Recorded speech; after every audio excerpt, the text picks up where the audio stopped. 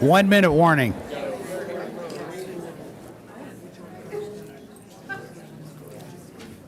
We'll get everybody in here and seated and if when the city clerk is ready.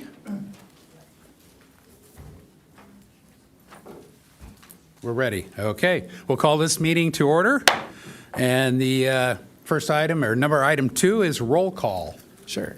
Councilmember San Antonio? Present. Councilmember Schaefer? Here. Councilmember O'Hara? Present. Deputy Mayor Lyons? Here. Mayor Ehlers? Here. Record will show all members of the City Council are present tonight. Item 3, if you will rise with me and if you can, and join me in the Pledge of Allegiance. Ready? Begin. I pledge allegiance to the flag of the United States of America and to the republic for which it stands, one nation, under God, indivisible, with liberty and justice For all. Okay, before we have our first, the next items are special presentation and proclamations. I wanted to do a little introduction tonight. Welcome to tonight's meeting. We have a large crowd, as you can see, and I want to ensure everyone is aware of the rules of decorum. Adherence to these rules is crucial to running a safe, effective, and efficient meeting. The purpose and goals of these rules is so that everyone has the opportunity to speak without being interrupted or shouted at, so please follow these rules. Failure to comply with will be grounds for removal of the offending audience members. The policies and procedures for our meetings is codified in City Policy C003, and I've got it with me tonight, as I always do. Included in this policy, and I won't go through all of them, our signs are limited to 8.5 by 11 and without rigid support. So if somebody can check on the sign in the back, I'm not sure that is a legal sign right now. So I think the sheriffs have been trying to, very good. I see 8.5 by 11 signs. Number 2, cheering, shouting, and disruptive behavior.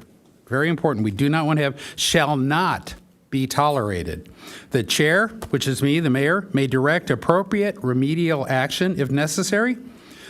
The C003 also provides some guidelines for council and speaker communication. Amongst them are, please, when you're up here addressing the council, address us as a body and not to individuals, nor to the audience. Respect, be courteous, be professional, and most importantly, be respectful. Please join me in making this a safe and effective meeting where differing opinions can safely and calmly be espoused and all sides may be respectfully heard.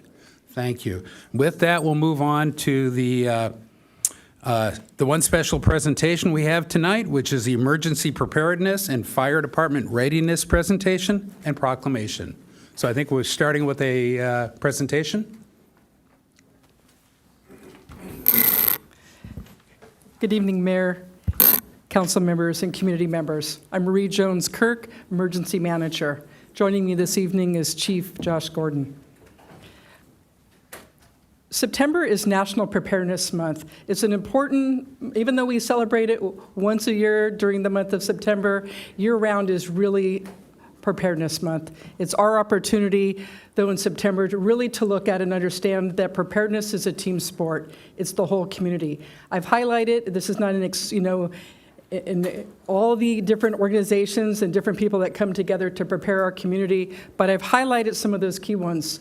Residents, community members, business owners, your neighbors, city staff and elected officials play a key role, as well as fire safe councils, which we have one here in Encinitas, the Aliva Fire Safe Council. So preparedness, the theme of this year's National Preparedness Month is Preparedness Begins at Home. And this is, there's a lot of information here, but I think really critical things. Before you can start planning and preparing is really understanding what the hazards are in Encinitas, and I'll talk a little bit more about that. But ways that you all can prepare, and as I like to say when I do these type presentations, is my goal is to make you all your own emergency managers, so when you leave here, you understand that preparedness is something that you do at home, at school, your work, wherever you go, that's where preparedness happens. So it's important that you register to receive emergency notifications. A really important tool that we use in public safety, fire, law enforcement is the Genesis Protect application. I'll talk more about that. But it's a great way to stay up to date on emergency evacuations, shelter locations, and traffic control points.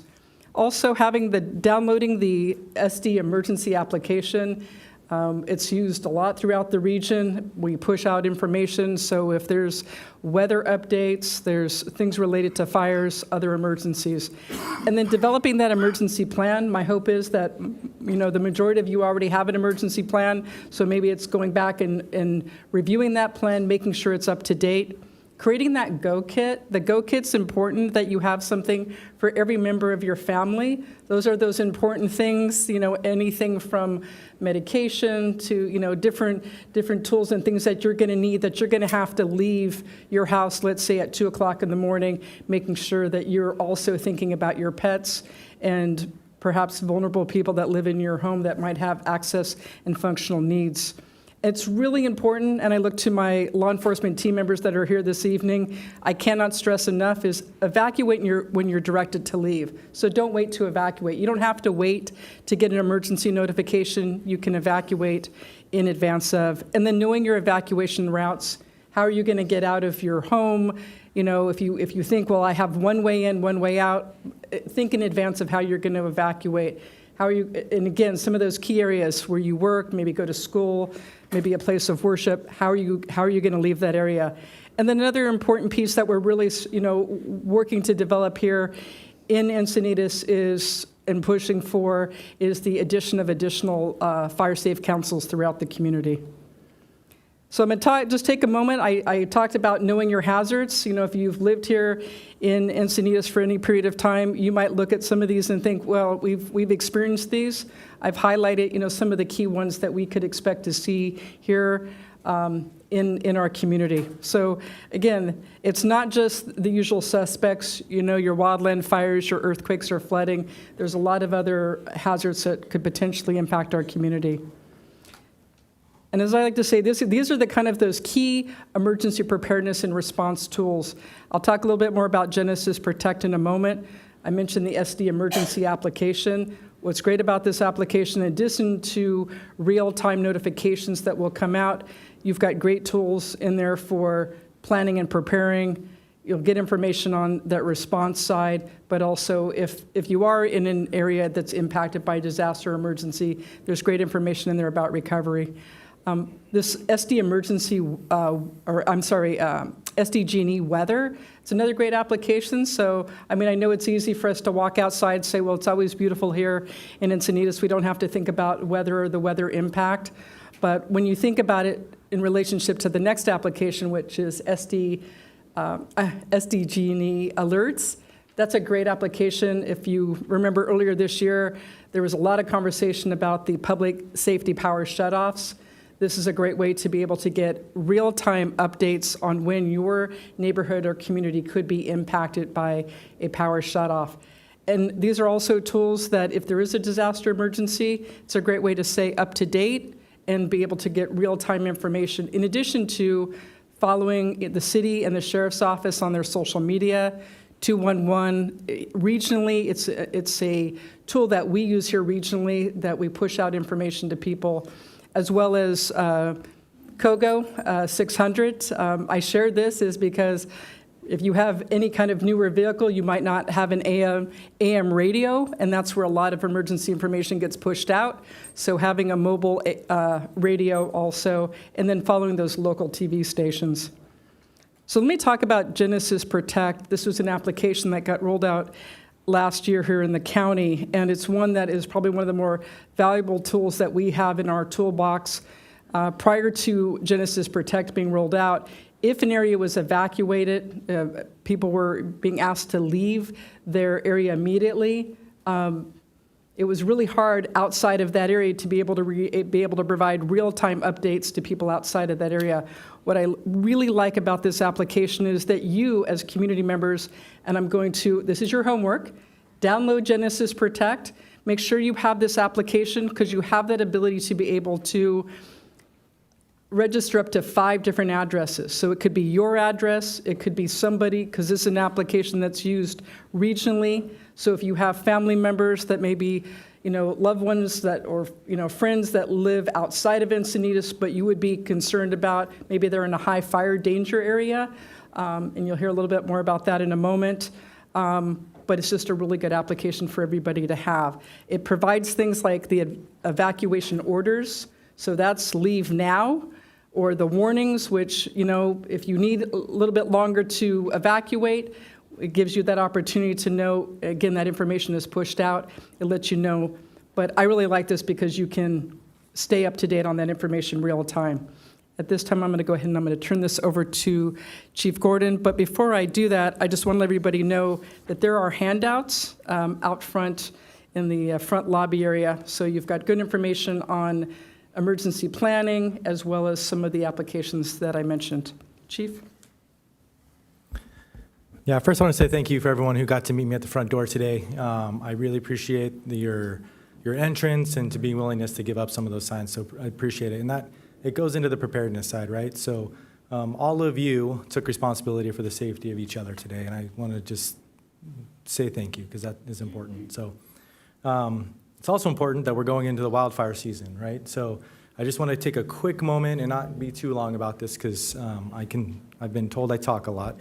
But defensible space, right? So the reason we're asking for this defensible space is it's a strategically maintained area surrounding structures that provide firefighters and equipment the critical space needed to effectively defend against approaching wildfires. So while defensible space also allows your home to be more safe because it's going to repel fire more easily, but it also gives our firefighters a safe space to work around your home. And we'll get into that in a minute. So the first and most immediate zone is a 0 to 5. It's the most critical. If anything I can say tonight about defensible space is to go home and look at your 0 to 5 feet around your home.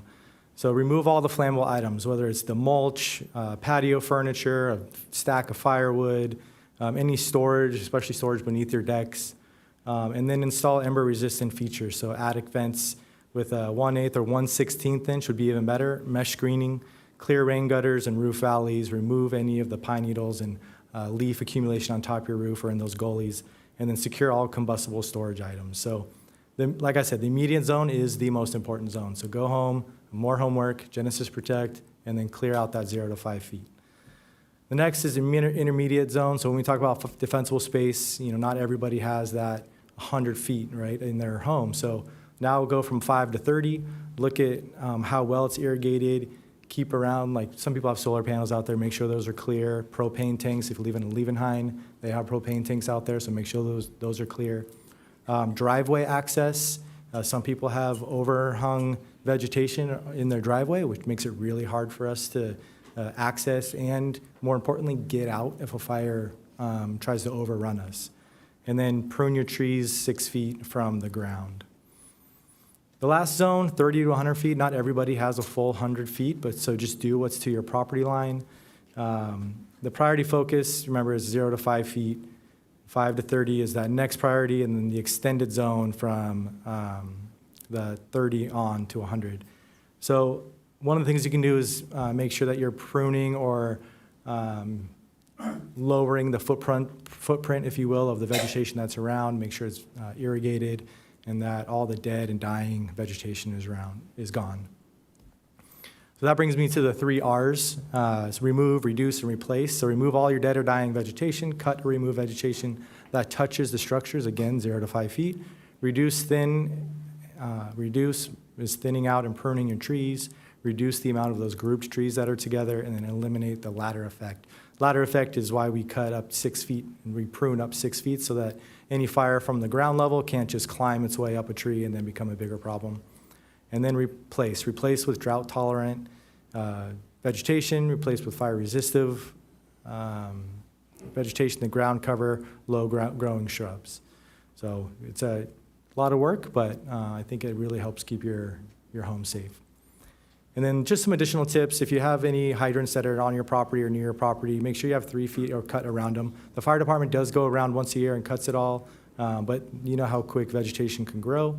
Make sure that your street addresses are visible. Sometimes at night, a real foggy day, it's hard to see certain addresses. With our technology today, it's made it a lot easier with Google Maps and the different technology we use, but it's still nice to be able to see that address.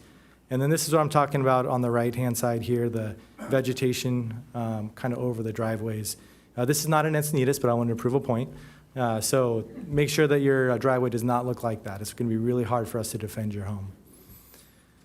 So getting into home hardening, real quick, if your roof has wood shingles, if your eaves are not boxed, if their siding is wood siding, if you have windows that are single pane, you don't have any screens, if mulch around your home is wood or bark, if you have openings that are non-protected, like the vents in your attic or your deck is standard spacing and has combustible material, start working on that, right? You want to harden your home for these wildfires. So Class A fire-resistive roof, make sure you box in your eaves, use fire-resistant material for the siding of your home. Dual pane tempered windows are the best, and screens help catch some of those embers. Mulch, use rock or pebble. Openings, metal, screened, or vents. We talked about those screens for your attic vent openings. And then your deck. Make sure that you're using non-combustible fire-resistant materials. And so why does that matter? And this is where I get a little blunt with you guys. So if you're not doing your job with your home, it makes it dangerous for our firefighters to come and protect your home. This yellow card here is called a structure triage tag. And a firefighter, before the fire gets, will come and fill that tag out, and it will say whether your house is not threatened, threatened and defensible, or threatened and non-defensible. If you fall under threatened and non-defensible, we are not going to put our firefighters' lives at risk for a home that is a high risk for us to get hurt or die in. So when you go back to defensible space and home hardening, that's what we want to see to help us help you guys save your homes. All right, so talked about preparedness. It takes you guys, just get in the fire department real quick. The fire department is also prepared, right? So we do a lot of local training, Saxony Canyon, Indian Head Trail, Leaving High Wildland Drill, RT-130. We do that at Via Canabrita and Garden View. So we have a lot of area familiarization. We get out in the community and we train, so we know how to fight fires in our backyard. The County Wildland Drill, which I obviously spelled wrong. You guys all noticed that, right? It was testing you. The San Diego County Fire Departments all get together and do this big drill once a year, and we all use the same protocols, same radio channels, and we have law enforcement, CAL FIRE, SDWD, some of the elected officials and city management has been able to come out and watch what we're doing, and it's so that when we have this big event, San Diego County is going to help us. They're going to come and they're going to provide resources, whether it's fire, law enforcement, public works, you name it. We all come together to stop conflagration. That word was for Bruce. And then strategic strike team deployment. So there's a lot of concern of whether we have enough resources, right? So Encinitas has, me as a fire chief, have the authority to force back people the next day. So if we have a big fire or we know a big event is coming, I can hold back people and have more personnel and more resources available right then so that we can get ahead of any kind of event that might happen. And then the county itself provides what's called pre-position strike teams. So If you look at any of our high weather or wildland weather events that are coming or that have passed, we've sent a couple strike teams out to just stage in certain areas. These areas are in San Marcos or at Heartland and down in the South County, and they're strategically placed so that when the first spot of smoke comes, we're sending 5 engines, 20 people right then when it comes out, instead of having to get everybody together to respond. So it's a great thing that the county does and participates in, and I think we've been able to stop a lot of fire spread because of that quick response that the county provides. And then we do help out a lot of our jurisdictions that are not within the county. Our county resource management protocol is that we will only send 6 strike teams. So a strike team, like I said, is 5 engines with 4 personnel each, so 20 people, and then a battalion chief or 2 to go with them. And once we hit 6, we're drawdown. We will not send any more resources out of our county. That way we can help each other out in a big fire and keep as many resources as we need here in San Diego County and in our city in Encinitas as possible. And just to give our firefighters a little bit of love here, there's a lot of extra training and expertise that they go do that they don't get paid extra for, that they really want to show how much that they care about this city and that they're going to put the extra time in and do the extra work. So overhead positions are unique. They're not just you go on a fire engine, go fight fire. They're where you learn how to manage large fires, the logistics of it, how you manage large resources to put out these fires. So division leaders, strike team leaders, task force leaders, engine boss, forward observers, fire line medics, incident management teams. And we have a lot of experienced wildland firefighters because of that. If you see this picture, this is one of our firefighters on the right. He's on an incident management team, and he's actually sought after throughout the state. He was asked by Maui Fire to come and help them with some of their search and rescue stuff. So it's just one example of the technical expertise that we have in the Encinitas Fire Department. I think that's it. That's it. So thank you. Thank you for the presentation. And I believe we have a proclamation, too, so if you'll join me.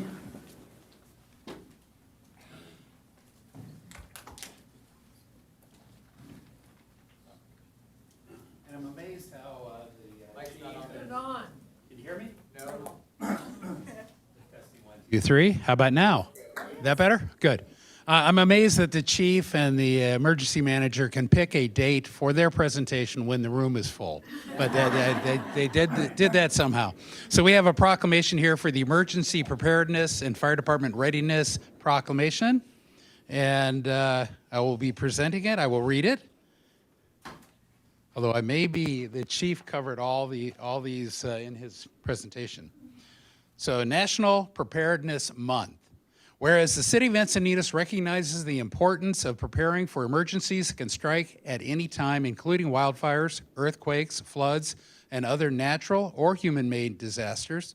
And whereas National Preparedness Month is observed each September to raise awareness and encourage all residents to take proactive steps to prepare themselves, their families, and their communities for potential emergencies. And whereas the 2025 theme, Preparedness Starts at Home, emphasizes the critical role individuals play in building a resilient community by understanding local risks, making emergency plans, assembling supply kits, and engaging with neighbors and local emergency services. And whereas the city of Encinitas is committed to fostering a culture of readiness year-round by supporting public education campaigns which urge all residents to stay informed by registering for Alert San Diego notifications, downloading the Genesis Protect app, and familiarizing themselves with their designated evacuation zone. And whereas the city encourages residents to consider the unique needs of their household, including children, seniors, individuals with disabilities, and pets, when making emergency plans and assembling supplies. And whereas preparedness is a shared responsibility, and by taking small steps today, we can make a big difference in how we respond to and recover from future emergencies. Now, therefore, I, Bruce Ehlers, Mayor in the City of Encinitas, along with all of the City Council, do hereby proclaim September 2025 as National Preparedness Month in the city of Encinitas, and urge all residents to take action to prepare themselves and their loved ones for emergencies and disasters. So, thank you. And if the council will come down and join us, and by the way, I can vouch for the app. I can tell you that I get the app notification from the general app 10 minutes before the city manager calls me to tell me there's an event going on. So you should all, the Genesis app or what's the other one? The SD Alert, and then there's one more, but it's all based on Genesis. Watch Duty, that's it, yeah. So my wife is always informing me immediately. I don't even see it, she sees it. Hey everyone, 3, 2, 1. 3, 2, 1. Thank you.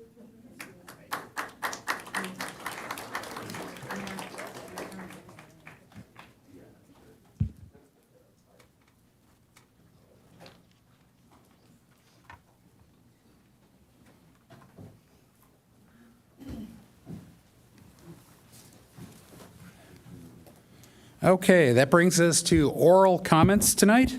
And oral comments are public comments on items that are not on tonight's agenda. We allocate up to 30 minutes for oral communications at the beginning of our regular meetings. Speakers are typically granted 3 minutes to address the council with no time donations permitted.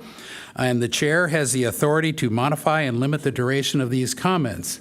So tonight we have 19 speakers. 19 speakers. So in order to manage our time and keep it to 30 minutes in the beginning, and to be fair to all members of the public here to participate in the scheduled items, we will be first limiting the oral comments to 2 minutes each, and we'll take the first 15 now, and then we'll do the remaining 4 at the end of the meeting right after item 12. And this has been a standard protocol we've been doing.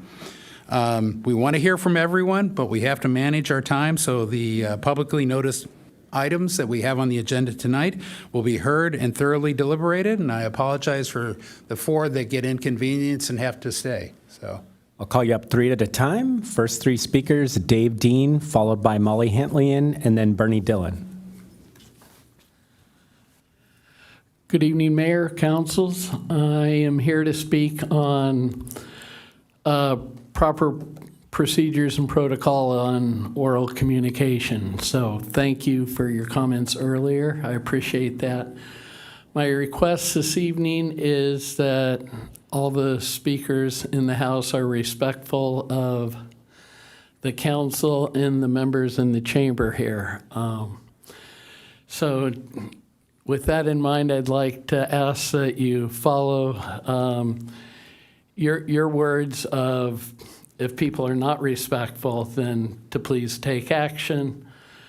If you post high speed limits and you don't allow Captain Watts to enforce the speed limit, we don't have much there. So thanks again, everyone, and please be respectful of everyone in these times. And lastly, I'd like to thank Mayor Ehlers, Councilman O'Hara, and Luke Schaefer for the kind words that you shared at the American Legion on the remembrance of 9/11. Thank you.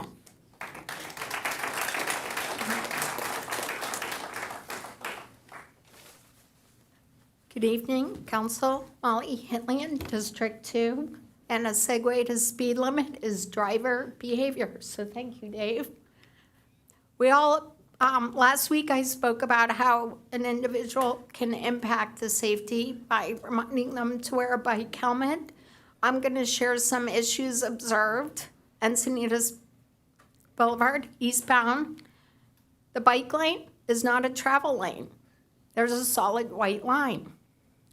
DMV defines the white line that you have 200 feet before an intersection. Can you merge in there? Issues observed is that from St. John's drop-off area to the Belort corner, people are using the bike lane that's clearly marked as a bike lane as a travel lane. My concern is, as you can see on the left, whoops, wrong direction. Oops, sorry. 2 minutes is going fast. So, any case, my concern is the triangle, that these kids are coming from the north side of the street, and if you're using the bike lane as a travel lane, you're not going to see them. There's a biker, but so on a daily basis, this is what Encinitas Boulevard looks like for school drop-off and pickup. So it starts with each of us to stay in your lane and watch out for each other. And also for school pickup in the Encinitas Community Center, I've been observing a lot of people using the fire lane as an idle zone, and you're creating conflict. So thank you. Thank you.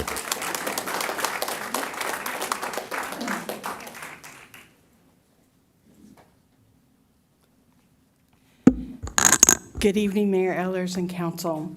In 2 hours, a drunk driver who killed a 27-year-old bicyclist was found by drone and other camera systems in Carlsbad. My hat's off to the Sheriff's Department.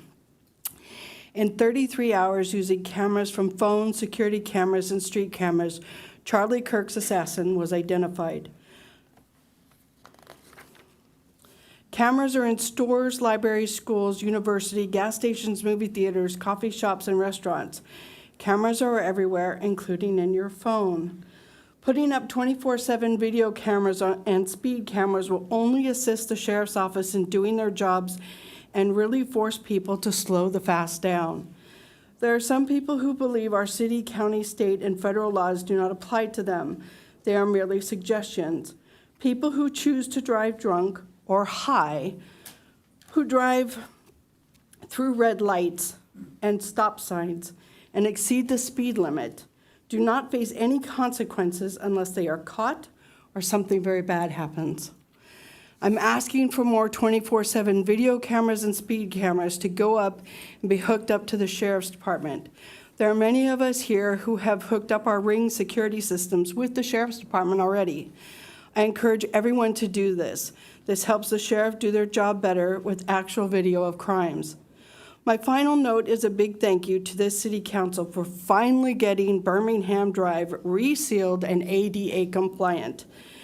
There have been decades of promises by previous councils, never fulfilled, and you all did it. Thank you.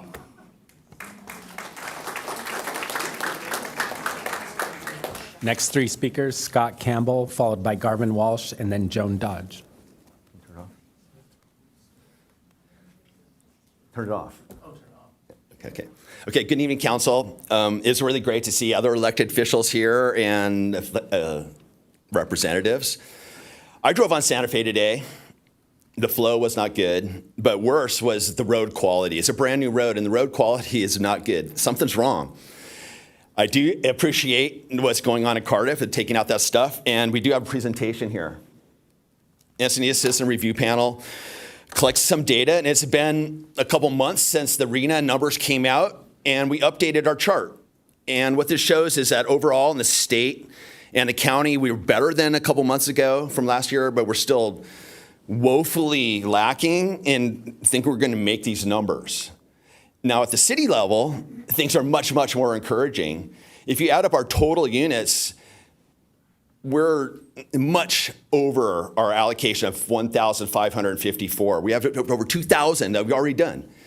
So what I'm asking the council is to think about this the next time Sage Canyon comes up, or Clark Canyon, we'll hear about that probably in a little bit, or some of these other projects, to push back on some of the variances that the developers request, because we're already over our numbers. We have more on our side now that we can do. Now, here's a little chart that shows where we are relative to the state and the county, and we're the gray bar, and you can see we're really good, but this chart actually is lying. The number on the right, I changed the scale. We're at almost 250% of our allocation. The previous councils really hurt the city. They burned us bad by not demanding more. I really don't like any of this, but if we're going to have to play this game, we should have asked for much more. And I ask the council in the future to ask for much, much more from the developers. Thank you.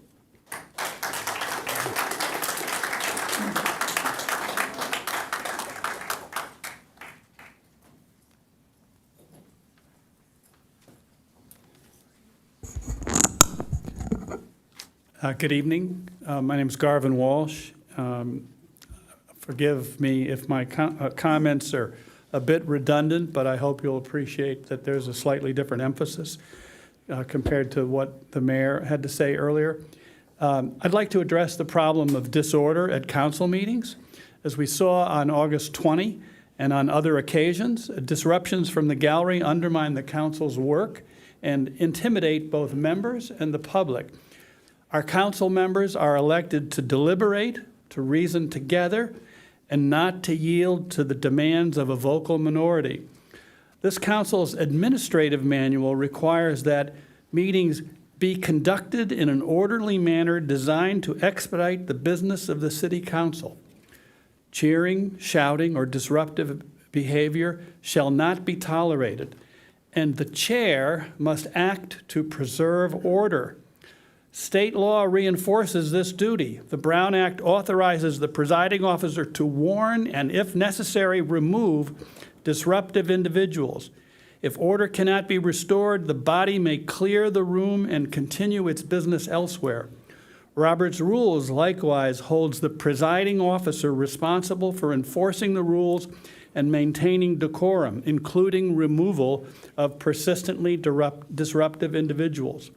Therefore, the mayor, as presiding officer in this room, has both the duty and the authority to reassert order when it breaks down, and the members have the right to insist that he do so. That requires a firm voice and a decisive use of the gavel, not pleading for cooperation. Failure to maintain order is a sign of weakness. The public deserves confident leadership to safeguard the integrity of this chamber. Thank you. Following Joan Dodge will be Alex Borchard, Molly Woods-Drake, and then Karen Caden. Good evening, Honorable Mayor and Council. I am Joan Dodge, a 40-year resident of District 1. I'm a retired Human Resources Vice President. In my long career in the HR field, I spent many hours counseling employees as to appropriate behavior and demeanor while at the workforce, counseling management in the role and ensuring their employees perform up to standards. Countless times, employees' inappropriate behavior and rhetoric resulted in disciplinary action up to and including terminations. Since December, I have been observing City Council member Luke Schaefer's performance. I am struck by his inflammatory rhetoric. Let me explain. He suggested Encinitas residents who oppose a housing development may have to bring a rifle to a construction site. This was both terrifying and threatening. I know he tried to say his comments were taken out of context. However, the official video recordings do not lie. There are federal and state laws that prohibit employment discrimination on the basis of several protected classes, including age. Age discrimination is against the law. However, during the selection process, Councilmember Schaefer suggested that an applicant for one of our commissions was too old to serve, comparing her to his mother, who he too said was old. If Mr. Schaefer was an employee of a company I worked for, he would have been reprimanded and put on a performance improvement plan. In fact, any further violation would undoubtedly have resulted in his termination. Now we see he has been indicted for several hostile acts against one of our fellow citizens. Although that case is yet to be adjudicated by a court of law, these charges are consistent with the aggressive and threatening behavior we have observed from him. I don't know what the future holds for Mr. Schaefer as a member of our city council. As the facts unfold, there may be some choices we citizens will have to make. Thank you.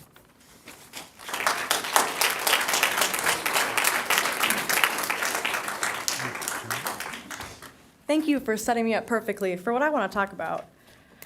Good evening, Mayor and council members. And what was your name again? My name's Alex. Okay, thank you. Thank you for asking. And good evening to my community members as well. I feel really proud to be a part of a town that cares so much to show up at these meetings. I want to begin by acknowledging that in this country, everyone is entitled to due process under the law, even when it's not respected. Councilmember Schaefer has that right, and it is not the role of this council nor the public to serve as judge or jury in his criminal case. That being said, this council is not a courtroom, and the standards for serving in public office are different. We expect honesty, accountability, and credibility from those who represent us, and you do represent us. Unfortunately, I believe that trust has been broken. Mr. Schaefer's history of violent rhetoric, such as referencing picking up rifles to stop development, combined with the serious charges that he now faces, paint a very troubling picture. These charges include felony assault, misdemeanor abuse of authority, and hit and run, all tied to a violent confrontation over something as trivial as parking. On top of that, there are allegations that he attempted to abuse his power by threatening the victim's future permits. These actions are incompatible with the responsibilities of serving on city council. What's more troubling to me is that on August 20th, he admittedly said he, quote, didn't even want to do this job, and he only ran to change up council dynamics. To me, that says it all. Serving on this council is not about playing games with political dynamics. It's about showing up for residents, doing hard work, and taking responsibility for the future of our community. If you don't even want to be here, you should make it easier on all of us and step down. During his campaign, Mr. Schaefer promised to stop crime against residences and businesses, but today he is the one facing multiple criminal charges. How can the public trust him to act impartially on matters of safety and crime prevention, when his own behavior is under scrutiny for violence and abuse of authority?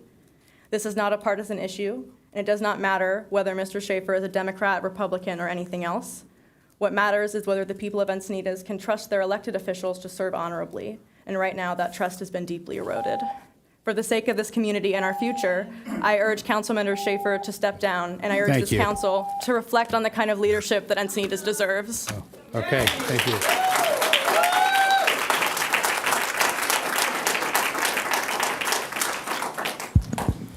Good evening, Mayor and Council members. Molly Woodstrake, District 1. I want to begin by condemning political violence in all its forms.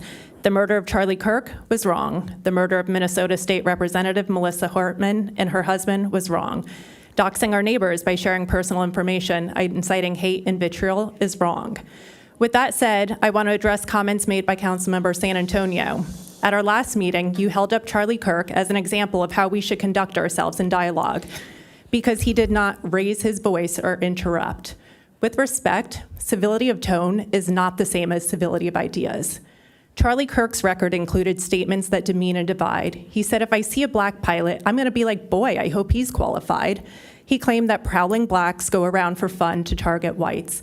He told women to reject feminism and submit to your husband. And he even called for Nuremberg-style trials for doctors providing gender-affirming care. These are not examples of healthy debate, no matter how calmly spoken. As a council member, you took an oath to represent all of us, not just those on the right, not just Christians. And while you may be new to this role, it is concerning that your first acts of not being silent were to hold Charlie Kirk up as an example of civility and then to post on social media a photo of torn down Kirk Memorial with the neighbor's car clearly visible, make, model, and license plate included, alongside the words, this kind of hate and intolerance will only make the movement stronger. When I asked what you meant, you said you meant a Christian revival. I may not be well-versed in the Bible, but I do not believe Jesus would dox his neighbors. Finally, you made a comment that residents who are here tonight who spoke passionately during the August 20 emergency agenda item would have wreaked havoc if someone had disagreed. This characterization is unfair and insulting. Everyone here deserves an apology for you. I urge you to do two things: apologize to the residents of this city and clarify your praise of Charlie Kirk. It's possible to condemn violence while not lifting up the legacy of someone whose word have caused so much harm. On the third.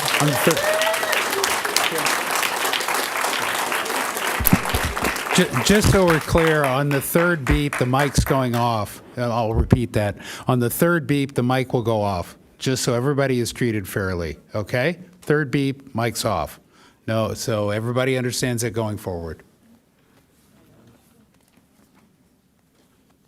Good evening. I'm Karen Caden, and I wish people would be respectful. I wish they would not direct to single council members or anyone else. Let's follow the rules, please, and let's not be rude. Reminding citizens to be respectful and no hate. Our city council has inherited some nightmares from former city councils. You are here to work on improving our infrastructures, make our roadways safe for all residents, don't delay a fix on Santa Fe Drive, take care of our drainage problems and the leaky, disgusting smell at Moonlight Pump Station. Thank you for making L7 a park. How soon are you improving to be used by children and adults? please put on the agenda to have dark skies not only in Livenhain, but in other parts of Encinitas, especially near the spheres of the Bataguitos and the San Helio lagoons. Also, please identify the scenic visual corridors in Encinitas to be protected and enjoyed by both residents and visitors. And I would thank you, council members, very much. Thank you. Next three speakers, Dolores Welty, followed by Julie Thunder, and then David Hill.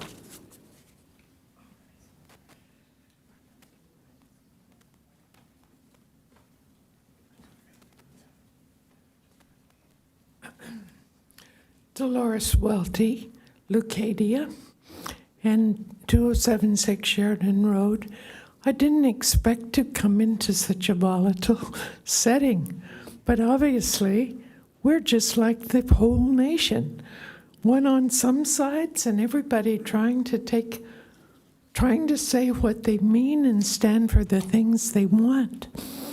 What I came for is to ask who pays for that road in front of the new houses on La Costa. The west-going lane in front of the new houses is bumpy and terrible.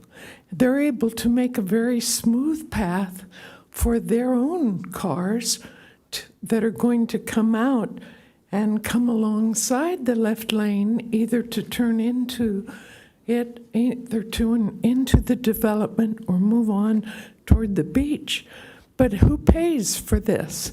We don't have like Carlsbad does, a management plan that makes developers help pay for the infrastructure changes that they cause. In Carlsbad, they have to give money if there's a park needed, and their percentage of that park, they set that money aside. They have to build absolutely the roads. College Boulevard lay undeveloped for a long time with many complaints because nobody was developing that owed the money to develop college. So who pays for the infrastructure? I see you're looking at water. You know we're going to have to build new sewer facilities or enlarge them with all these houses. If only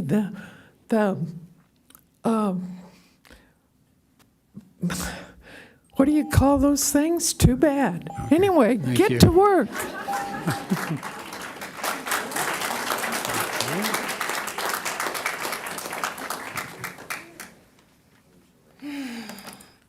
Hi, Julie Thunder, Cardiff. I've noticed lately that people are coming to your meetings who are not from Encinitas.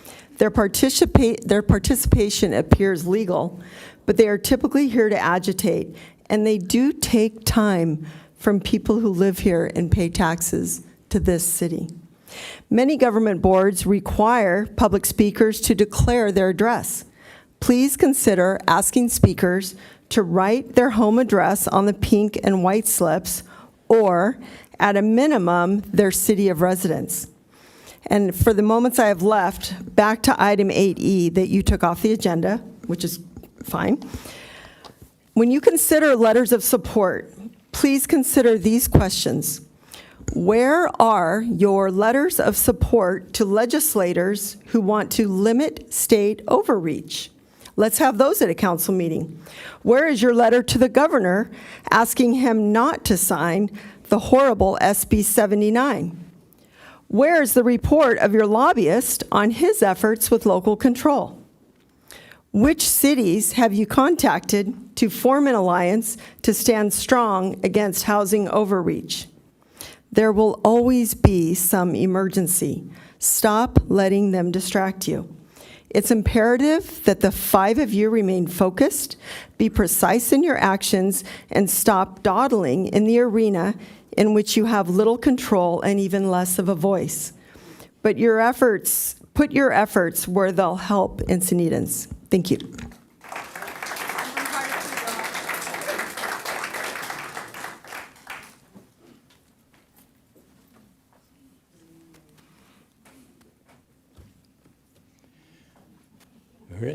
Go ahead.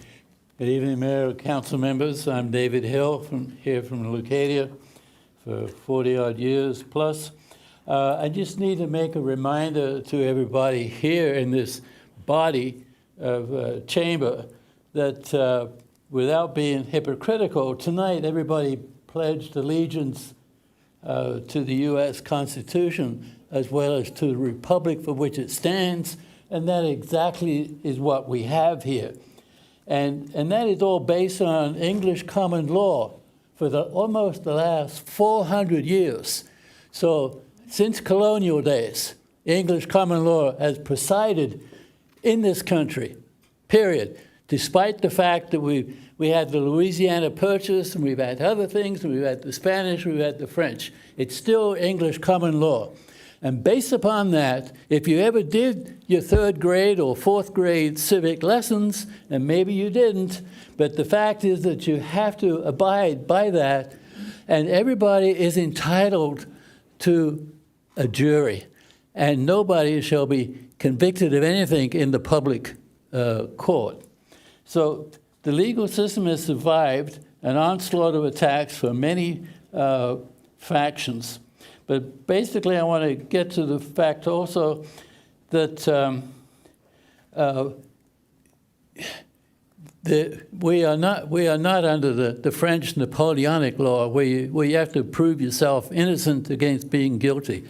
You are innocent until proven beyond a reasonable doubt of your peers, period. That's it.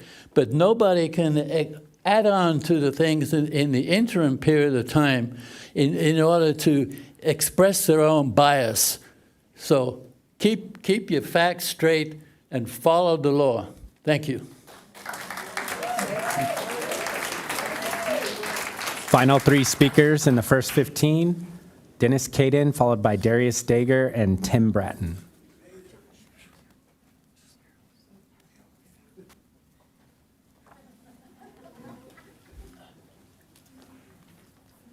Thank you, Dennis Caden.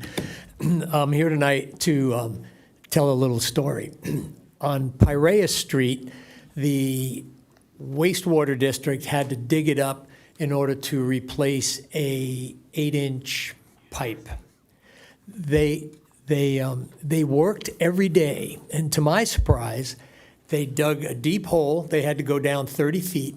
So they excavated the dirt, put it to the side, and at the end of the day, so that we weren't inconvenienced having the road closed, they put all the dirt back, and then the next day did the same thing. When they got done, the road was bumpy. And I called the city, and they said, what they do is they wait a certain amount of days, and then they put the final coat on. And I want to compliment them because they did an excellent job. Now I want to talk about La Costa Avenue and hitchhike on what Dolores said. That thing is like going over railroad tracks. And it's disgraceful that I think that was done well before they finished Piraeus. It's disgraceful that whoever's responsible for giving that sign off hasn't been disciplined, because it's not fair to us to have development ruin our road and then allow them to get away with it, because we come first, not the developers. Thank you very much. We can't respond up here to items, but I can refer them to staff, so that one I will refer to staff.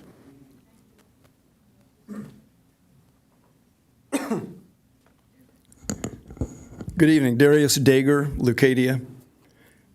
I'll say it one more time. You gentlemen who were elected last year were elected for your views on curtailing housing.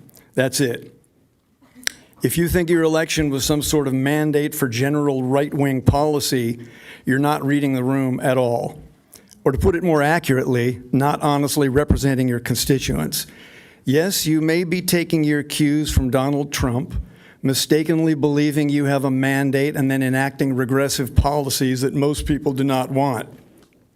Remember, this is a broadly liberal community, and you should represent us, not yourselves, and not the con man in chief. That means fighting ICE Gestapo tactics here any way you can. I have a friend who was abducted recently, and it makes me sick to think our nation has come to this, to having a masked secret police force snatching people off the streets without charges or Miranda rights. History will not look kindly on it. If you want to be able to look your children and grandchildren in the eye, do your part to stop these Gestapo tactics here however you can. That means not going back on the measures you passed in August. Yes, there's fascism afoot in America, and it may even seem fashionable to some. We must resist that here in Encinitas.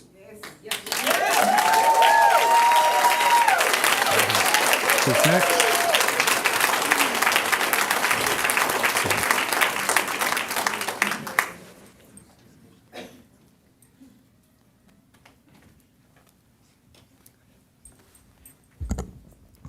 Good evening, Mayor, council members. I'm here to talk about parking at Moonlight Beach. I'm Tim Bratton. I live at Moonlight. ADUs are a big problem because we're so close to the train station, no parking is required, and it's wreaking havoc. Most of the new state laws require that if you're within a half a mile, you don't have to provide parking for your ADU or your new construction. This causes numerous problems. Most of the ADUs that are going in at Moonlight are going to rent for $5,000. They will have 2 cars and 6 trash cans because now it's 2 dwelling units. I propose that we do a parking impact overlay zone to recognize that it is massively impacted at Moonlight. Combine that with our LCP, we can actually do something. So San Diego's done this, Carpinteria's done this. The Coastal Zone Authority supersedes all of those state housing laws, and it's limited to a very specific zone, and that's what makes it legal. I further propose that we do a better job with our trash bin management. Trash bins should not block parking. A lot of people think it's already illegal, and it causes massive problems. So I just learned that EDCO will provide, I talked with the CEO and I talked to the general manager, they will provide yard stop pickup, and so I will no longer be blocking parking spaces at Moonlight Beach. I didn't even know that was available. There are a lot of other things we can do that I can't really get into right now because I only have 2 minutes. But this will solve a lot of problems. The PIAS, Parking Impact Overlay Zone, and the LCP will also allow us to control development. We didn't even think that was possible. So this is my ask. Please direct staff to do some research.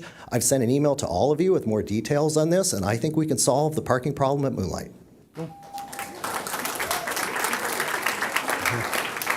That concludes the first 15 speakers on the oral communication. And we have 4 more that we'll take after item 12. So that moves on to item number 6, report from closed session, which we did not have, right? We already reported out from. Correct, at the special meeting yesterday. Item 7, changes to the agenda. Changes to the agenda, just an announcement. Item 8E has been removed from the agenda by staff. And then moving to the consent calendar, item 8C was pulled by a member of the public. Okay. And moving on to consent calendar now, do we have any other items that the council would like to pull? Nope. Okay. So I'll entertain a motion. Motion to approve all items except for 8C. Okay. Second. Got a motion and a second. We'll call the question.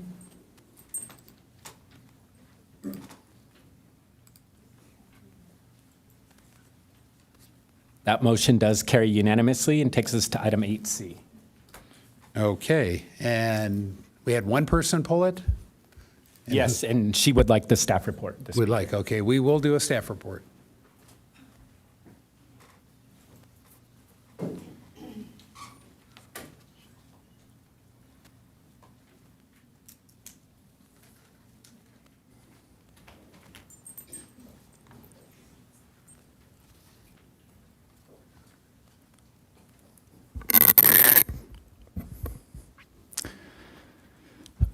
Good evening, City Council. I'm Evan Jednak, Senior Planner. In December 2023, the City Council extended temporary outdoor dining to July 1st, 2026, consistent with Assembly Bill 1217. Additionally, the City Council directed staff to develop a leasing fee for the use of public parking spaces for outdoor dining. In June 2024, the City Council adopted an outdoor dining right-of-way usage fee of $2.50 per square foot per month. The City Council directed for the fee to increase annually in accordance with the Consumer Price Index, or CPI. As outlined in the agenda report, the 2024 CPI for the San Diego region was 3.1%.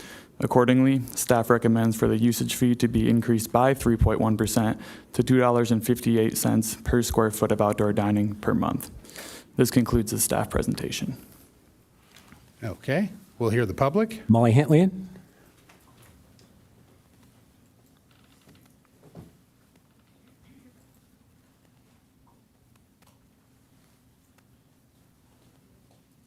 Good evening, Council. Molly Hentlian. So I disagree with this whole increase because I think we should cease AB 1217.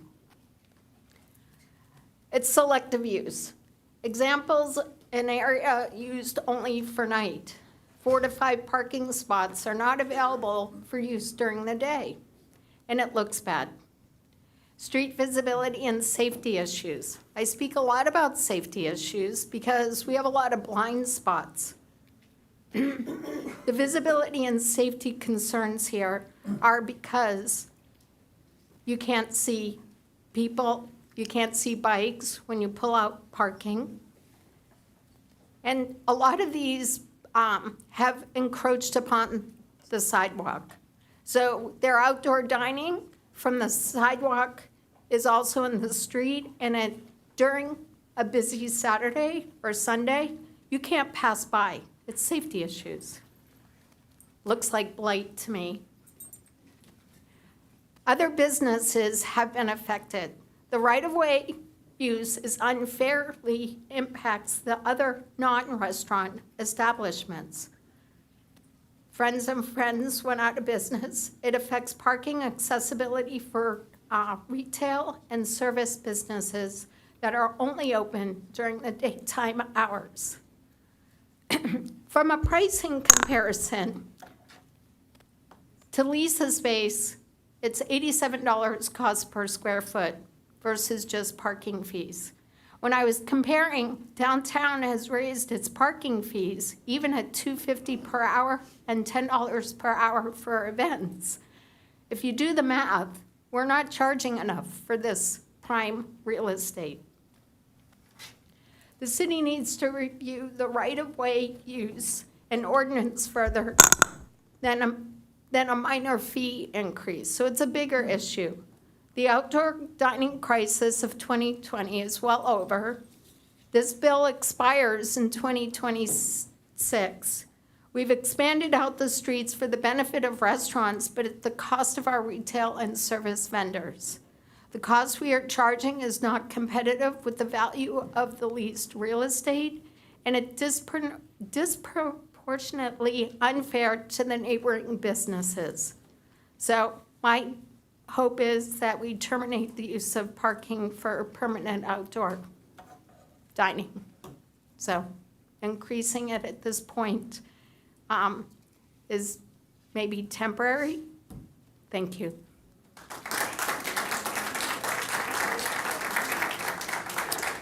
And I've got Councilmember O'Hara. This is still a public discussion now, right? Yeah, we're in deliberation. So, first off, I want to thank everyone for pulling this. I think this was an item I recognized on here that I thought would cause a little bit of confusion as to what we're voting on. And I'm happy that that we're able to clarify this and that the public pulled it, actually. If they hadn't, I was going to comment on it. I think the comments just made are probably very substantiated. They are accurate in some ways, but I don't think we're debating that today on this. What we're debating is whether we are going to change the rental agreement.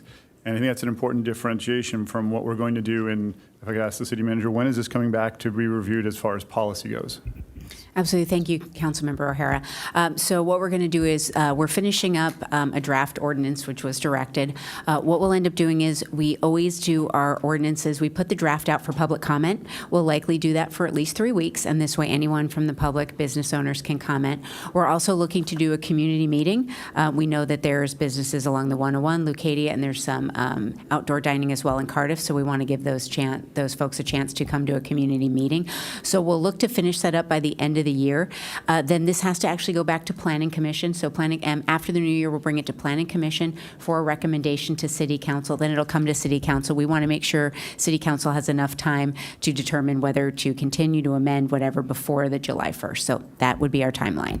Yeah, I know, thank you. And I know councilors up here have been speaking with our retailers, restaurant owners, our 101s, our chamber, diligently to work on this project or this challenge, because I think we have, if you walk around the city, you're going to find it's pretty split on this one.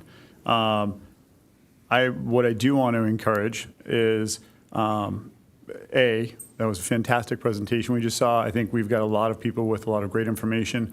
I want you to encourage you to submit that information to us in this process, as well as to your 101s and chambers. I think we can get the best result that way. I'm going to go ahead and motion to approve 8C tonight because we are only talking about the rent increase and not the policy itself.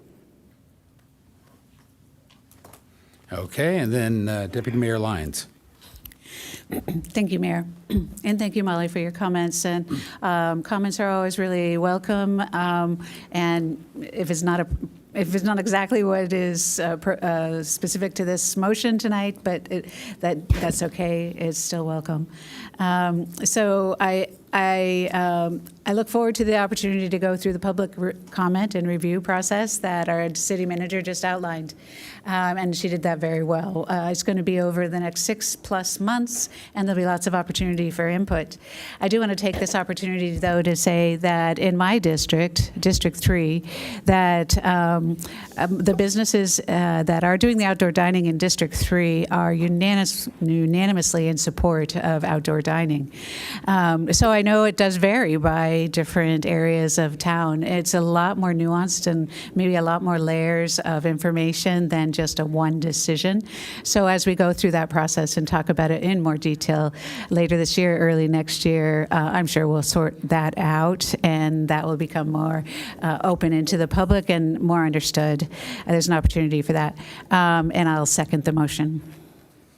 Okay.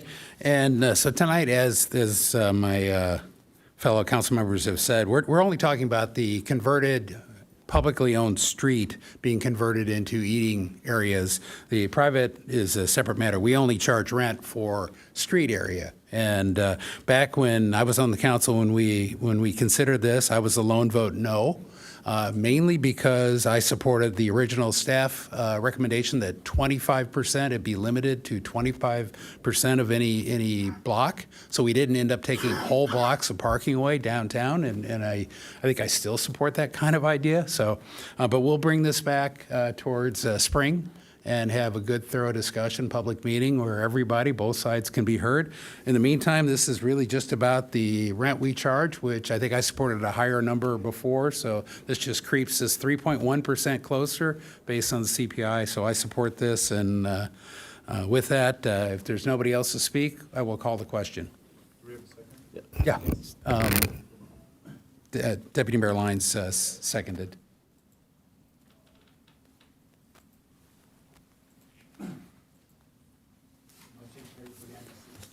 Okay.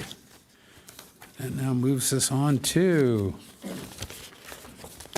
item 9, which would be changes to the agenda. Or items removed from consent calendar. That's right, I missed that. Which we took care of that, so we're on to item 10A. And this is the rehearing of the emergency item 7 regarding the ICE operations in Encinitas from the August 20th City Council meeting. Contact person is City Manager Campbell. Thank you. Thank you. Good evening, Mayor, members of Council. So tonight I wanted to start out, the City Council action for tonight is to rescind any and all actions from the emergency item from the August 20th, 2025 City Council meeting. due to the demand to cure and correct letter, and rehear the item with advance notice and give possible direction to staff as response to the recent ICE operations in the city.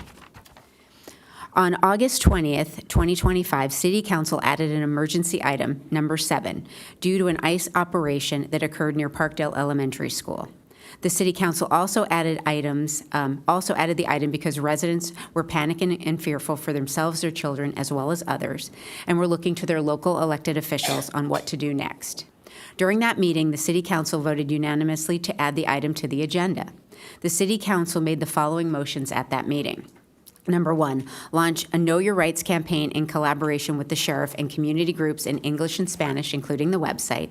Number 2, submit a Freedom of Information Act request to document ICE operations in the city of Encinitas.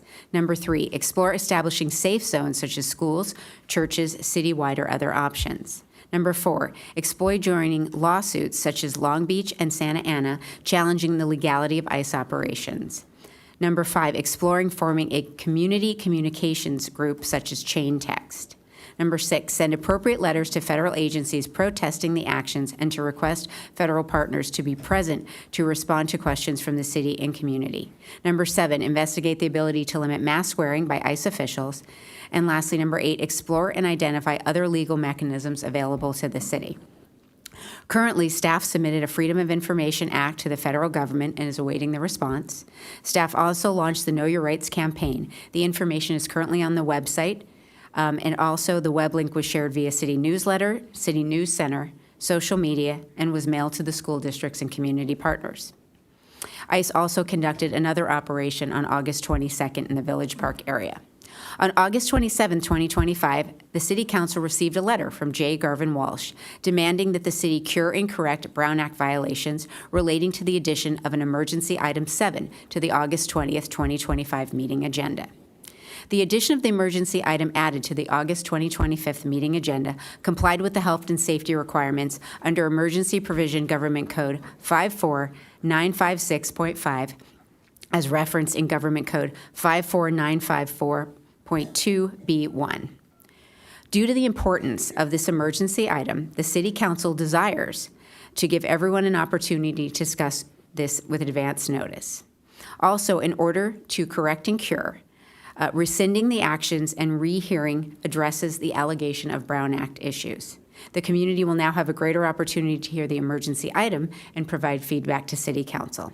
So again, the recommended action for City Council this evening is to first rescind any and all actions from the August 2025 meeting.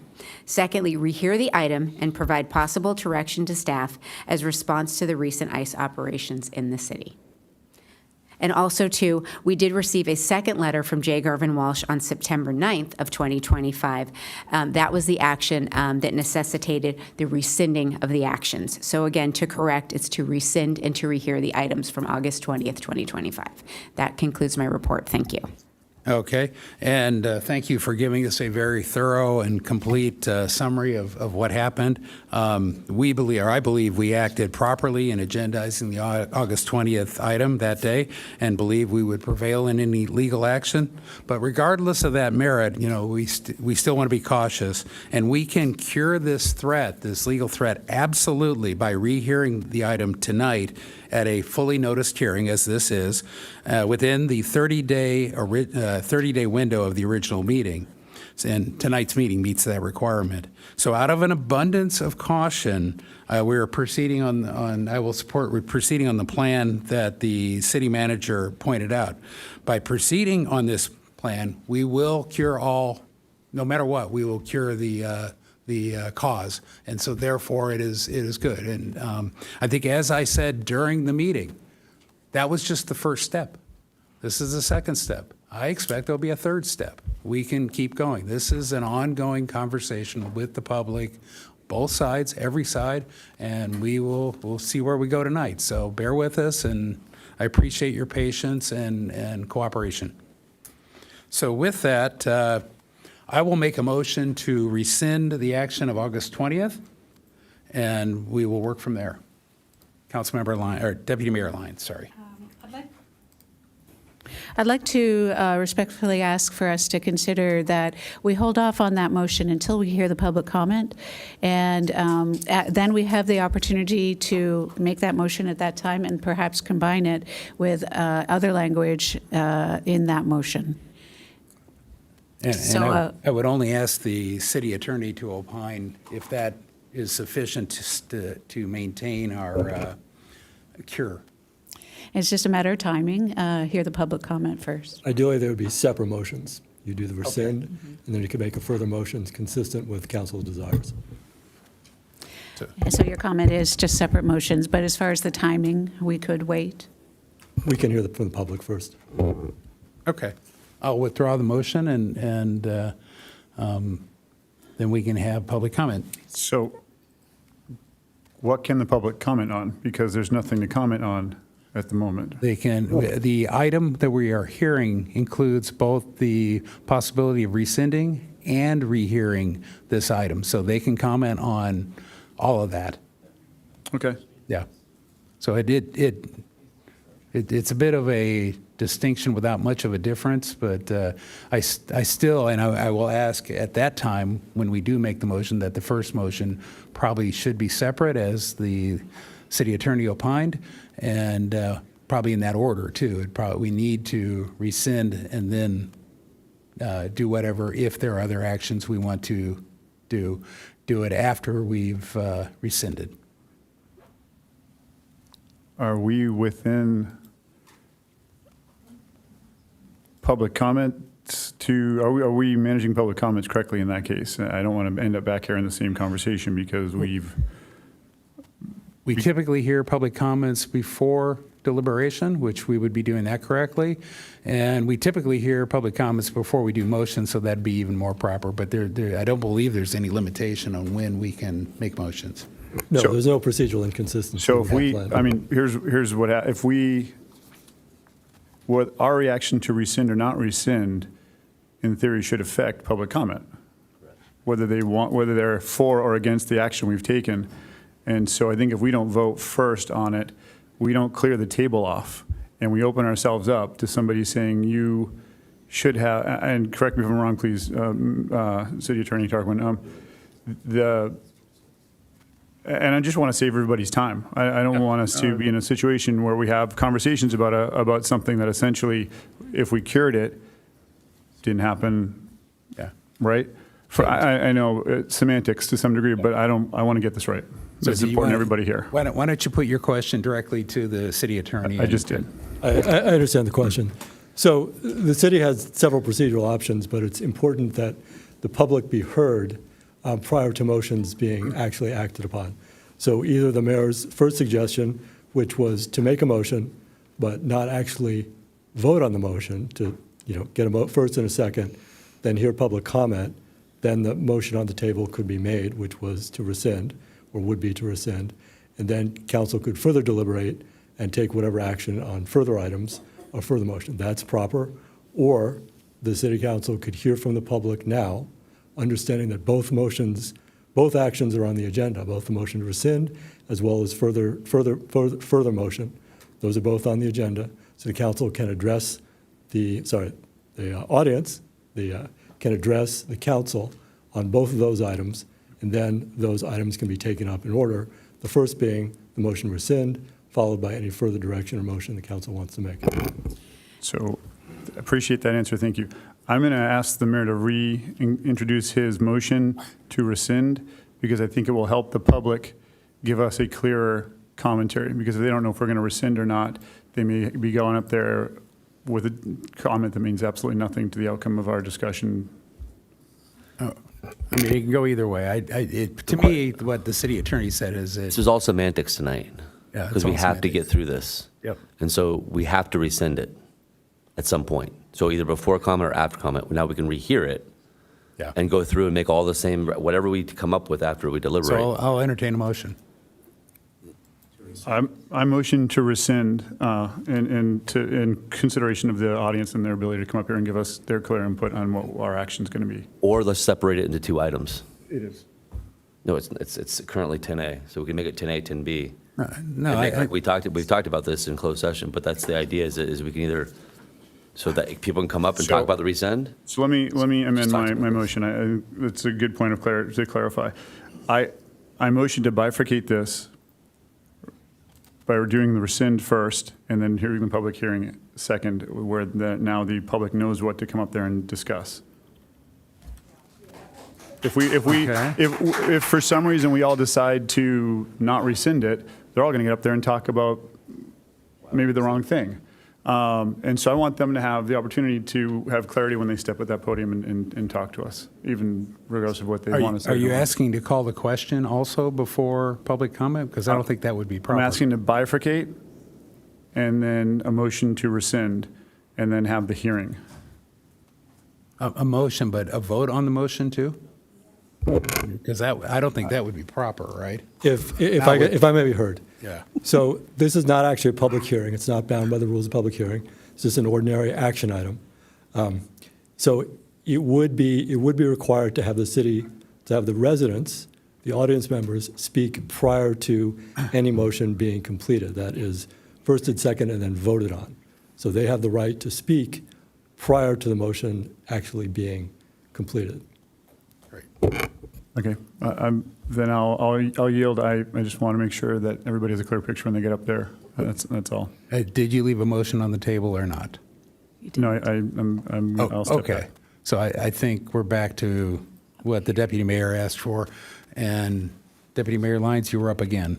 Yes, I just wanted to clarify why I suggested that we hear the public first. And when we got the public comment, we got a lot of public comment, obviously. There was a lot of concern about our language saying to rescind the action from August 20th. And so I'd like people to give thoughts on that, but also know that it's procedurally, I can't speak for this body, but procedurally it's probably favorable for us to consider that very seriously. But I think in part, it's part of the larger conversation about, well, then what? And so, giving your thoughts also on what you see as important for us to consider in addition, then those two things go together. And I think it will give the public a lot more comfort if you know that those two things, those two actions are associated. Both the rescinding when we consider that and also the action for any possible future items. I think the way it's written in the staff report, the recommendation is to rescind and rehear. So it'd be the rehearing. So public comments should be about both. And we'll do public comments once for this item. With that, I will. We have 29 speakers on this item. Okay, we're 29. And rereading the C003, it says I can limit it in consultation with so I'm free to ask you, would you prefer 2 minutes or 3 minutes? We have this one big item. It's the main side. I'd like to go with 3. If you will indulge me with an hour and a half of. I'll go. I understand, but this is a full hearing, so, and please. I will go 30. I will need a recess to use the restroom, though. Well, we'll do a recess, but you're okay with 3? Anybody object to 3 minutes? And you don't have to use the full 3, by the way. You can go 2 minutes if you prefer, and I think we all would prefer that. But some people may have more to say and may have valid points, and we want to make sure all sides are heard and heard thoroughly. So 3 minutes, and let's go. And if we have to take a break, just flag me. First 3 speakers, Scott Campbell, followed by Julie Thunder, and then Garvin Walsh.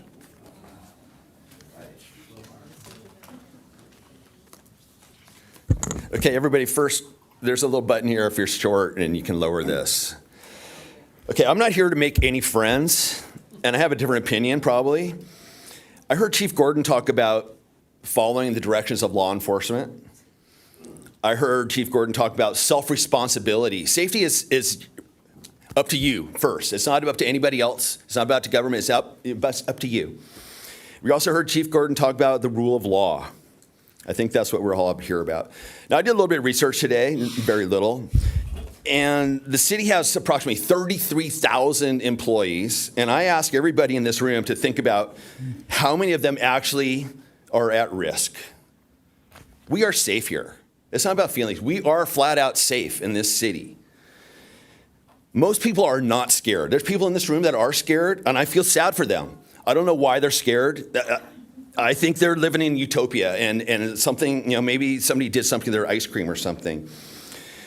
Now, these people that are being actively taken or whatever, arrested, they knowingly took a risk. They know they're violating the law. When I was younger, I had a suspended license. I knew what I was doing. My car got towed away. I took that risk. I also had a different car it looked bad. And when I went to a nice neighborhood to go surfing, I got pulled over more than once. I had registration, I had proper things, and the guy looked at me over, deemed I was safe, and said, "Have a nice day." I just don't know what is wrong with these people here. What is the protest about? Is it about the fact that we have agents performing their sworn duty? Is it about the fact that kids actually saw something? Here's another story. When I was young, I was on the school bus 4 times a day. 4 times a day, we drove by a nuclear missile site. And sometimes we saw the missiles inside there. I don't want to hear about some guy scaring you as the most tragic thing in your life. It's not. What if these people were drug enforcement agents with masks and they're arresting a fentanyl dealer? Would we object to that? I don't think we would. What if it was FBI or alcohol and tobacco and firearms guys arresting gun dealers? Would we complain about that? I don't think we would. So this is some perspective. I ask the council to take a reasonable view and actually do nothing. You don't have to do anything on this. The state already passed a law about masking up. What more can the city do on top of that? I should shut up, but don't go for a sanctuary city. We are not a sanctuary city, and please don't even think about talking about that. Thank you.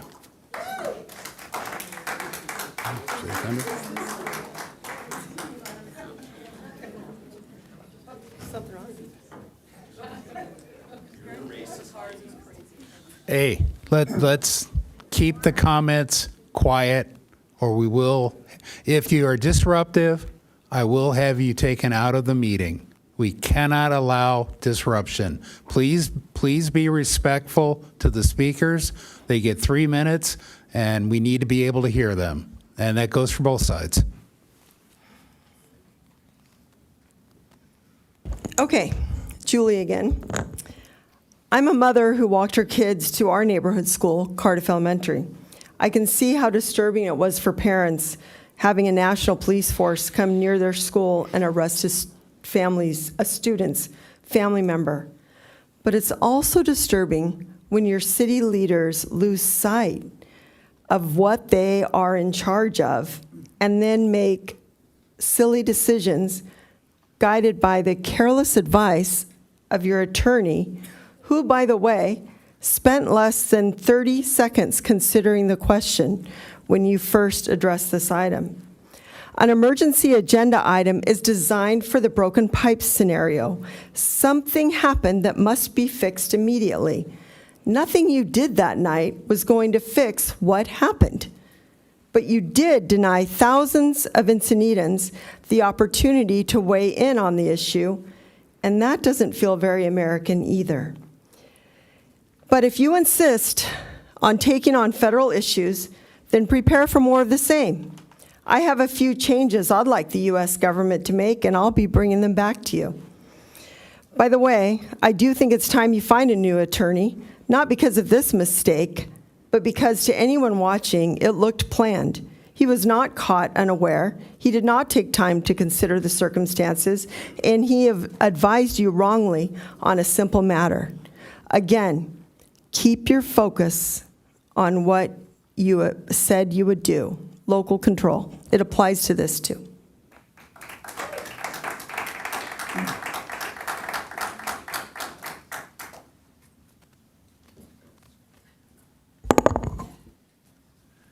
Is this official? Oh, this is your? Okay, great. Thank you. Good evening. My name is Garvin Walsh. I'm the author of the 2 letters that provoked this proceeding this evening. I have to say I'm disappointed and dismayed. I was not surprised when Attorney Devaney took the position that it was cool, according to health and safety, to do what was done. City Manager Campbell has reiterated that view not only in her comments tonight, but in writing in the agenda report. And the mayor persists in the view that he has, I think the quote was, wide latitude to do this. The connection between the two magic words, health and safety, cannot be drawn in the facts and circumstances of this matter. So you can cultivate the fiction that this is appropriate for you to have done to begin with, but it's a fiction, and I'm going to interpret a decision to rescind tonight as an acknowledgement that my position is correct. And I think the public has the right to interpret it the same way as well. One of the things that happened on August 20th was that there was a setup. A lot of people who were here in the room knew it was coming, and people like myself sitting at home didn't know about that. And so you didn't get to hear from the community a more sober view than the crazies who were here screaming and yelling. So that was a problem. And I think Councilwoman Lyons may have some explanation to provide at some point on that. But the other thing is that there's a failure embedded in all the actions and discussion that you took to recognize that this is way above your pay grade. There's a concept called the Supremacy Clause in the U.S. Constitution, and Gavin Newsom and the Sacramento legislature and the city of Encinitas and the city council do not have the authority to tell ICE or any other federal law enforcement agent how to do their job. That's reality. You can pretend it's not, but that's the truth. Then lastly, I would say that one of the things driving this is this abhorrent fiction that ICE is out there arresting brown people because they're brown. People have said that. That despicable beast in the governor of Illinois has said that just today. It's utterly false. These are all targeted arrests of individuals who have criminal proceedings associated with their name and who, in many cases, already have final orders of removal. This is lawful exercise of the federal government's authority, and it is helping keep us safe. Thank you. Next three speakers, Paul Traus, followed by Beatrice Villarreal, and then Anna Lang.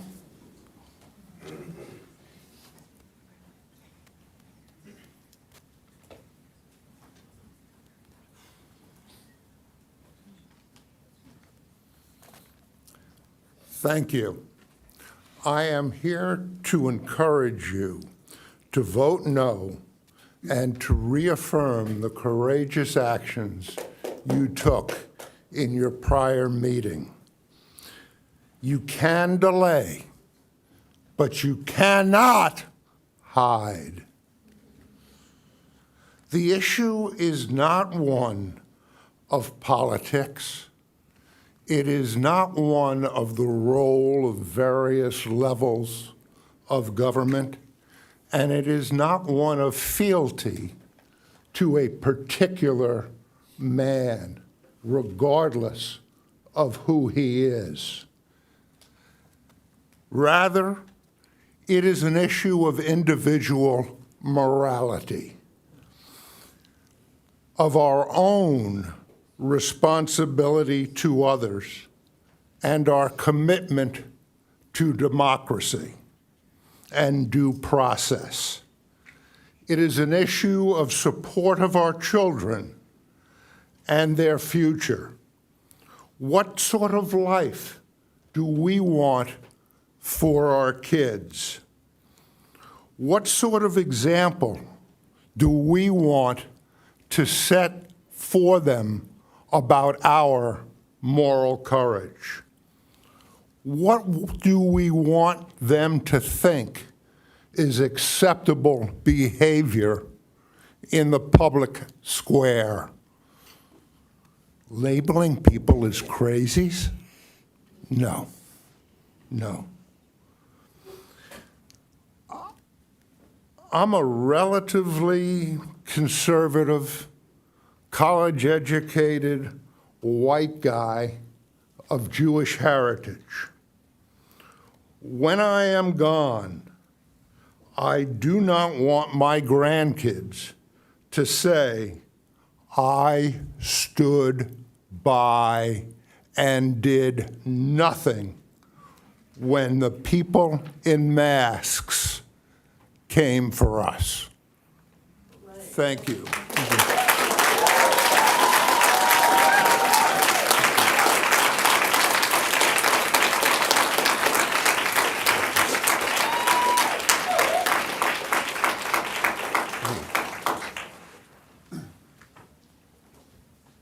Who is after Beatrice?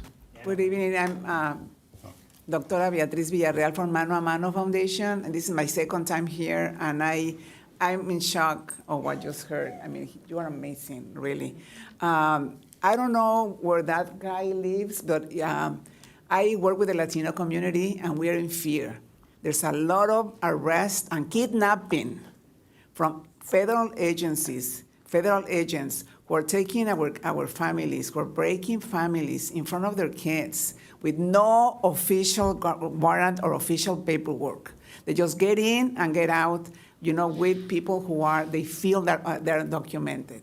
Right now, we have 4 families, 4 people who disappeared, that they're not even in jail. We're looking for them. They were arrested. So it's really, really, it's a terrible what is happening right now, and I feel it. There's kids who are anxiety, stressed, mentally ill, and I really ask you for your support. Please, please, do not stop what you did last time. I am very proud to be an Encinitas member. I've been here for more than 30 years. I love my city, and I really trust you guys to do the right choice. Please help us. Please help my family. I have a huge things to read, but I'm not going to read it. My husband said, just be careful what you said. But I feel safe now that I'm talking and in front of you. And the only thing that I want to say is thank you to the community. Thank you to the TIAs. Thank you to a lot of people who are really helping a lot of families from Encinitas, a lot of people from Encinitas, from Solana Beach. And they every time that they receive food, every time that they receive support, diapers, medicine, every time that they receive food, they say thank you. Thank you, because we're afraid to go to the supermarket. We're afraid to take the kids to school. We're afraid to take the kids to a doctor. So it's not saved right now. So I don't know that guy where he said that he's not afraid. There's a lot of people who are afraid, very afraid. So thank you so much. I really, begging you. From a lot of people, I'm the voice. From a lot of people, they don't have voice. So please help us. Thank you.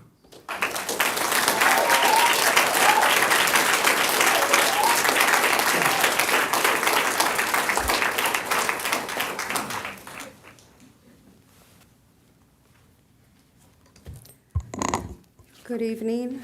My name is Anna Lang, and I want to start this with a quote. It says, "Love isn't a state of perfect caring. It is an active noun like struggle. To love someone, it is to strive to accept the person exactly the way he or she is, right here and right now." Waking up early, and this is by Mr. Rogers, by the way. Waking up early in the morning, helping your kids to get ready for school. Get them in the car, drive them, taking care of them so they get safe to their destination.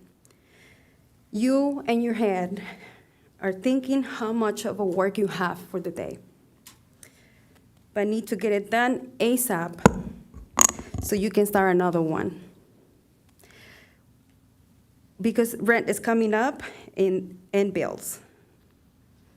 You get stopped by ICE, and they get all aggressive. They don't even ask nicely. Because they want to get you in a vehicle, and you don't know where they're taking you. You see your family, that you take care of, and get up every morning crying, and not knowing what to do when you get detained. They take you to a cage with barely food and water in miserable conditions, worrying about your family and who will be providing to feed them, pay rent and bills. But the most important thing is who is going to take care of them if you are the man of the house. Mr. Marco San Antonio, Luke Schaefer, Jim O'Hara, and Bruce Ehlers. I'm speaking to you. You guys are the fathers. What the kids go through when they saw their parents been taken away, it was very traumatizing. That guy lives in Lula land, or I don't know, but this is happening. Marco San Antonio, you look like me. We have the same brown skin. I don't know where, you look Filipino, right? Kuya, come on, you gotta support the kids. I'm not asking you to stop the criminals. I'm asking to support the kids. I'm asking you all to help the kids, to focus on what it's really important. We don't,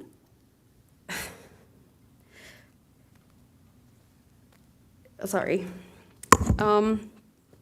No kid should go through this. We're friendly. Mexicans are friendly. Hispanic people are friendly. Thank you. Thank you.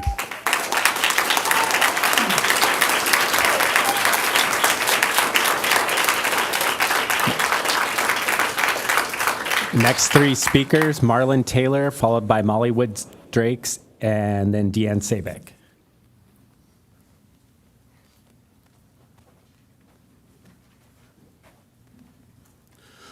All right.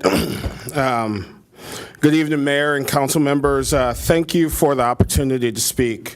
My name is Marlon Taylor, D4, and I want to voice my strong support for the steps this council took on August 20th, following the ICE arrest near Parkdale Lane Elementary School. Safety around our schools must be paramount. Children should never, ever have to walk into class with fear in the air or being concerned about what's going to happen at home. Councilmember Schaefer said it best: operations at or near elementary schools during drop-off are entirely counterproductive to safety. I could not agree more. Your actions launching a Know Your Rights campaign, exploring safe zones around schools, and pushing for transparency show real leadership and a commitment to protecting families. So I urge you tonight to vote no to rescind and to stay on this path and keep student safety at the center of every decision that you make. Our children deserve nothing less. Thank you.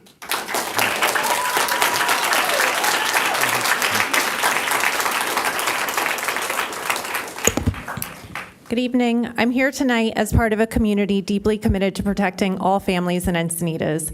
I urge you to vote no on rescinding the protections you unanimously approved regarding ICE activity near our schools and in our neighborhoods. 2 attorneys have already advised the council that there was no Brown Act violation. Yet here we are again tonight, not because of evidence, but because Joseph Garvin Walsh sought advice from ChatGPT. If every time a community member is unhappy with the decision of the council and believes they know better than our city's staff attorney and outside counsel, and the city gives in, we will make no progress. Tonight you have the chance to stand firm, protect families, and move our city forward. The actions you took in August were not abstract policies. They were urgent, necessary measures rooted in real harm. 3 ICE arrests happened right near Parkdale Lane Elementary. Children saw their neighbors detained. Parents were left terrified to bring their kids to school. This is not a theoretical debate. It's about the safety, dignity, and peace of mind of families in our city. By approving the emergency item, you launched a Know Your Rights campaign, committed to transparency, and explored safe zones for schools, faith centers, and other community spaces. These were strong, compassionate actions that reflect Encinitas' values. But tonight, those protections are at risk. So I ask you to vote no on rescinding the protections you already approved, stand firm in defending our community against intimidation, and continue this work by agendizing future items to expand safeguards as we learn about the threats our families face. Encinitas should not be a place where children walk to school in fear. It should be a city where every family, regardless of immigration status, feels safe, welcome, and protected. Thank you.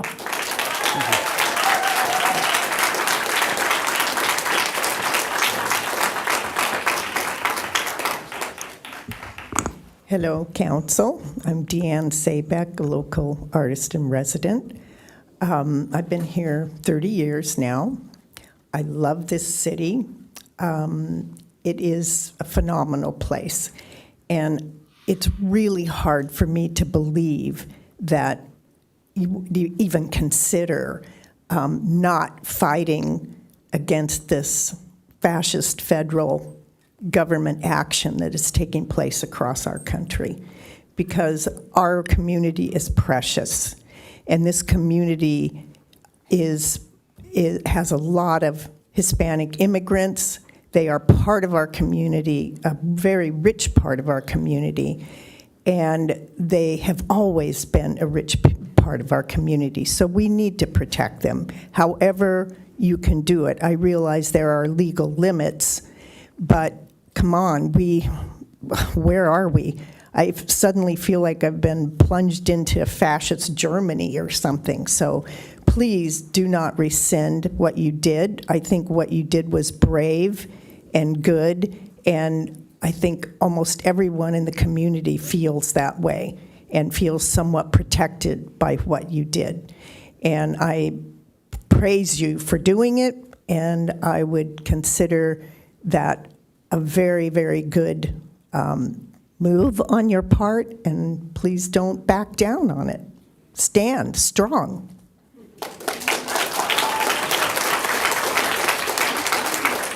Next three speakers, Lisa Montes, followed by Karen Abrams, and then Emily Andrade.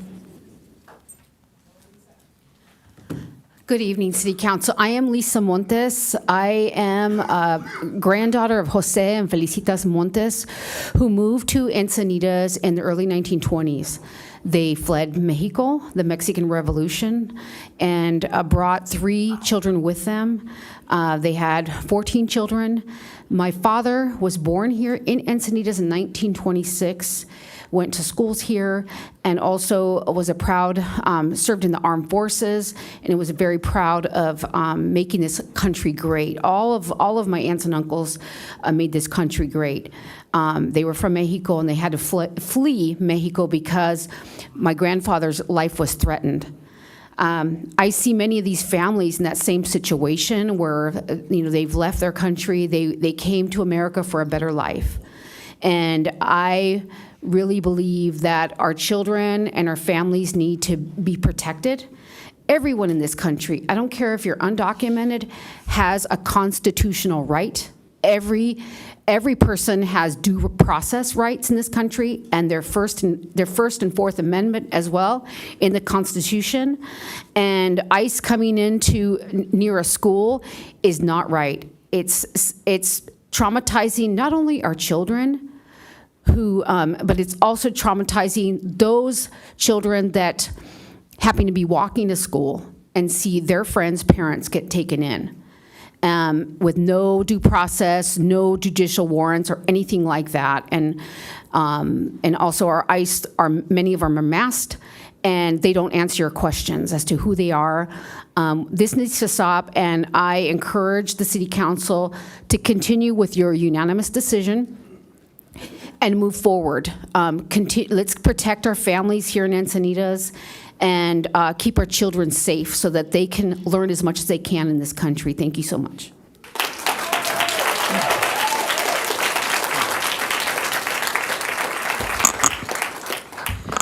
Okay, I had prepared some remarks, but now with everything I've heard, I'm going to shoot from the hip and not shoot a gun, Garvin. First of all, I want to thank you, City Council, for passing the resolution last month. You did the right thing by calling an emergency session. I really feel for you 3 especially, because you are clearly under a tremendous amount of pressure from the people with pitchforks who voted for you and got you elected, but you did the right thing, and you should be proud of yourselves. As for the person who brought this frivolous lawsuit, I know him from the dog park. If you could address us. Okay. Thank I know the person who brought this lawsuit. I know him from the dog park, and I wish he would show as much kindness toward humans as he does his dogs. To say that ICE is keeping our community safe from whom? The people who are the backbone of our community, who are working in the kitchens, they arrested 2 gardeners. These are not, as Scott Campbell said, fentanyl dealers or arm dealers. To compare the two is ludicrous. These are family members who are being taken and picked up by in front of their family members. I wish you would look at me, council members, when I speak. I notice you haven't looked at anybody. But if we're talking about the law, we should really talk about the Constitution, as somebody else brought up. The Constitution is huge. And I'd like to remind everybody that the Constitution protects all people living in the United States, not just citizens, regardless of people's immigration status. This means that if someone is physically present in the United States, they are entitled to protections granted by the Constitution. The government has a right to uphold the human rights of everyone, and by extension, that means so does the city. That would include the right to due process, which these people are not receiving. It would also mean including the right to an attorney, which these people are not receiving. It is also, even though this is not part of the Constitution, but it's part of the Universal Declaration of Human Rights and the International Covenant on Civil and Political Rights, the right to be with family. All of these processes are being denied to these people who are not, might I remind you, criminals. These are civil actions. These are not criminal actions.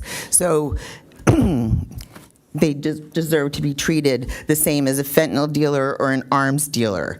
I would just like to say, lastly, that somebody said at the last meeting, if you were neutral, quoting Desmond Tutu, if you were neutral in times of oppression, then you are siding with the side of the oppressor, and you don't want to do that. Stay true to what you did last time. I was proud of you.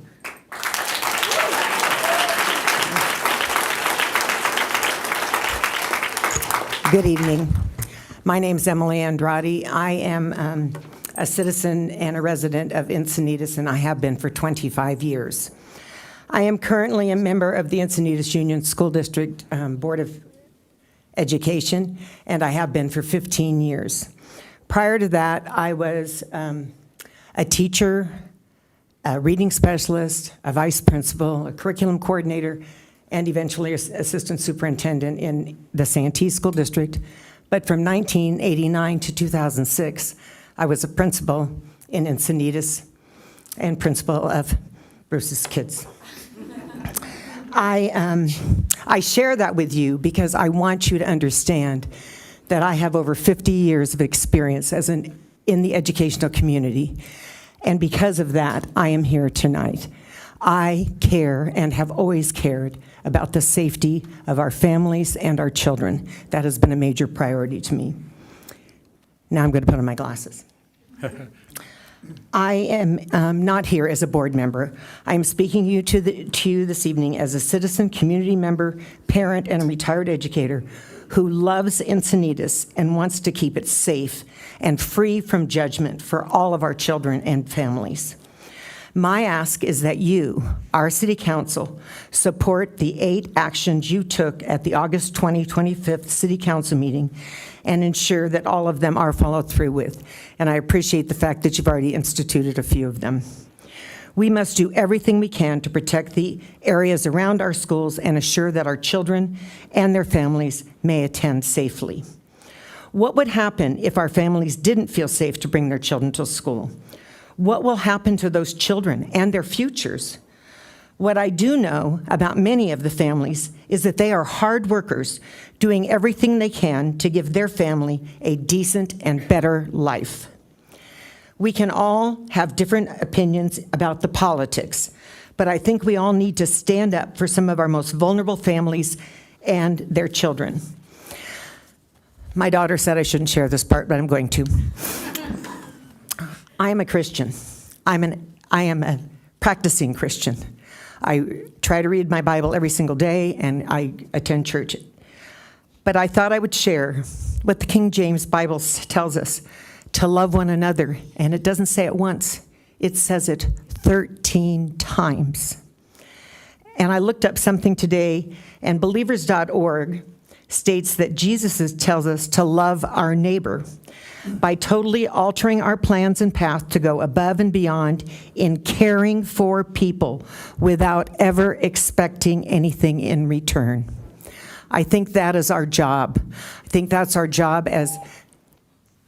Thank you for your time. Thank you.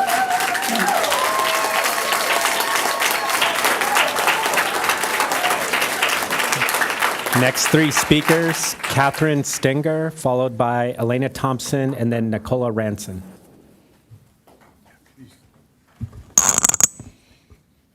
Mayor Ehlers, City Council members Lyons, Schaefer, O'Hara, and San Antonio, City Manager Campbell. I want to express on record here the message of gratitude I shared with each of you over voicemail after the meeting of August 20th. I was and continue to be grateful to you, Councilmember Lyons, for leading the motion to declare an emergency agenda item responding to the traumatizing ICE arrest that morning, which had instilled fear and panic in our community. I was and continue to be grateful to the entire City Council for giving voice to the public, for addressing the issue head-on, and for unanimously passing a resolution to launch a Know Your Rights campaign, improve transparency around ICE operations, explore safe zones at schools, places of worship, and throughout the city, and work with other cities on legal challenges to ICE tactics. While I felt a range of emotions that day, from outrage to grief, I also felt pride in my community and in my local government body. It was a powerful demonstration of democracy in action and an affirmation of the best of what America is capable of.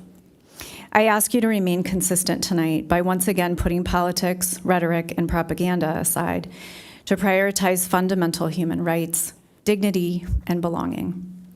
Arrests and detention of immigrants is not new. I was out there protesting under Obama's administration, by the way. They've taken place under every recent administration. What's different now is the suspension of due process and the tactics of terror and racism that history shows us incite oppression and violence. Examples include the discrimination and violence during the mass deportations of Mexican immigrants in the 1930s and 1950s, the wholesale theft of property during the incarceration of Japanese Americans in the 1940s, and the purges and killings of Chinese immigrants at the time of Chinese exclusion in the late 19th century. Many cities have since made formal apologies for such acts of injustice and violence in their communities. There's an article in the other day's LA Times that I recommend you read about a Chinese immigrant, was the only surviving resident of a town in Northern California, I think near Eureka. I can send it to you. Encinitas has the opportunity to stand on the right side of history by making clear its commitment to human rights in spite of intimidation or unwarranted lawsuits. I urge you to vote no on Agenda Item 10A and maintain the measures you passed on August 20th. Thank you so much.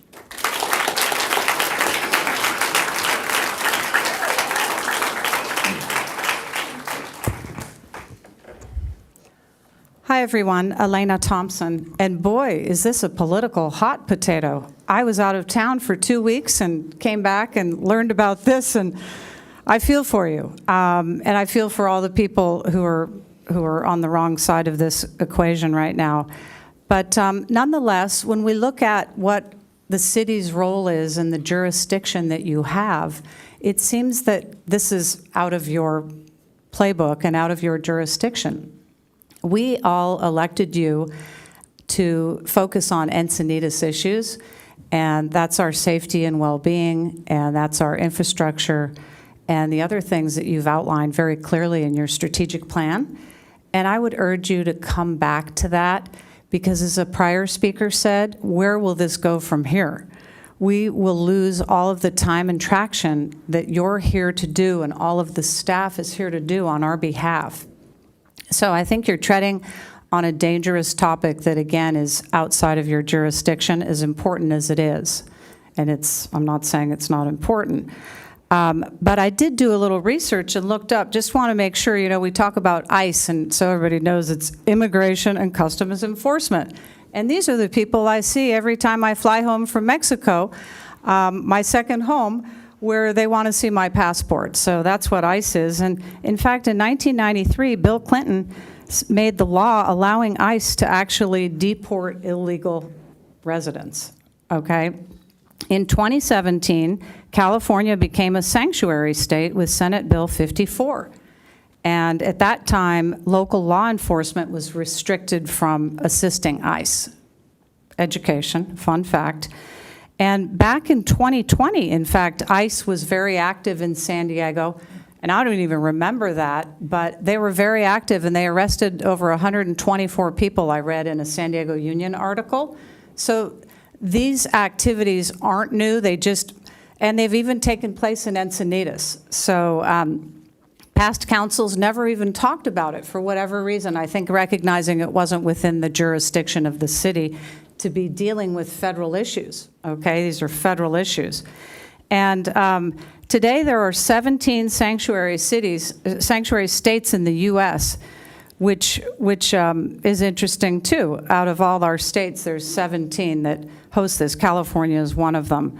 So the other point is that ICE has 400 offices throughout the U.S., I learned. And like the sheriff and the fire, they are here to keep us safe. And that might be funny to some, but it's dead serious for me, because why there may be acts, and there probably are, that aren't going the way they were planned and intended. They also have eliminated people who are very serious killers in our country. So we're gonna so we're gonna take one more. Then at 8 o'clock we're gonna take a 15-minute stretch break and bladder break, whatever. So, Nicola. Good evening, everyone. I'm Nicola Ranson. I'm a licensed clinical social worker from Leucadia. And to keep Encinitas safe, and by the way, safety and health are very interrelated. To keep Encinitas safe and strong, we must acknowledge that community means all of us. And that includes children and immigrants. And not fall for divisive political tactics. We're a community.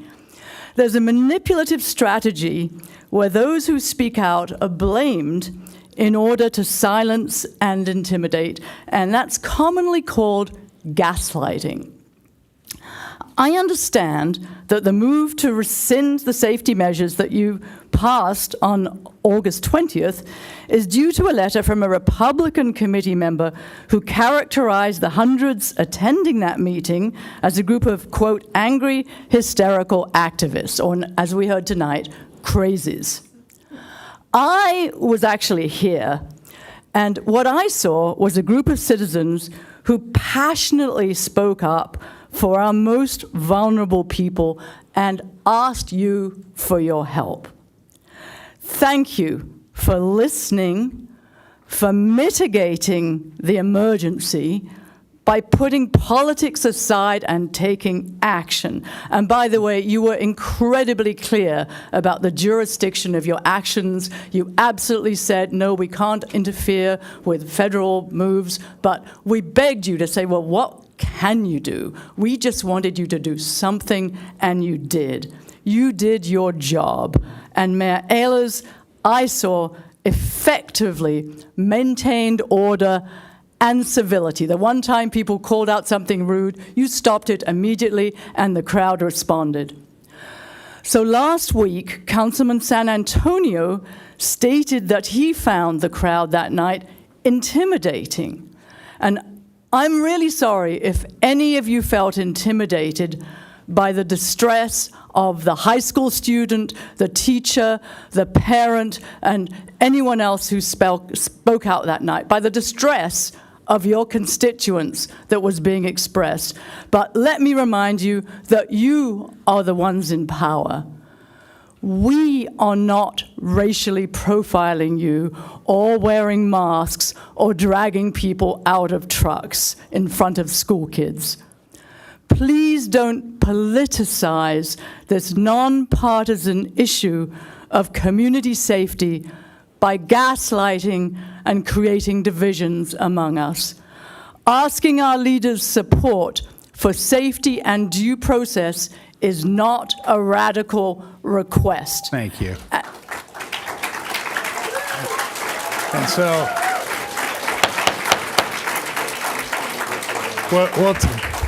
we'll take a 13-minute or 12-minute break. I'm looking at these clocks that are off a little. I guess it's an 11-minute break. Be back here at 8:15, and we will restart. So stretch, get the energy out,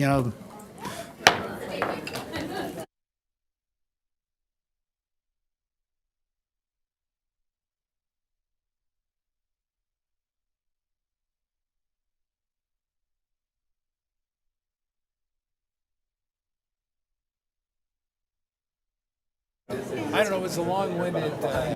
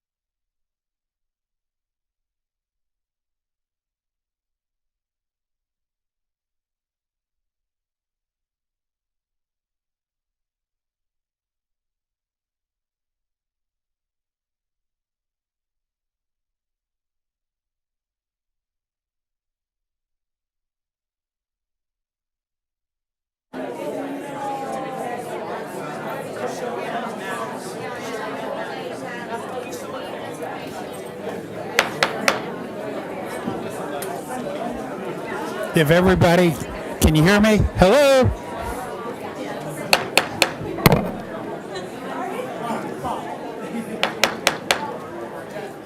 If we can come back to order, we'll get ready here and get the tape going.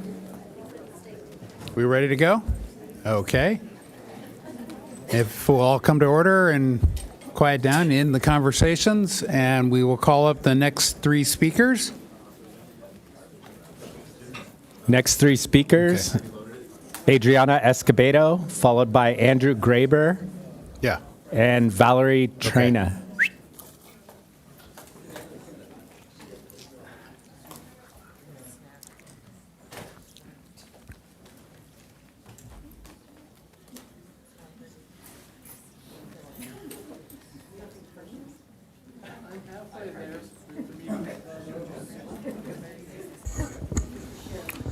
Hello, good evening.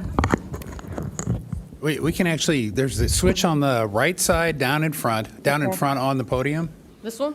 Yeah, show them how it goes down. The whole podium will go down. Okay. You have to hold it, Okay, sorry. and that'll make it easier, so. All right. That work? Yeah, it works. All right, good evening. I'm Adriana Escobedo. I'm a resident of Encinitas for 38 years. And my dad resided from Michoacan, Mexico. He came here when he was 18 years old. And I'm just here tonight because I think what ICE is doing is wrong and injustice, and it's not right that they're kidnapping people. And I refuse to stay silent, and I hope you guys please vote no on this. Keep the children safe so they're not traumatized and not having to lose their parents, because everything going on here, especially with the administration going on, I just can't stop myself from speaking because I have a big heart and love thy neighbor, and immigrants built this country, and the United States is a melting pot of people, and I just gotta say that. Love everybody, whether they're illegal or not. Everybody deserves to be treated with respect. Because I see right now what's going on, it's going back to Nazi Germany. And I don't want that to be going on here. I just want everything to be okay, and I stand by my immigrant community and for the people. What I don't stand for is just fascists going on with this administration with Donald Trump. And I just gotta say, do what you gotta do and be for the people that want right for this country, not for the fascism going on. Thank you.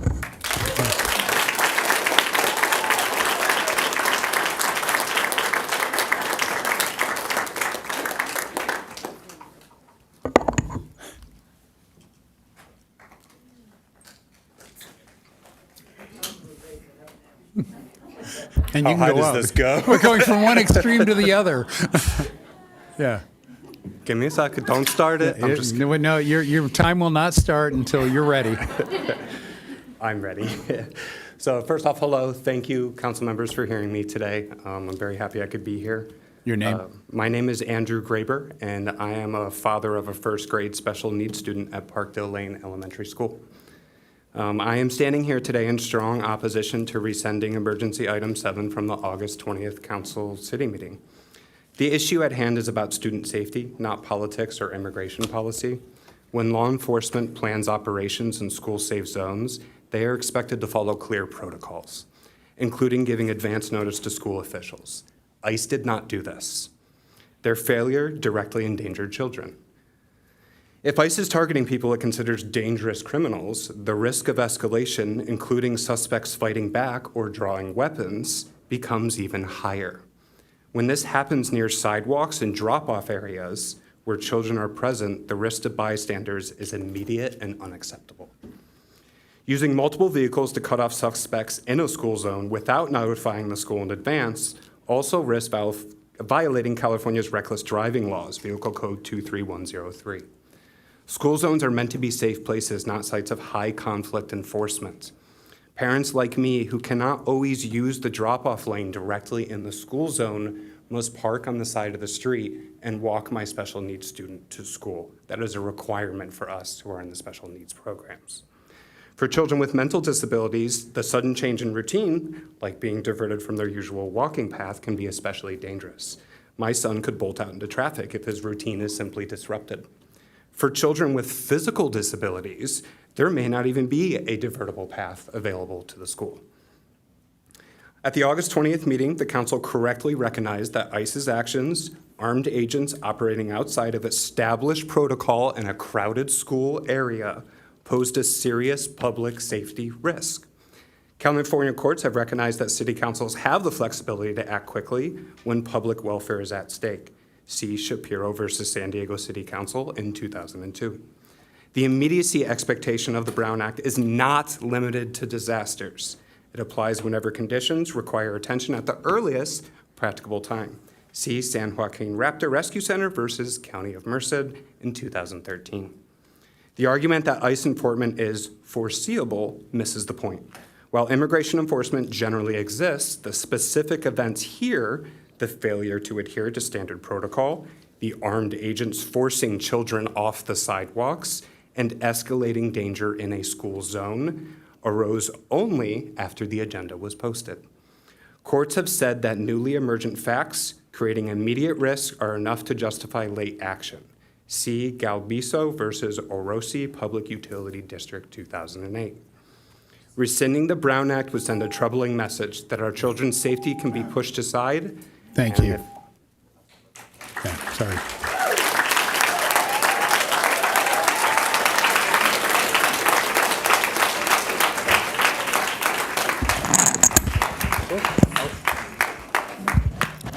Hi, Council. I'm Valerie Traina, and I'm using my white citizen privilege to speak on behalf of my immigrant brothers and sisters who are too terrified to appear here. Regarding item 10A, your council's initial action was the right one, as the city of Encinitas, at a minimum, should protect our most vulnerable residents. I urge you, in the strongest of terms, to resist the federal and Nazi regime, which passes immoral laws that advance their evil purposes. When ICE rips apart innocent families in the name of white supremacy, it's obvious that they're serving a harmful master.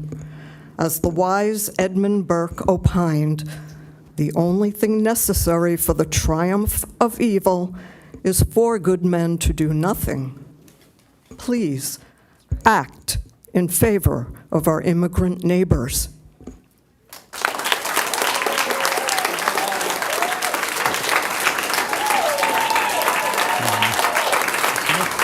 Next three speakers, Dolores Welty, are you still here? Dolores, followed by Grace Dolan, and then Abby Brown.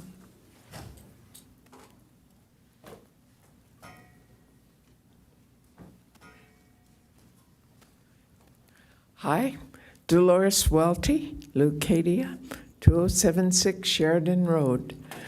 I've been down to protest at the federal building with signs, and the ICE people who come down there to snatch Mexicans who have been called to come in and sign papers so that they can continue to be legally here, take joy and pleasure in their work. I do not know why we allow a masked raider with no ID and no warrant to scoop people up anywhere. What is the matter with this country and with the police department itself? They show no ID. You know they don't. A gentleman in a pickup truck in Riverside was stopped. He had his family with him. He was supposed to get out of the truck. He said, "Show me your ID." No ID. He said, "Do you have a warrant?" No warrant. So he stepped on the gas and took off. And the police, the ICE person, shot at him 3 times. That's terrorism. That's murder, attempted murder. Now we have rules about things like showing your ID and getting a warrant. And this other gentleman who brought other rules to us, and those should be followed. Instead, we're following what dictators did during the 80s, during this, down in South and Central America. Thousands of people disappeared, absolutely disappeared. You know of the mothers of the Cinco de Mayo, you know them, or the whatever it was, I forgot the name now. But they finally just came out on the streets with pictures of their children, adult children. Where is my daughter? Where is my son? They never found them because the police in that case, with being supported by the U.S., being supported by our government, put those kids in helicopters and dropped them in the ocean. You can read about it. It's documented. You can have names. You can see the photos of these kids who disappeared in Chile, in Argentina, etc. And yes, they were supported by our CIA. We have a protocol for the kind of thing that's happening here. It is not one we voted to have. It's one that was used against racially. Thank you. Dark people.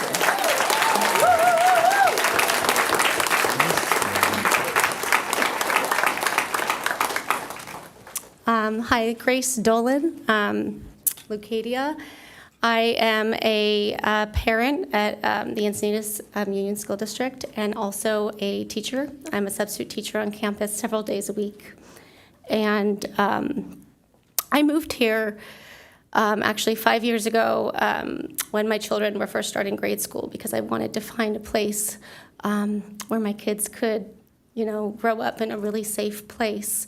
And I found the Encinitas School District because I found out about the dual language immersion program at Pollocky and Capri.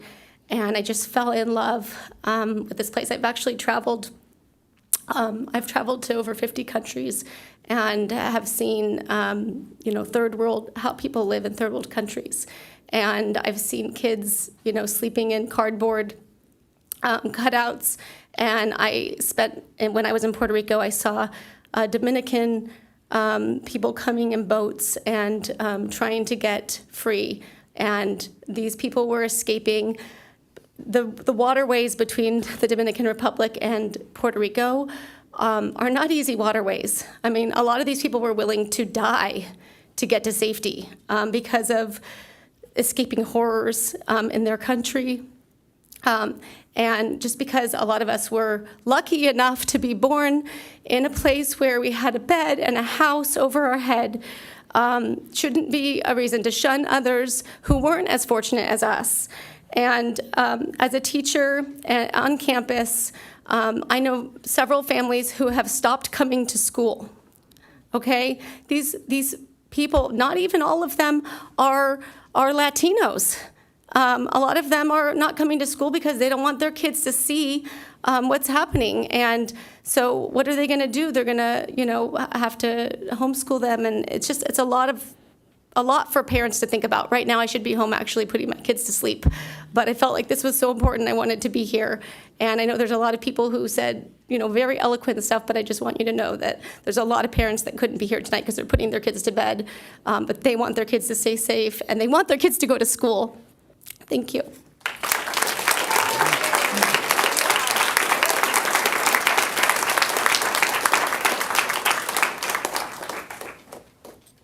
Following Abby Brown is Bill Sparks, Bob Ayers, and then Scott Bechter-Levin. Good evening, Mayor and City Council members. My name is Abby Brown, and I live in Village Park.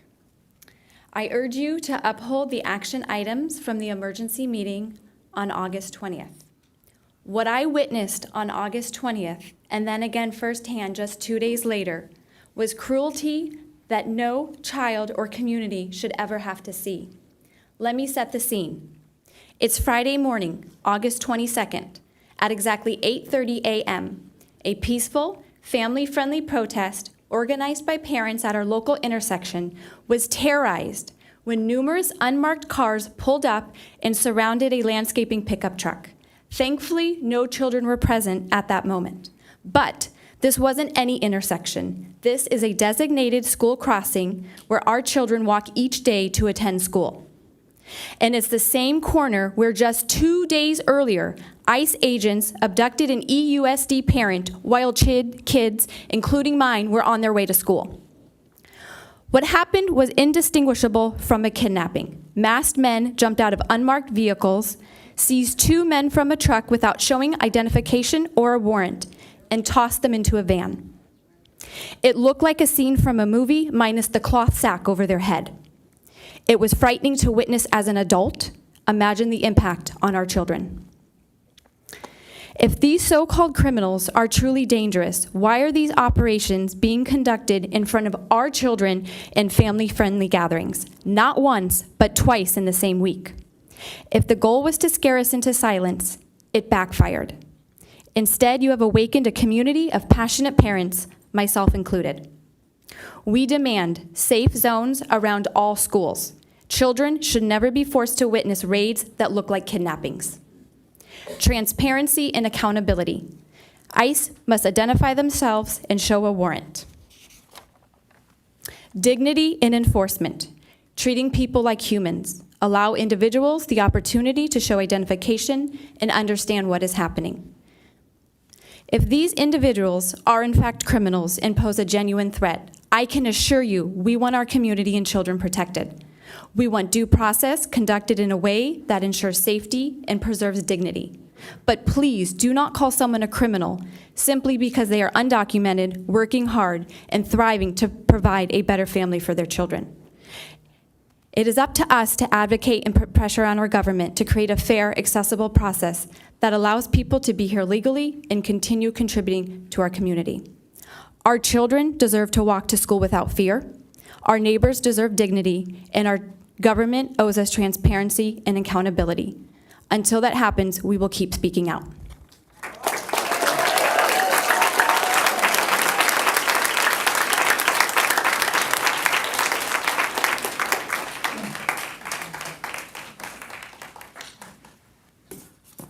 How's that go there?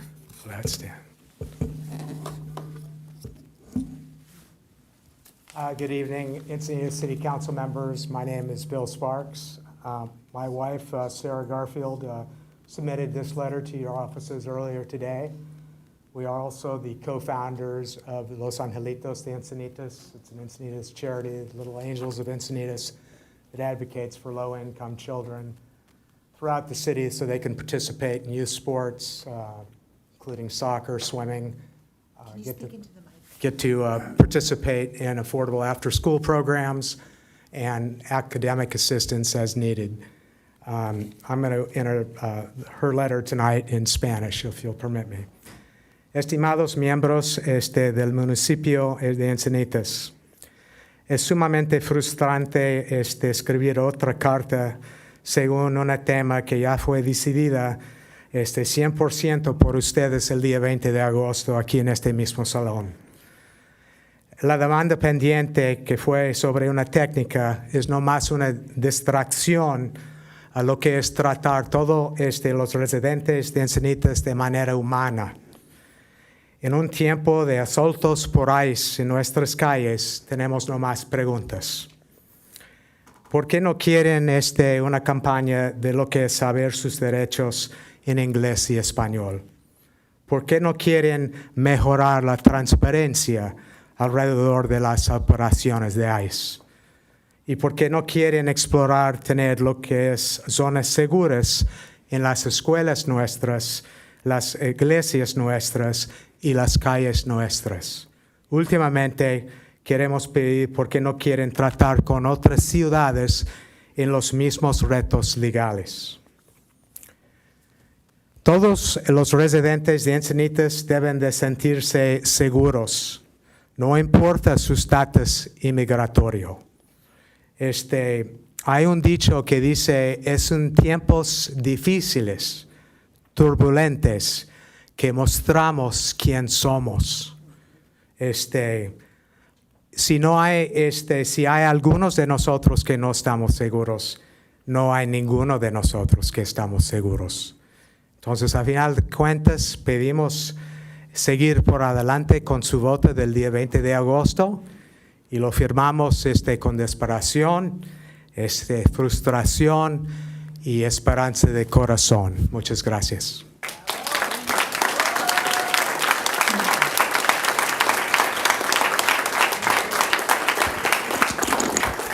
Ándale, Senor Sparks.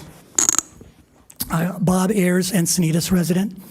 I'm going to shock my friends and thank the singular person whose letter brought us back here tonight. Thanks for giving us crazies another opportunity to come together as a community to show support for our vulnerable neighbors.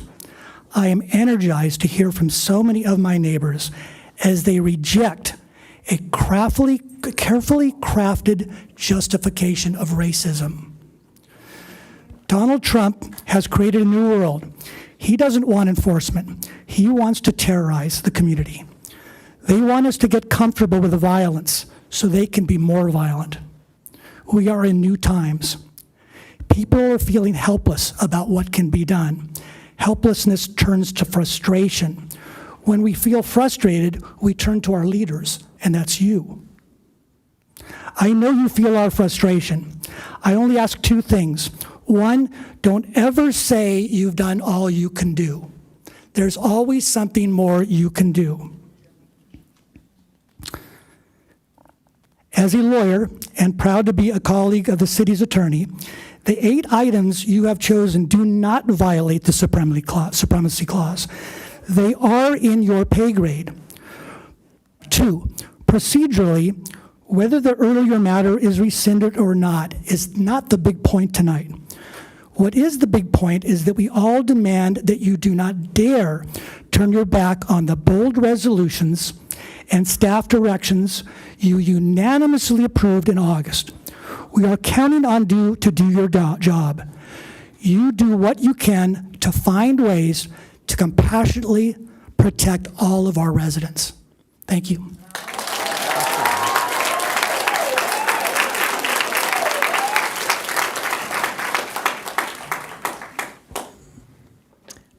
Hi, I'm Scott Beck-Lulevin from Leucadia. He just said much better than I could what I wanted to say. I think the only thing that I would add to that is the voices that you're hearing and the passion that you're hearing are in support of the decision that you made. I also totally understand you're in a difficult position because you want to avoid spending time and money on a lawsuit. And if rescinding your prior vote and reaffirming it is the answer, go for it. I think that makes total sense, and you can both protect our city as well as reaffirm.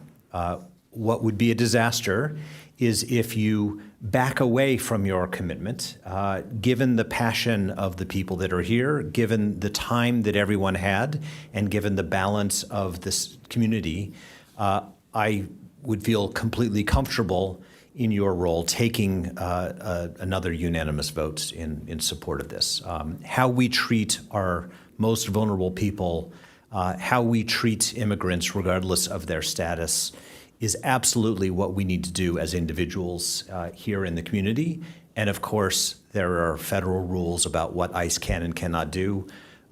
It is up to us each to take action in order to make our beliefs known.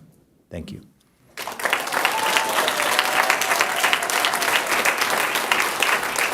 Next 3 speakers, Omar Tehran Sosa, followed by Farhad Mahmoudi, and then Vanessa Reed.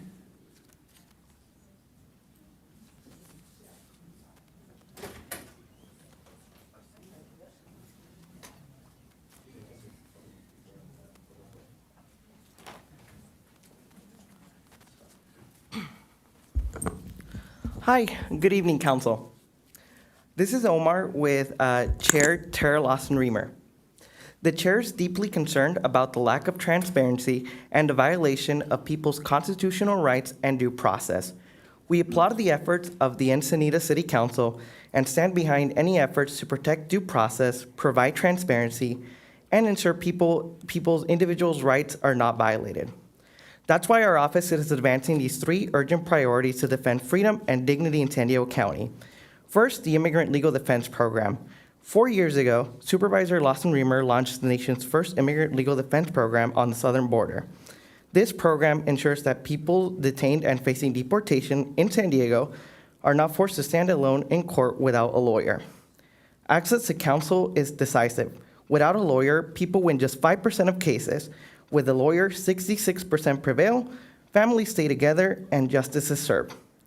Already, over 2,000 individuals have been represented, most securing substantive outcomes that allow them to remain with their families.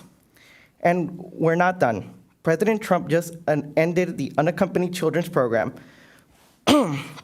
stripping 26,000 children of counsel, including at least 300 here in San Diego. Last week, Supervisor Lawson Reamer introduced a proposal to expand eligibility in the county's Immigrant Legal Defense Program so children, including toddlers, are never left alone against a government prosecutor. Second, know your rights to small businesses. After ICE's militarized raids shut down Buena Forcheta across multiple locations, Supervisor Lawson Reamer acted.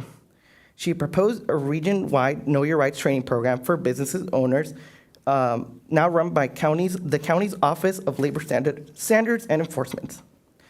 Already, hundreds of small businesses, from South Park to Cardiff, have been trained in partnership with the chambers and Main Street groups.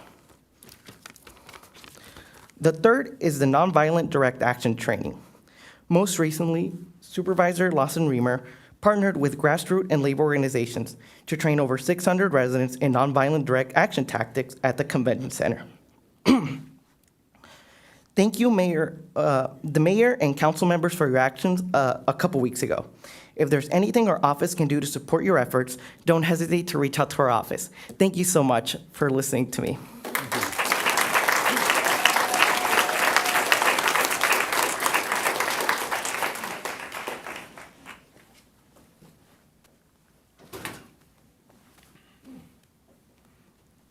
Hi, Mayor and Council. My name is Farhad Mahmoudi. I'm a District 4 resident, longtime resident of Village Park, grew up there.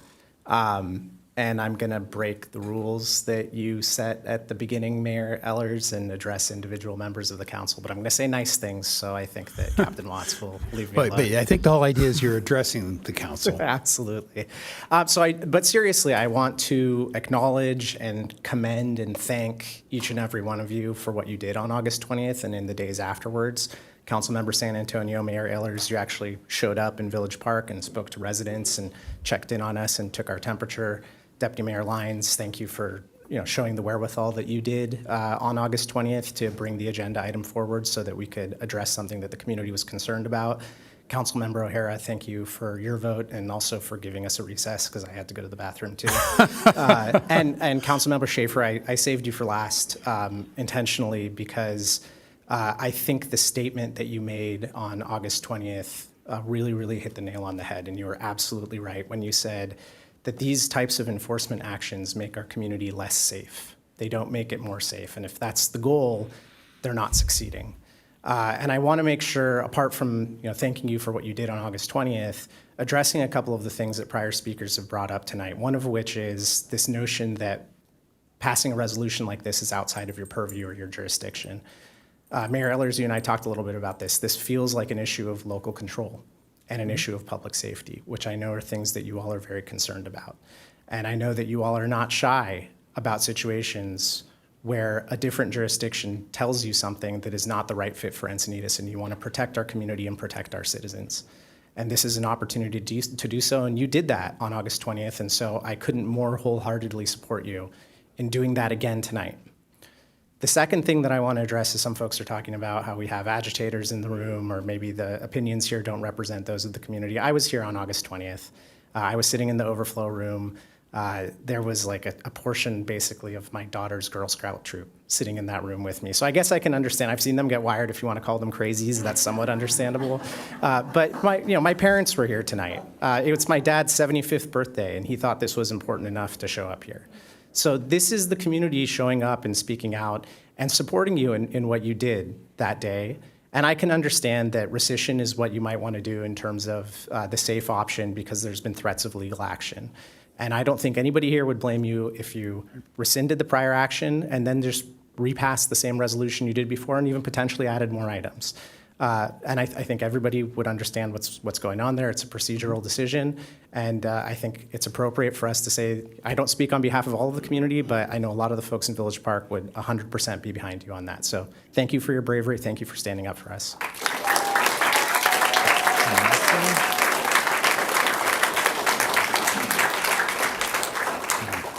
Next speaker is Vanessa Reed, followed by Christopher Seneca and Jake Helsing.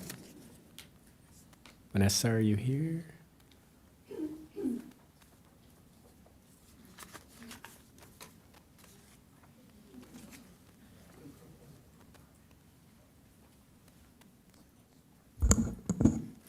Hi, everybody. Christopher Seneca. I hear a desire to determine what is within your jurisdiction to do. So let's take 2 minutes and talk about the history of law enforcement coordination in the United States. After 9/11, the U.S. took a patchwork system of fusion centers and task forces and expanded it throughout every state, providing opportunities for officers at the state, local, and federal levels to work together to solve crimes and cases. The result has been 25 years of measurable success, fewer large-scale incidents, better allocation of resources, and crucially, almost zero blue-on-blue events. Encinitas directly benefits from this system that has created a repository of trust at all levels of law enforcement. We know that federal law enforcement officers aren't required to tell locals anything, but because these relationships exist, today, if a U.S. Marshal needs to execute a fugitive warrant in Encinitas, they give us a heads up. The DEA drugs, FBI, CT, it's the same thing at those levels. That's what makes ICE's position here unprecedented in the modern era. They would never be expected to disclose full operational details, but they should want to give the sheriff a heads up that they'll be around. Everyone else does. And they should want local assessments of areas that are likely to incite unrest. What is happening instead is an affront to Encinitas. If we let the feds set precedent on immigration enforcement, it gives them precedent to act here without coordination on any issue. This is not theoretical. Our community is directly affected if unverified operations cause confusion in the streets, especially when our answer is to send our deputies into that. Now, there is a way out. It begins with a memorandum of understanding, so narrowly framed that it asks only for advanced notification of ICE enforcement in Encinitas, reaffirming that our deputies don't assist in operations with the clear understanding that everyone is safer when the sheriff is clued in, as has been the long-standing existing norm. You will want your legal counsel to confirm this. They will find that it is entirely routine in law enforcement practice. ICE already has signed MOUs with other jurisdictions on related matters. I have more background and examples and citations, but I am running out of time. This type of safety is not partisan. It reduces uncertainty, it takes tension off the streets, and it confirms that the agents operating here are in fact verified federal officers. When federal officers act without notifying local deputies, we still ask our deputies to step into that volatile scene. They do that for us because they stand up for us. But if we want to stand up for them, the logical step starts with an MOU. That is just paperwork, and it's the safest, most reasonable, and most nonpartisan thing we can do. Thank you.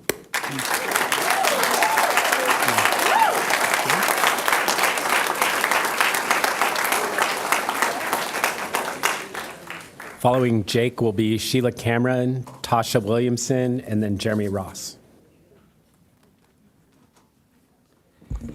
Hi all, I'm Jake and I've been an Encinitas resident since I started first grade. As someone who cares about those who live in our city, who work in our city, or even just visit and travel through our city, I'm appalled at what we've been seeing. The abductions are not lawful arrests, they're illegal kidnapping targeting Latino, brown, and immigrant communities. Even those not directly targeted have to live in fear. And when part of our community is unsafe, we're all unsafe. The resolution from August 20th was only the first step in protecting the most vulnerable of us. I urge the City Council to vote no on rescinding the actions from the 20th and to take further action protecting the people of Encinitas. The bare minimum from our government is to ensure our rights are respected and known to us. Today, the City of Oceanside is hearing a community trust resolution aimed at protecting Oceanside from ICE and CBP terror. I urge the council to take similar action to protect Encinitas.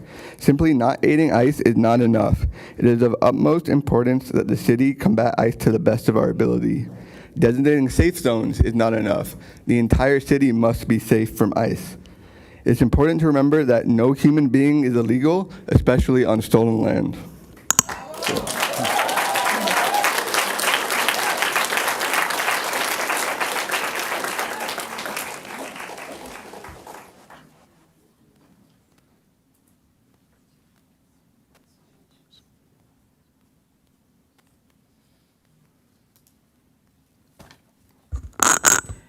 Good evening, Mayor, Council, and all the citizens. Okay, it's a little emotional for me because I helped incorporate this city. I love it, and I thank you all for being here. Okay, the issue here is, was there a violation of the Brown Act? As a former city councilwoman and mayor, I suffered under the Brown Act, very familiar with it, and no, there was no violation of this Brown Act. The idea here is to rescind the August 20th decision to avoid a frivolous lawsuit. And basically, it was confusing to the citizens. That's why they keep saying, don't rescind, don't rescind. But because of the way you've put it here, it's confusing. City Council meeting due to the demand to cure and correct letter and rehear the item with advance notice and give possible direction to staff as a response to the recent ICE operations. No, what you need to do, and what I think was your intention, was to rescind what you did on August 20th to avoid any problems and to come back and reinstate everything you said, and then some, and that's what you should be doing.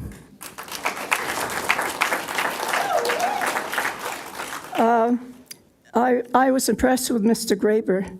He gave you legal precedents, and he read parts of the Brown Act that was very clear. You should have those precedents, I hope, Mr. Attorney.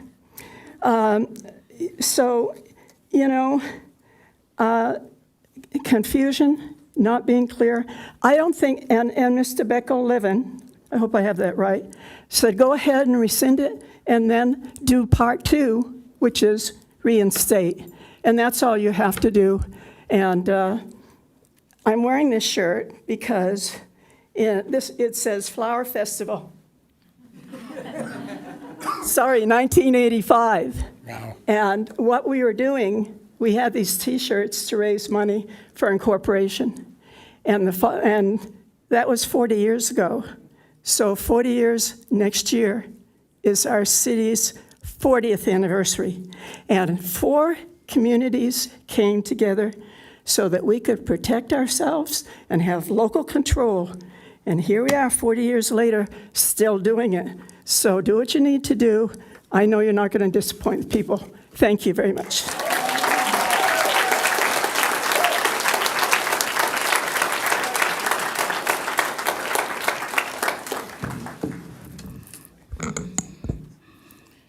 Hi, my name is Tasha Williamson.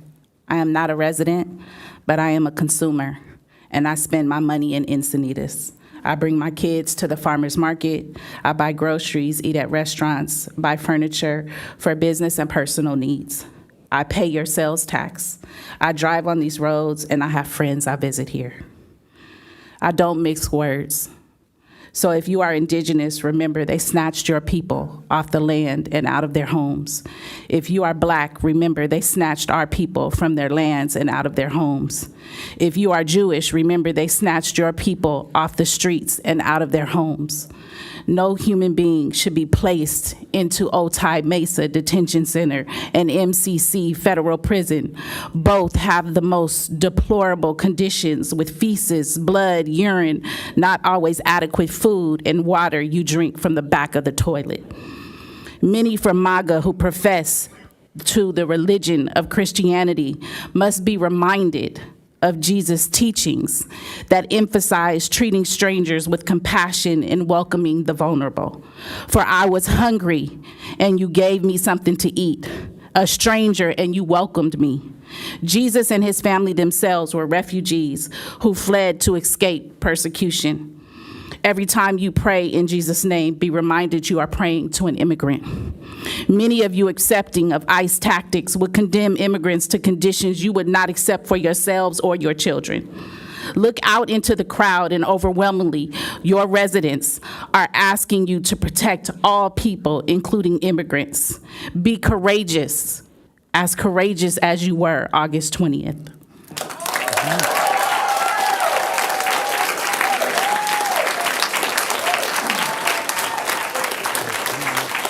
Next speaker, Jeremy Ross, followed by Rachel Graves, and one last call for Vanessa Reed.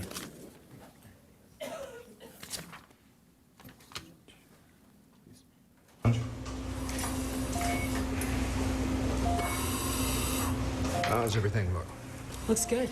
Looks real good. What's his BP? 120/80. Okay, folks. Close him up. You're not Dr. Stewart. No. But I did stay at Holiday Inn Express last night.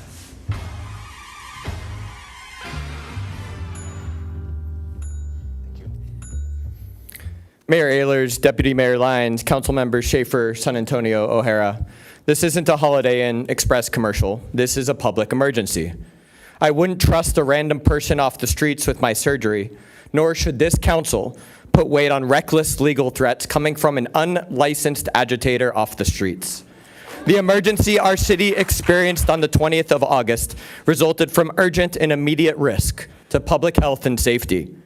This continued behavior from Mr. Walsh is nothing more than schoolyard bully behavior that is making a circus out of our city. Is this council leading our city, or is Mr. Walsh? I don't trust this elected Republican Central Committee member masquerading as an attorney with critical legal matters over the highly respected Leslie Devaney, the trusted managing partner of a highly regarded law firm specializing in these very matters.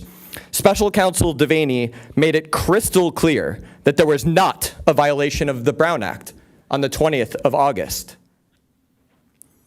Speaking of Leslie Devaney, Special Counsel, she is the she's the city attorney of Del Mar.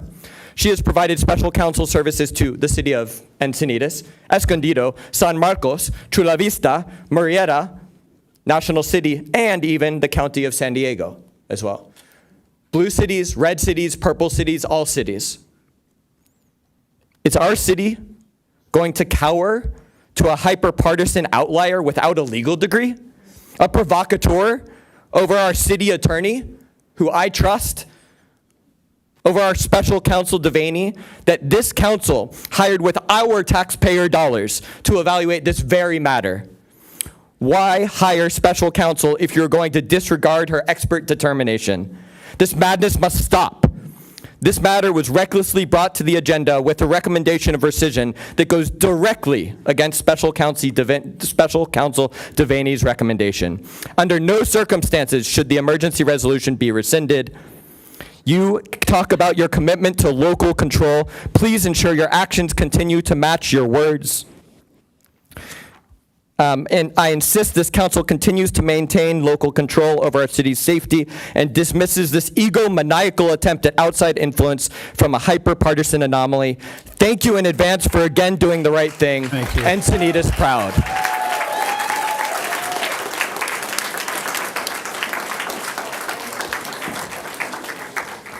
Unbelievable, Bruce.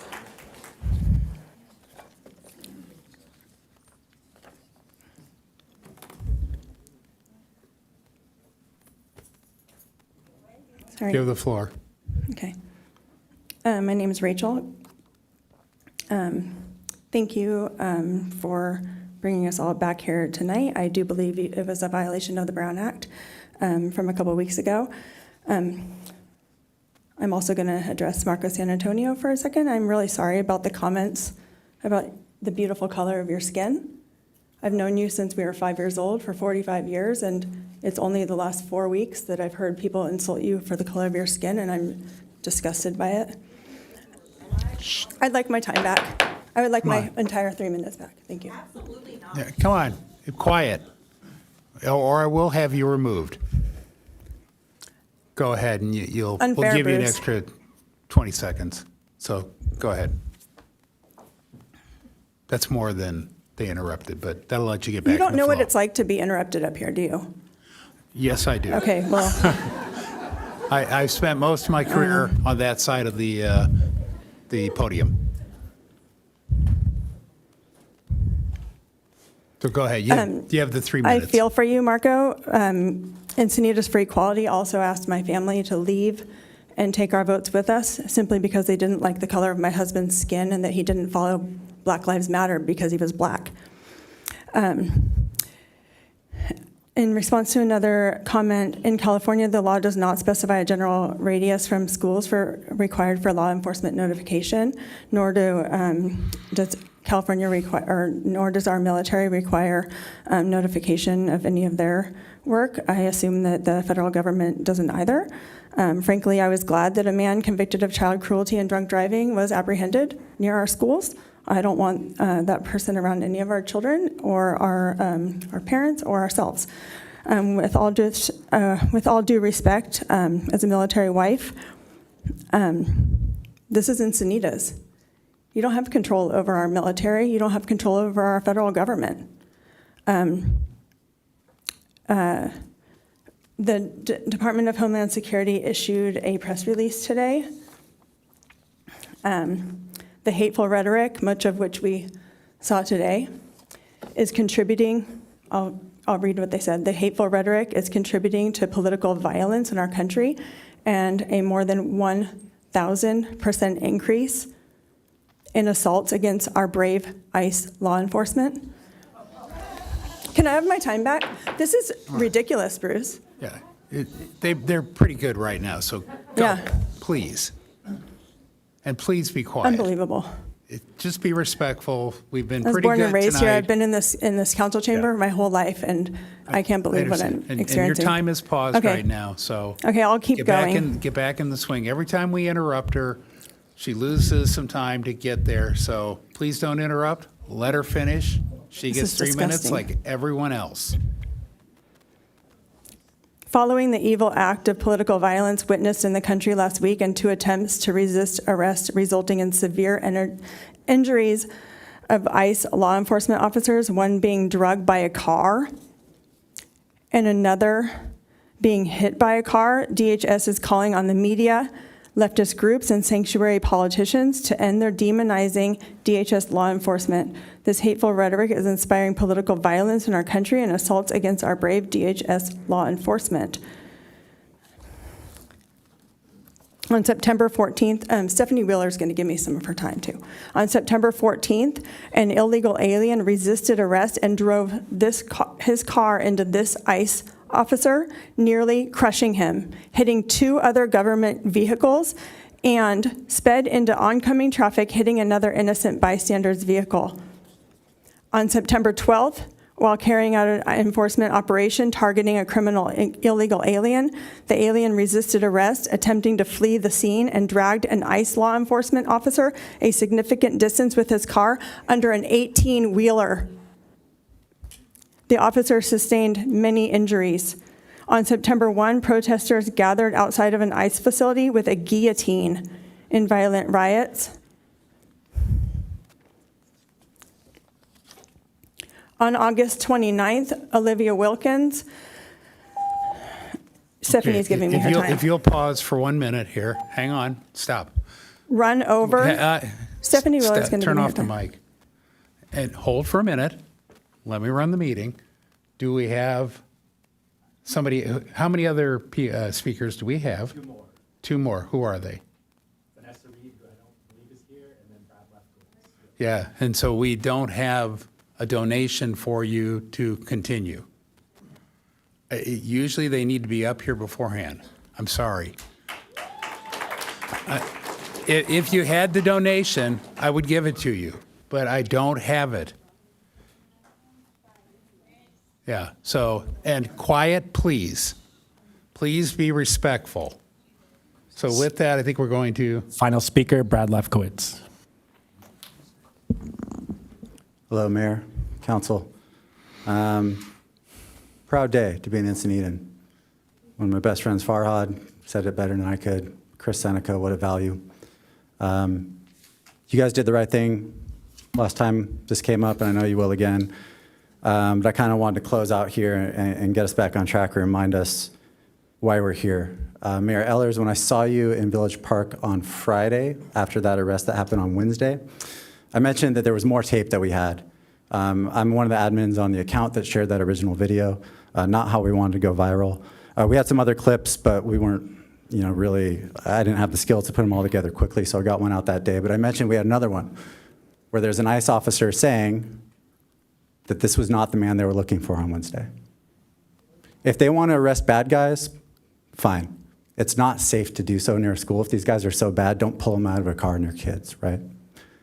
So I'm going to try to play the audio from that tape here. I apologize. It's a horrible, horrible tape. So I don't think there's any kids left here. There's some F-bombs. I apologize. But right at the beginning of it, if I can get it, you will hear one of my friends saying, "You said you had a warrant." And one of the arresting officers says, "Not for him." This is from that Wednesday, when they arrest a father from USD, while his daughter, a girl that goes to school with my kids, was there. So this might take a couple tries. I hope this is clear, but it's right at the beginning if you listen closely. You said there would be a warrant. Not for him, but no, you said there was one and you said it was signed. So you fucking lied. You said there would be a warrant. Not for him, but no, you said there was one and you Was that clear? so you fucking lied. Not for him. Not for him. That was one of my best friends walking her daughter to school. So I know you guys are going to do the right thing. And I just wanted to close out and remind us while we're here. Thank you so much.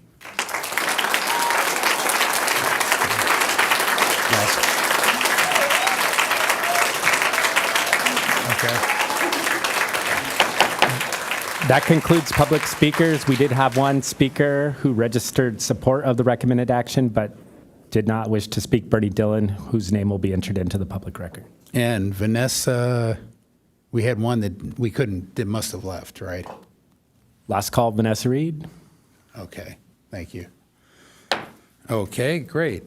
That is, so now we go into deliberation, and first up to speak is Deputy Mayor Lyons.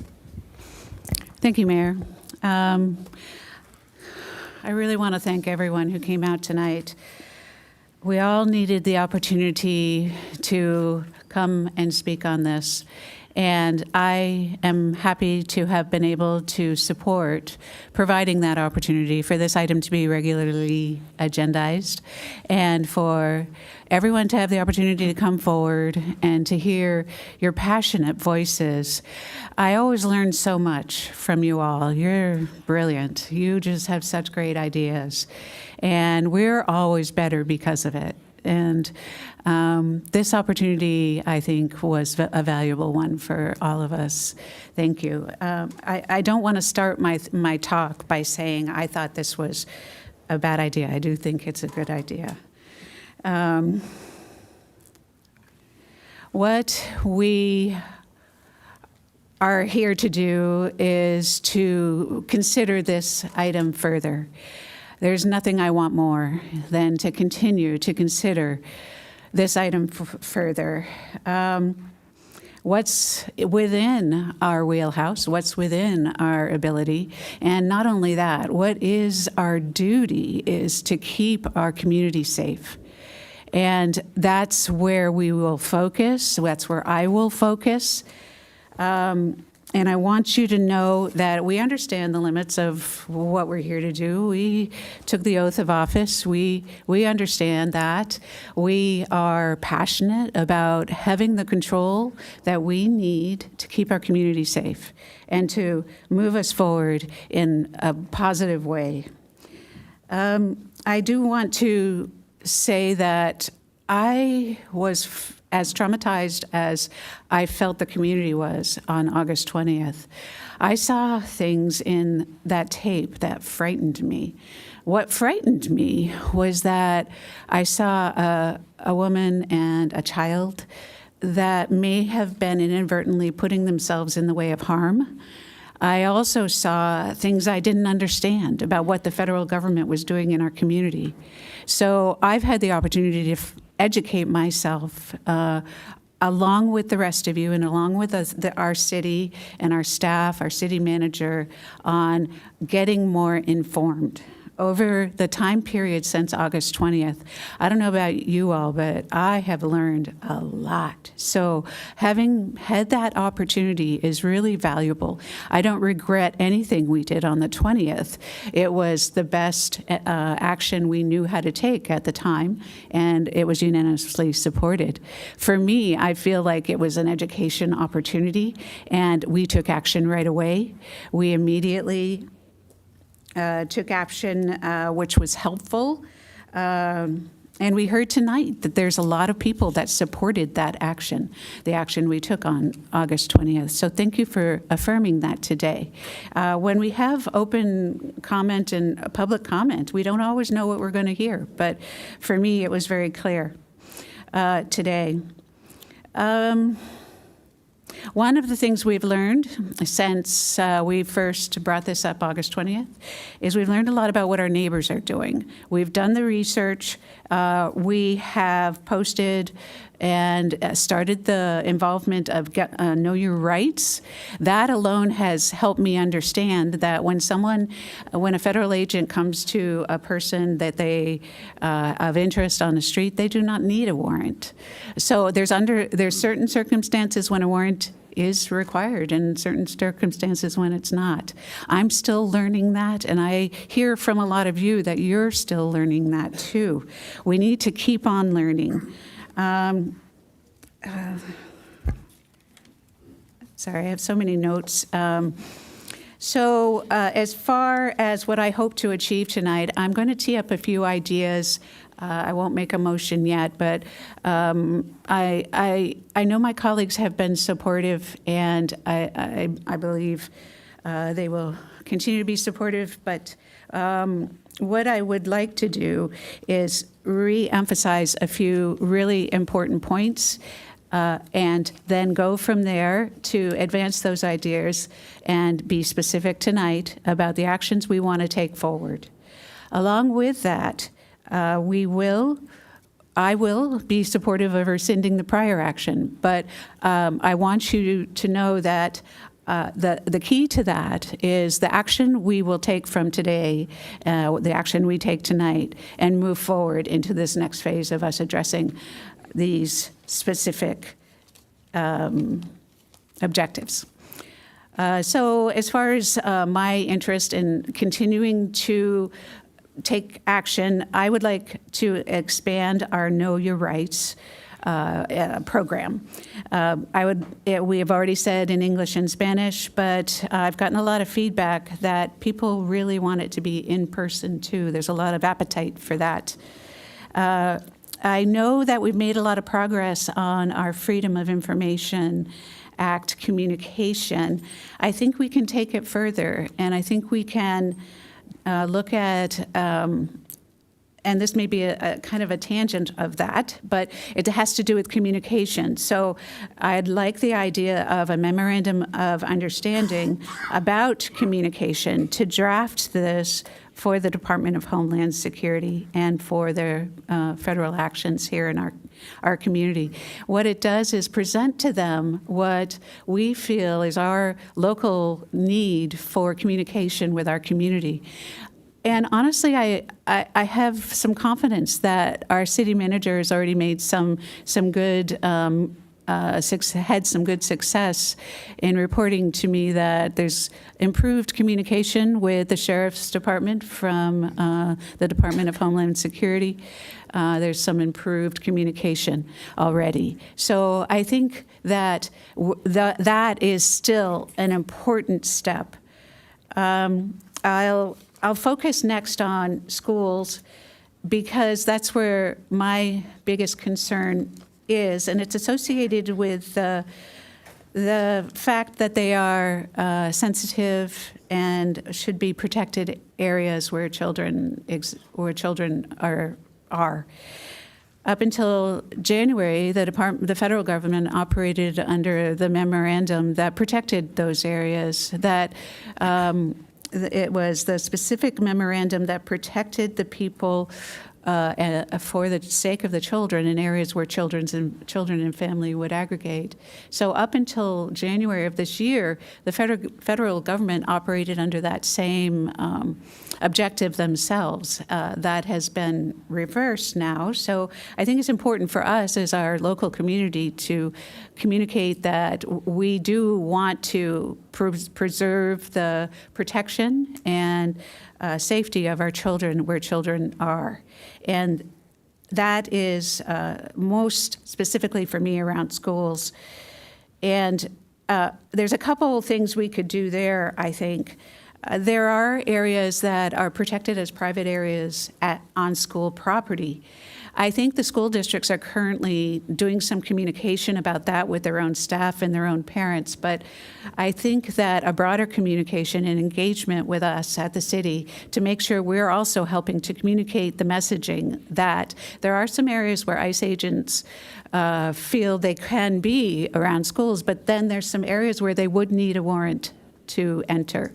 So us understanding that and being able to conduct ourselves in a way where we can be informed about possible activities in some of those other areas is really good information for us all to have. The city of Oceanside, I think, is considering something very similar tonight or last night, and I don't recall which.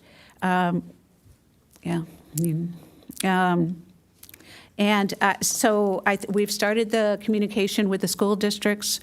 I think there's a lot of opportunity for us to learn from what we've already heard. One of the things I've learned since August 20th is that the agents had been following the people that they apprehended, that they were tracking, and it wasn't a random activity. It was a known person. And I think my request would be when you have a known person, you have possibly some discretion where you pull them over. And there are areas on routes to school where it's too highly sensitive to do there. So I would suggest we might request then that in our memorandum of understanding that they use the discretion to find a place that's not as vulnerable. And that's just one example, but it's an example I wanted to put forward as a dialogue we can continue to have with our schools to help characterize what we can do within our own legal rights to communicate better and to get positive actions. And I also still do support that the ICE agents, federal agents, come to speak with us.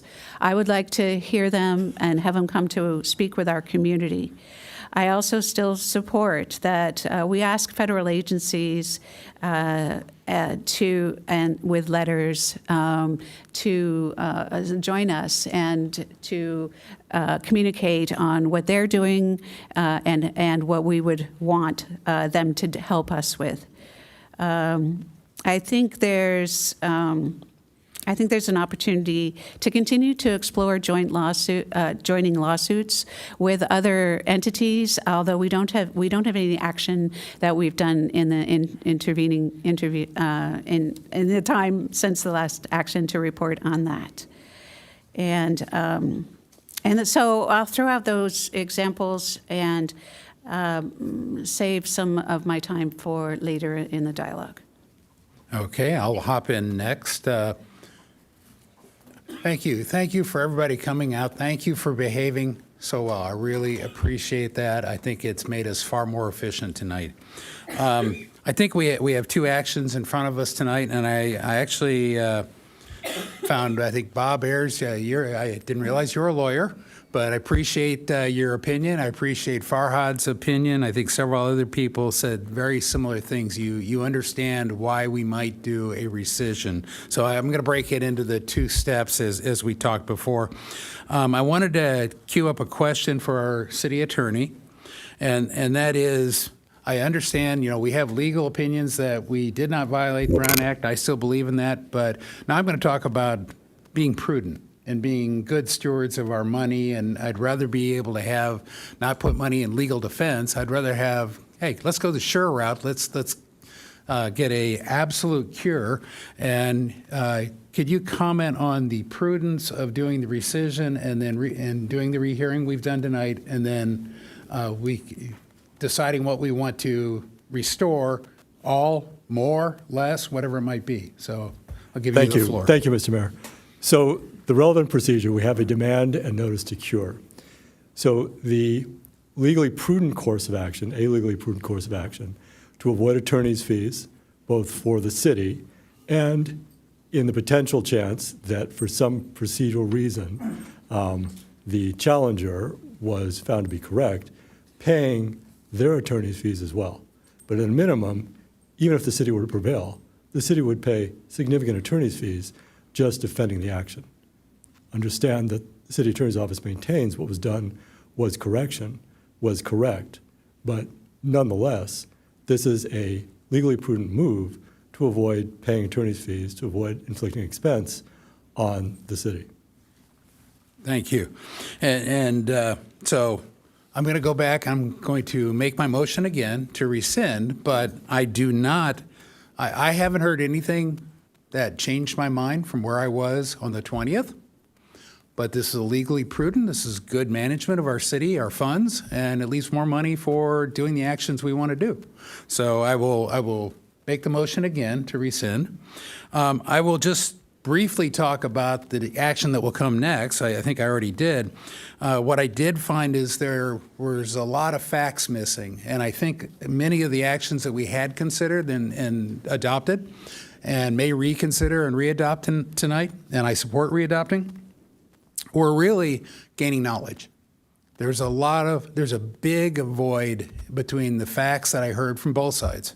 And the better knowledge and the better fact we can get out of ICE, the better off we're going to be. I had the opportunity with the sheriff's captain, with the city manager, to have about an hour-long conference call with the special agent in charge of HSI, which is a division of ICE here in San Diego, and he was quite helpful. And we talked about things they could do to help everyone here get the facts and understand what's going on, find out what the limits of our legal. Second, after that, I had the honor of being invited to a meeting called by Mayor Todd Gloria with several other, not all the mayors, but several other mayors and their police chiefs, including the City of San Diego Police Chief Kelly Martinez, which is ultimately the sheriff, the county sheriff, and several other city sheriffs, to talk about these same things, because we've all been having similar conversations. So the reason I go down this path now during my initial discussion is because on August 20th, we didn't know much. Nobody knew much. And what we perceived, rightly so, as an emergency, given the lack of information, was an emergency. And it's great to Monday morning quarterback it and say, well, you knew that they could do this. You knew they didn't need a warrant, or, I didn't know that. And about the comment that I think Deputy Mayor Lyons made, that they don't need a warrant. They can pick up people that are illegal. They owe them due process. And the person that first told me that was Congressman Levin, who is also a lawyer. And so, and even Mayor Sanchez from Oceanside, she's a former immigration lawyer. She agreed.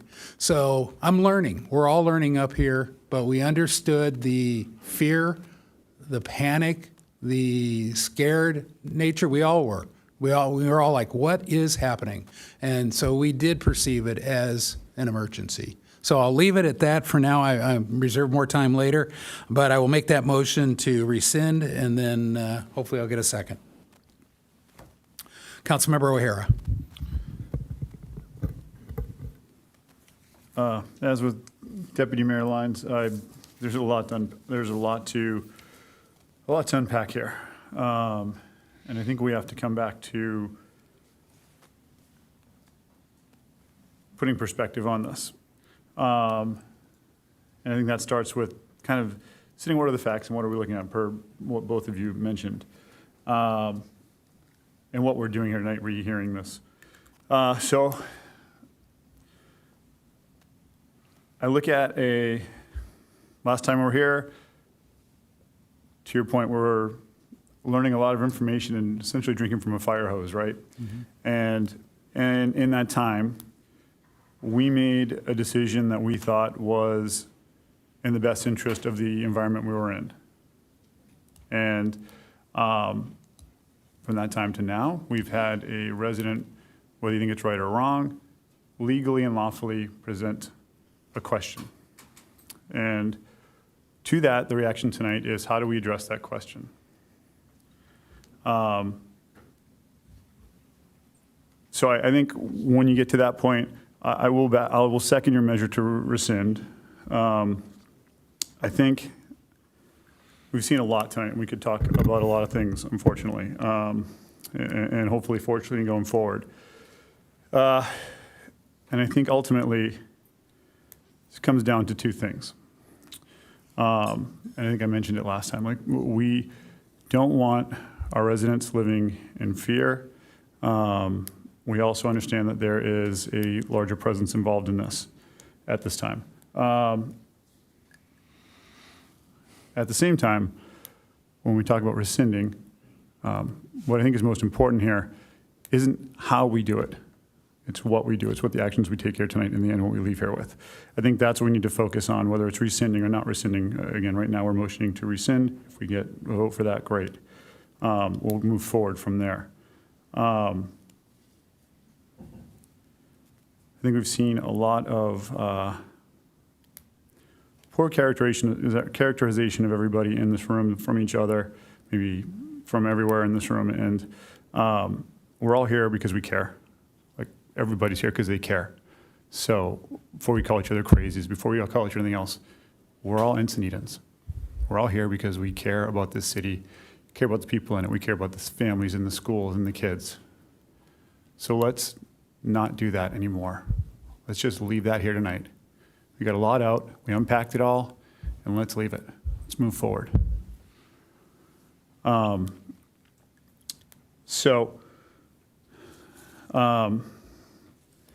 think within this, one of the reasons I'm comfortable rescinding is I don't think, looking at this list, taking Councilmember Lyons' list, and Bruce, some of what you said, I don't think we need an emergency action to execute a game plan here.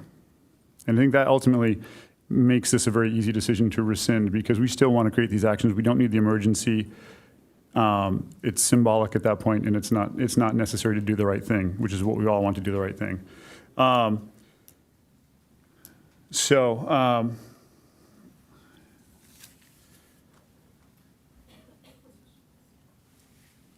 think it's important to kind of dive into the points on here, right? As was said, I think I'm going to go down the original bullet list here, if that's okay. Mm-hmm.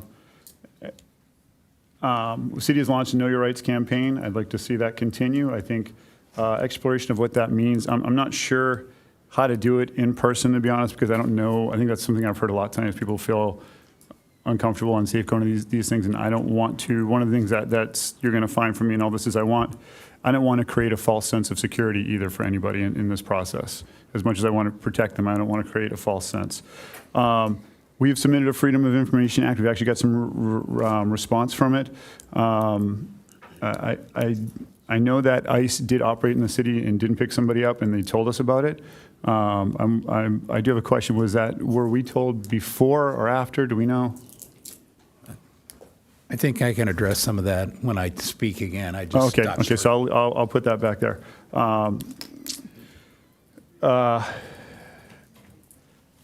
I am on our third point on here, establishing safe zones such as schools, churches, as citywide options. We can't, and I think we have a moral responsibility to be clear that we can't, because I would feel morally irresponsible if someone were to be apprehended in a space we told them was safe, and so my suggestion in that is that we request that ICE adjust their discretion and approach when in the city with respect to the concern of our residents when around schools and churches.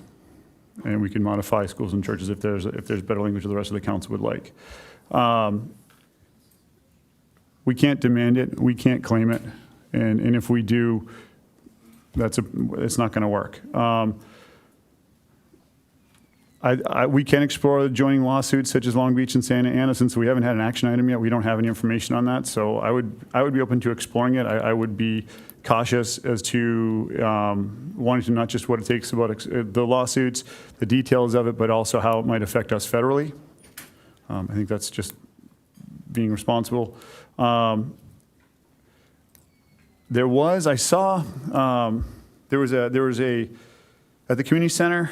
The fifth point on here, just in case somebody doesn't have it in front, was explore forming a community communications group such as text chains. There was a community outreach where they talked about such text chains, and I believe there are apps and stuff we can use for that. Maybe add that to our Know Your Rights campaign in some way, where we can get the word out as to what those apps are, so that people can join those apps.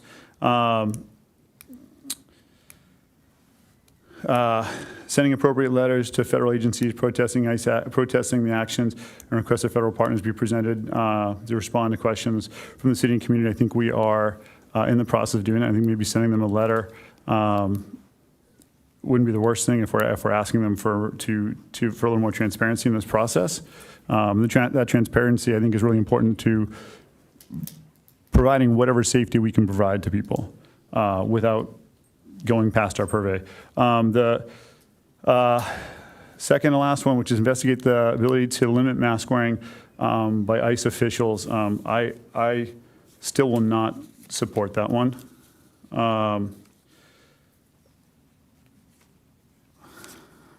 It's the mask issue in this city. When you talk to people, not just people in this room, but in the entire city of 60,000 people, is polarizing. And it's an issue that we cannot change. We have no purvey. We can support the senator's bill, but the senator's bill isn't worth the paper it's written on because he has no purvey over the government either. So it's a polarizing issue we have zero input on. I don't want to give a false sense of security. I don't want to push forward on that. Again, there are two sides in that argument. I think they're both, they both have validity to their narrative, but I'm not going to support that. I also think with a measure like that, we're talking with the federal government. We've got within this, we've got to balance a lot of other things, right? We're running an entire city as well, and part of that is knowing all of the conditions, all of the fallbacks we could have, and in something like pushing on that one button. We have, is it $107 million worth of federal funding coming? There are cities in the state that have had their funding cut. And I feel like on a polarizing issue, it doesn't make sense to me that we would risk that funding or that push. So because we can't have any input on it, we can't make a real promise to anybody on it. I won't support that one. And absolutely, by all means, let's explore and identify other legal mechanisms available to the city, anything that will make our residents, in fact, I'm going to say feel safe, but have a level of confidence in their safety, I think is a better way to put it. I would support that. So that's kind of where I sit. I'm going to yield the floor at the moment. I think we all have more to say. And I appreciate everybody listening. Councilmember Schaefer. Thank you, Mayor. I want to thank everybody for your comments and coming out here and putting your emotions and everything on the line for it. Because the fact of the matter is, I think we've all talked about safety and security, and that is our #1 priority. How we do it, I think, is where people get maybe into the weeds. But kicking it off, I'm just going to go straight down the aisle. We're going to rescind, or are we going to do that vote now, or do we want to go through all the items? I thought we'd go through have one round of pass. speaking, and then we can call the question. I'll support the rescind. So far, we haven't heard from Yeah. the two of you. Gotcha. For the purposes of the proper etiquette or the way that we're going to handle this, I will support the rescind. But in the part of the rehearing, just going down the know your rights, it's already out of the bag. We're already in the midst of doing that. So it's happening. It's on its way. Freedom of Information Act, it's happening. We're doing it. So do we put that cat back in the bag? It doesn't probably happen. But it's already underway. The safe zones, I've had mixed reviews. Captain Watts, I'm going to ask you a couple questions here, so if you mind coming up. But safe zones in my own personal past, it's a detriment to a lot of the reasons that we want it. It's a catch-22. There's a benefit to it from at least what meets the eye. There's also some downsides to the safe zones where it could attract more issues than what you first come to with it. So, Captain Watts, I'm going to ask you that question. Do safe zones, in your mind, benefit our city in the safety and how we enforce, how we help protect our citizens in a situation like this? Are safe zones advantageous or counterproductive in your perspective? Yeah, so I appreciate the question. However, I would have to defer that to your legal counsel for direction on that. Yeah. Have you seen? The sheriff's office does not, once again, I explained this on the 20th, that we do not engage in any kind of immigration enforcement. We do not work with, we do not collaborate with, we do not do anything with any federal agency. Okay. While you're here, is there a way for you guys to, I think we've talked about this, but a way for you guys to show up and basically make sure that everything is safe while it's happening, not to interfere, not to intervene, to make sure everything is handled appropriately, to make sure that these federal agents are in fact federal agents.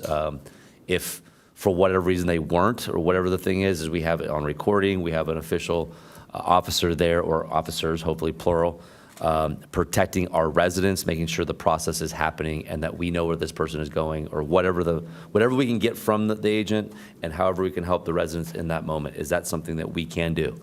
So once again, I'll reiterate what I said on the 20th, is that it's my expectation that if we receive a 911 call where anybody in the community feels like there's a safety concern or there is a possible kidnapping, they will call 911. We will respond, and just like we would in any other situation, we would verify if they are still on scene. We would be able to verify who in fact they are, and if they were conducting a legal enforcement. If they are not on scene, then we would start our preliminary investigation. Perfect. Thank you. That being said, since August 20th, have we had any successful situations or scenarios since then involving ICE with coordination, cooperate, or at least them calling and letting us know that they're in town? Yeah, so to be transparent, and I believe one of the speakers, Chris, I believe was his name, he was very well informed of protocols that we do as courtesy with outside agencies and outside agencies coming into our city. So speaking to that, we get these kind of courtesies all the time. We did receive a courtesy stating that ICE was going to be in our city. However, they did not say what the purpose of that, them being here was. So, and there was no immigration enforcement. So I would leave that open because there was no immigration enforcement. I can't say that that was the purpose of them being here. Yep. So we do have so since that time, because of this action, it sounds like there's been cooperation. City manager said there's been at least an open line of communication, which is the direction that we're trying to get to. So as far as the lawsuit, I like Councilmember O'Hara, I want to know more about the lawsuit and the details of the lawsuit before we get into that. And then, again, I think most of the speakers had great points across the board. I will say that Christopher Seneca, again, continues to impress me with his knowledge and ability and his own life experience. I think the MOU is something that I would push for that isn't on this list to get that memorandum of understanding, to making sure that we actually get some kind of something in writing that encourages the cooperation as much as possible across the board to make sure that we make the safest environment. And like I said on the 20th, if our intent is to make our community as a nation feel more safe, 7:30, 8:30 in the morning, sometime in that hour, coming in and coming to a screeching halt, at least that's the vision I have. Guys jumping out, it's a highly intense scenario that most residents are not used to. It does not increase the feeling of safety. And so it inherently deteriorates the community as a whole. So we want to encourage that at the highest level of possible. So city attorney, city manager, and sheriff, if you need to be a part of that memorandum of how we're going to write it or whatever it is we're going to write to hopefully get signed, that's something I would make a follow-on motion beyond this motion. But those are the things I've got to get out right now, and we'll get you on this next time around. Okay, Councilmember San Antonio. Okay, so,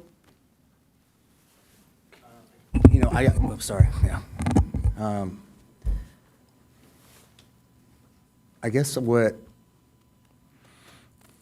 is important to me as a council member, our job up here is to do the normal things, day-to-day life for everybody. Keep the infrastructure, keep running smoothly, keep the residents safe, keep the streets paved, all of that. So for me, that's very important. I'll support a lot of this. I just, of course, when I'm looking at it, the last thing I would want to do is lose that $170 million. Any part of that, we need that money. We need that money for, I'm just saying it's, if we lose any of that and somebody's like, oh, well, now you guys are back up here saying, why aren't the streets? What's wrong with the streets? What's wrong with this? What's wrong with that? That's my take. Will I support a lot of this stuff? Yes. I'll just go down the list. That's just my initial thought is that that federal funding is important to what we do in the city. We don't make all that. We don't make all this money on our own. So the Know Your Rights campaign, I support that. The Freedom of Information Act, I support that. And to what Farhad said, it is the school zones are. They should be safe. They should be safe for the students. They should be safe for people walking. I think I forgot his first name, but Graber did a great job explaining his child's needs. So I see all that, and it's all important. Checking out exploring the lawsuits, I'm in favor of that. The text chain, I guess we're just going down this list. So text chains, I'm in support of that. The appropriate letters, support of that. But I think, let's see. So when I get down here to the mask thing, I'm sorry, but I'm not in support of that. The legal mechanisms, support of that. I am in support of what Luke said with adding the MOU in some frame of matter that we can also add, whether the discretion that Councilmember O'Hara recommended for the safe zones in schools, if that can be part of the MOU, that makes a lot of sense to me. If they're going to notify us that they're going to be here, whatever we write in the future of how this is all going to work, in that MOU, that we could put in there something about where they pick these people up, that makes a lot of sense to me.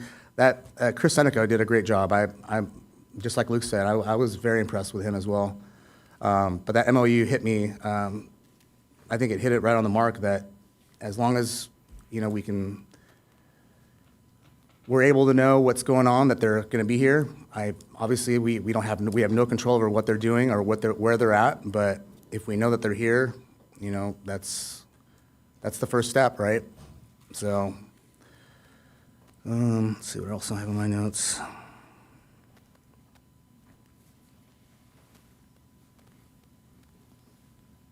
I guess that's. I think you hit all I the just went down the points. list, so. Yeah. All right. So- I'll just, cut it off there. Okay, so we have a motion and a second. I want to take care of a little business. We got to do the extension after that, so I want to take care of the motion and second on the table. Then I'll entertain a motion to extend past 10 o'clock because we have one more item. And then I want to take a little time to go into a little more explanation of what I've learned, and I've been trying to keep a tab of what everybody supports. It sounds like we've got a pretty good consensus. And I may probably make some proposals for additional, but let's first take the question. Is there any more discussion on the rescission issue? If not, let's call that question.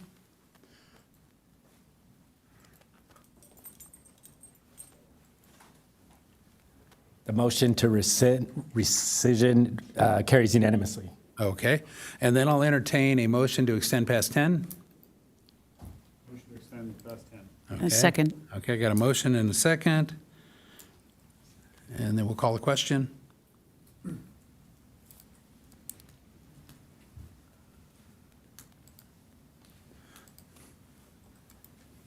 Motion to extend past 10 carries unanimously.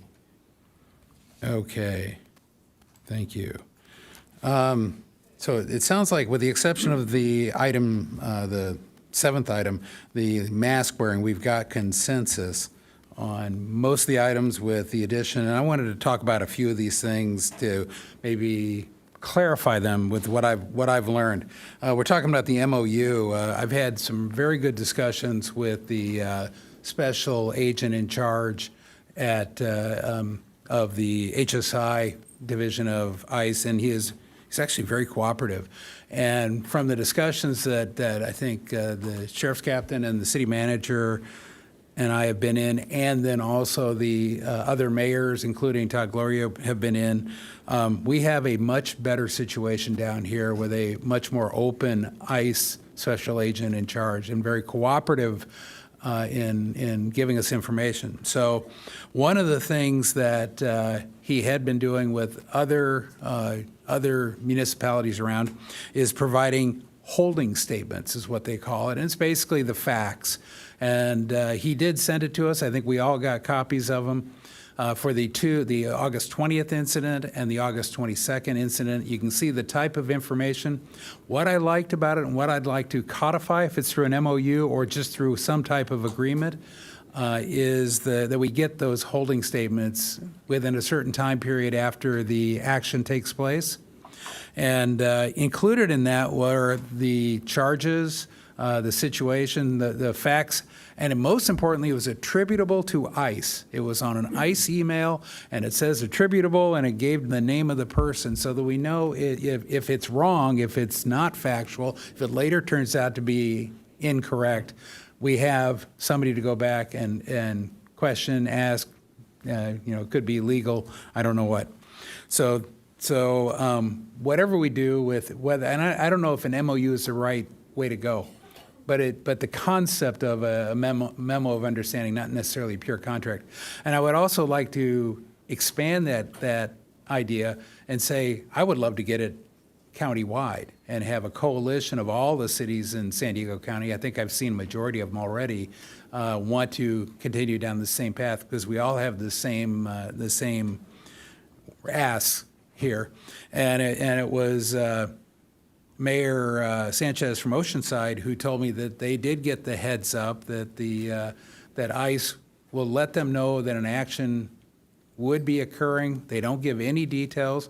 It was interesting to listen to the other police chiefs. They said we don't want the details for fear that we could become the leak, and they don't want to become the leak. They just want to know so that they can prepare their people that they don't have problems. The other thing, and maybe if I could get the sheriff, I'm going to talk about the LECC. So I don't know if Captain Watts will come up here in case I get this wrong. But the one thing that the special agent in charge did assure us is that they do work through what's called the LECC, Law Enforcement Coordination Center, which I think is very similar to what Chris Seneca spoke about without using the term. And that is a clearinghouse to avoid blue-on-blue action so that each of all the different law enforcement, federal, state, local, call into this and they can be warned if there's something else going on next door. And Captain Watts, if you can probably give a much better description for me. Oh, you did a phenomenal job with explaining what it is. The LECC really was born outside of 9/11, when there was a lot of information coming into local agencies, but there wasn't a lot of sharing amongst outside agencies. So the LECC was born in support of one place that all local federal agencies can go to share information locally and federally. And if there's any kind of operation that's going to be happening, we're required to call that in to the LECC and let them know that we would be conducting an operation at a certain address in a city. And then they, being the holder of all information, could vet that and say, okay, nobody else, there's no other local agency, no other federal agency that is also looking at that same address, to save for that potential of two law enforcement agencies coming together at the same time. So that is going on now, even with ICE. Yes, I and believe that- obviously it's correct. confidential because they can't make it public, right? Correct. So the LECC retains the information. However, they do not report out unless a local or another state agency calls in for that same address. Yeah. And the other, and thank you, the other comment that I got from the special agent in charge, and you can put your hand down, Jeremy. Hang on. Yeah, no. I have to follow the process, so let us deliberate. He made the comment that we do not go onto school grounds. So they do not have, their current operation policy, and this is not in an MOU yet, but I'll tell you that's why it was so good that we talked and we actually got to get information. He said we don't go on school grounds, on church grounds. They only go on hospitals if they actually have to take an apprehension to the hospital, such as a panga boat or et cetera. And they don't go to festivals, which, yeah, and we asked about certain festivals in Encinitas in particular. So that they go after, they don't target areas, we target individuals was the statement he made. So I understand this is hearsay at this point. I need to get it committed. That's I think the additional action I would like to see is whether we pursue an MOU and clarity and something documented as far as a process whereby we get information after the fact that we codify to the degree we can, because obviously they're cooperating with us. We codify something that says what you get. I would like to attempt, we'll do it on our own, but I'd like to do it in cooperation with all the other cities because I think we'll get a better agreement, we'll get further. And I heard a lot of like-minded mayors and police captains when we had the discussion. So I would add that. I'm in support of all of them. I will take off the limit mask wearing, and I think what I'd like to do is, if I can, in the interest of time, make a motion to do know your rights, freedom of information, explore safe zones, et cetera, explore lawsuits, as it was said, same exact wording we did before, explore forming community communications, same as before, send appropriate letters, same as before, not do limit mask wearing. For the seventh one now, explore and identify other legal mechanisms, same wording, and then add to it, develop an MOU or MOU-like mechanism with ICE so that we know what That fits under the explore more other legal mechanisms. I was trying to get more explicit. Yeah, Just no, so I don't everybody think- knows what. So we can just keep that there for continued mechanisms? Wait, where is this now? Which one? Number 8. Number 8 says explore, identify other legal mechanisms for it. Yeah, it can be a sub-point under that one, that's fine. I was just making it a new That can be point. open-ended, yeah. Yeah. The safe zones, you kind of just mentioned, the safe zones, again, they can have troubling, they do not go on school grounds. I think the safe zones would be more, because they don't go on school grounds, because they don't go to churches, they don't go to festivals. In this case, it's on the way to school. That was the issue. And understood. I'm trying to get what I can in writing first. Yeah. And then, as I said during the first meeting, I think this is step 1, or that was step 1. This is step 2. I anticipate we'll have a step 3 as we learn more. We're filling in the voids, and so I like the idea of an MOU or MOU-like structure for if it's a sub-bullet of number, what is now 7. 8, that's it. Yeah, oh yeah, 7, yeah. Yeah, it's the 7th, or whether it's a new one. I think it should word whatever mechanism gets. The MOU is like an MOU. So you could put in there like an MOU. Like an MOU, Whatever yeah. would suffice in the document or legally. And in particular, I'm looking for the statement about getting holding statements. I'd even like to see within X hours, 24 hours or 12 hours, whatever we can. Yes. And attributable to ICE so that when they get posted, that people know the source of the fact, and we can fill in this information void out there that people, even news programs are exaggerating, and both sides are exaggerating. The sooner we get the facts, the sooner we can fix any due process issues. So I'll make that motion. So, Did I miss anything? can I dive into that motion with one? Sure. Just clarification on the, I think it's the 6th point, which is protesting, send appropriate letters to federal agencies protesting the actions. Are we protesting their presence in their federal duty, or are we protesting, in my mind, what we're protesting is that the methodology is fear-inspiring, for lack of a better way to put it, and that's really what we're protesting. How about lack of transparency, fear-inducing actions? Something like that? We can, changing the word, Something like that, yeah. 'cause inserting that after between the and actions.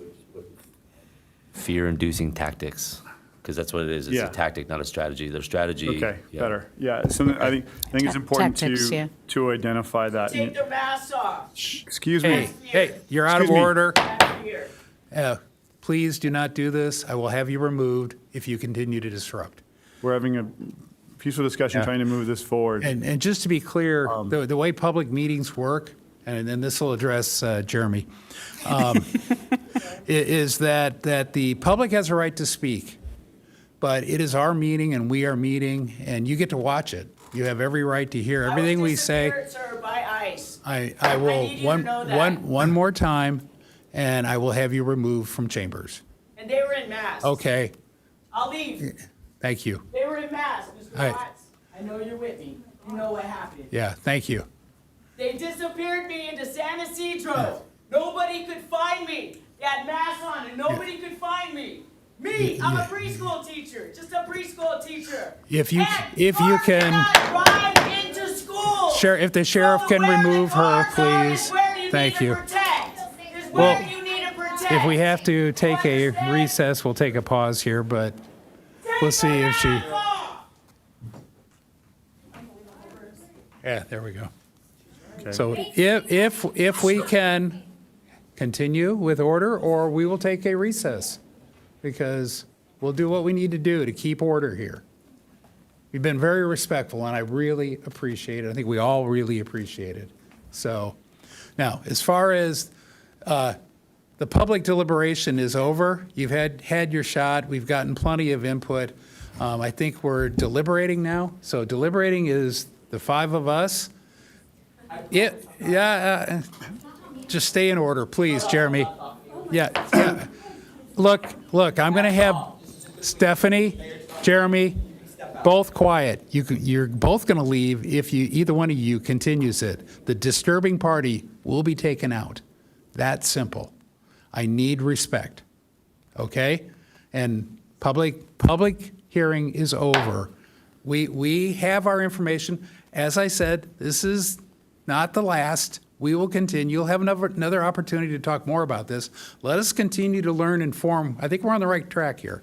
So with that, I'm going to continue. If I have more outbursts, I will have the sheriff remove you, period. And I'm going to have, it's 10 o'clock. I will get shorter as the night goes on. So with that, I think we've got some wording change on, Yeah, we were talking on the about one, and I protesting- accept that. And I think Protesting tactics, of yeah. the tactics.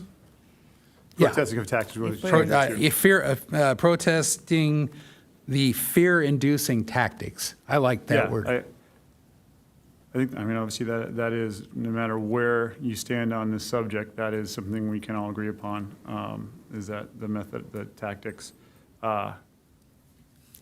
And to request federal partners to be present to respond to questions from the community and city and community. Is that one we want to continue with? I think we could do that, given my discussions I've had with the special agent in charge. I agree with you, your interest in continuing that. It sounds like you learned a lot from your engagement, and Yeah. I think the community could too. Yeah. So, yeah, I do support that. And so I think we're to the point where we've built a pretty good motion on this that I would be comfortable seconding. Okay. Deputy Mayor. And I know I'm in the queue here, and I'm not quite sure where. Yeah, I'm sorry. After me, but go ahead. Oh, no, no. All right, if you're If you're- yielding? I'm good. Okay. Deputy Mayor. Okay, thank you. I have a couple questions. I'm happy to see that the dialogue's going in a good direction here. I'm very excited, but I will add a question. I think, Mayor, we're trying to capture the information in the holding statements, and as a manner of a standard communication with the city, will that information include where the suspect is being held? Because we've heard a lot about people can't find people. It doesn't, the holding statement we've seen does not provide that information. And so I think that's something we can request, negotiate as we go down this path. I think it would be worth exploring that. I'm happy with the term explore. We don't really know where we're going to get with it, but it's information our community wants. Yeah. Okay. So let's see, which item was that again, so I get it right? That's basically a sub-bullet to H. Yes. Are you numbering them or lettering them? If you'll indulge me, I'll just call that number 7, and then 8 will stay 8. Would that be okay? Anybody have a problem with that? Okay.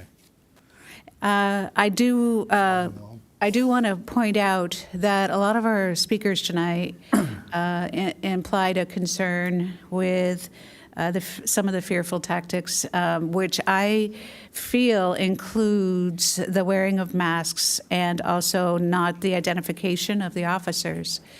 I believe that that is a tactic that has created fear in our community. Since I've heard that from constituents, I would love to make sure we're continuing to use language that includes investigating where our authority is or who we write to include the comments associated with the wearing of masks and the identifying of the officers. I do know that the state, and we had this on our agenda and it'll be rescheduled, but so we're not considering tonight, but the state is in support and legislation is moving forward in these two areas. I'm happy that that's happening. I think it's more powerful, especially when we're talking to our regional partners and talking about an MOU, that we comprehensively think about are there any ways we can move forward with helping to limit masks and helping to provide the identity so there's no concern with people being taken, our family members being taken off our streets by people we don't know and we can't see. Okay. So Yeah, I would okay. request that that language, and if my colleagues feel more comfortable to just use the term explore, but to include the concept of wearing masks, limiting the wearing of masks, and including more identification. And I would even propose that we explore it and then bring it back to City Council when there's potential action, if there is Can some. we, I'm trying to get to a motion, we can have a follow-on motion afterwards. I would recommend, I think my original motion did not include that, but it didn't mean I was going to give up completely. I'm trying to get to the consensus that we have. I tracked what everybody said, and I think we can get to a yes, get that done, and then move on to any other discussion. I would like to Is that- then put it forward as officially a friendly amendment. Okay, and I'm not ready to do that based on what I just said, but I'll support you after this motion. Real quick, so some clarification about the mask. So that's kind of the thing here. This is, in no way do we want to get used to, so I'm assuming everybody here likes to be living in America.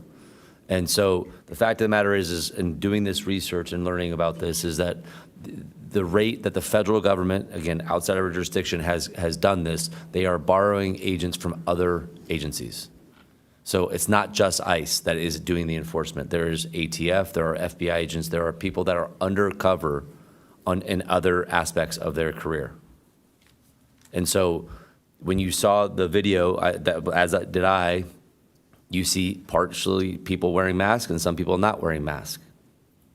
So there are people that aren't wearing masks, and so from what I've learned is that that's part of the reason that they are wearing masks. Now, the follow-on statement was that's why I wanted our resident sheriff to go out and be there on site to make sure that we don't get used to in this country masked men coming in droves and taking people away. So it's one of those catch-22s that what's happening in this country at the speed that it's happening is some of those individuals are required to wear masks for their other parts of their job and their own families and their own undercover identity for other parts. So if we're going to ask them to not wear a mask, I don't think we're going to get there, which is, again, why I'm asking, that's why I've asked the sheriff if we can have a sheriff show up on site to help make sure it's legal and all of the holding statements and all that stuff. So we're trying to get the best that we can. I think that as these things slow down, I think you're going to start to see more ICE agents, pure ICE agents, and not other federal agencies inside the. And so I'm trying to defer the mask question I to agree. later. I just want to make sure that's understood as we're talking about I think you it. skipped ahead of Councilmember San Antonio, so It was on topic for what we're doing. I'll recognize San Antonio. Councilmember San Antonio. I agree with what you're saying, Mayor Ehlers. I just wanted to reiterate my concern is that I just want to be sure none of this pulls any levers that we lose federal funding. That's where I'm at. And like I said, I'll support all of this. That's just where I stand on this, is that none of this pulls any levers for that. Yeah. And then Councilmember Schaefer, you were up next, so. Yeah, it's just to reiterate that what we're talking about and the topic. So I don't think that it should be a part of the initial motion. If we want to go further into that discussion, then let's do it. But the initial motion that you put forward is a yes. Okay. And I'll skip mine. Councilmember O'Hara, did you have any more on the current motion and the second on the floor? Did you have more? No, I think on the motion that's on the floor, I'd like to move to voting. No. Thank you. If we can restate. You're calling the question? Yes. Then that's the highest action. So I'll, If you can read it back. Yeah, well, I'm not going to reiterate the stuff that is already going to be redone. What I will do is. Could you please? This is important, and I think everybody needs to hear exactly what's going to be on this. All right. Thank you. So number one, launch a Know Your Rights campaign in collaboration with the sheriff and the community groups in English and Spanish, including the website. Number two, submit a Freedom of Information Act request to document ICE operations in the city of Encinitas. Number three, explore establishing safe zones, such as schools, churches, citywide, or other options. Number 4, explore joining lawsuits such as Long Beach and Santa Ana challenging the legality of ICE operation. Number 5, explore forming a community communications group such as text chains. And then I thought there was some wording on add this portion to the Know Your Rights campaign under that. I think it's fine alone. Okay. Yeah. It keeps our numbering. Number 6, send appropriate letters to federal agencies protesting The fear-inducing. fear-inducing tactics to request federal partners to be present to respond to questions from the city and community. Yes.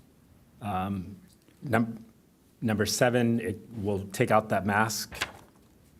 That's not included. That's not included. Explore and identify other legal mechanisms available to the city. Correct. Also, to pursue and develop MOU or MOU-like structure with ICE and DHS in cooperation with other cities if possible. Yes, and specifically request holding statements and location of holding, if possible. If possible, within 12 hours, I believe is the, or did you want 24? 24, if possible. Say within 24 hours, if possible. Okay.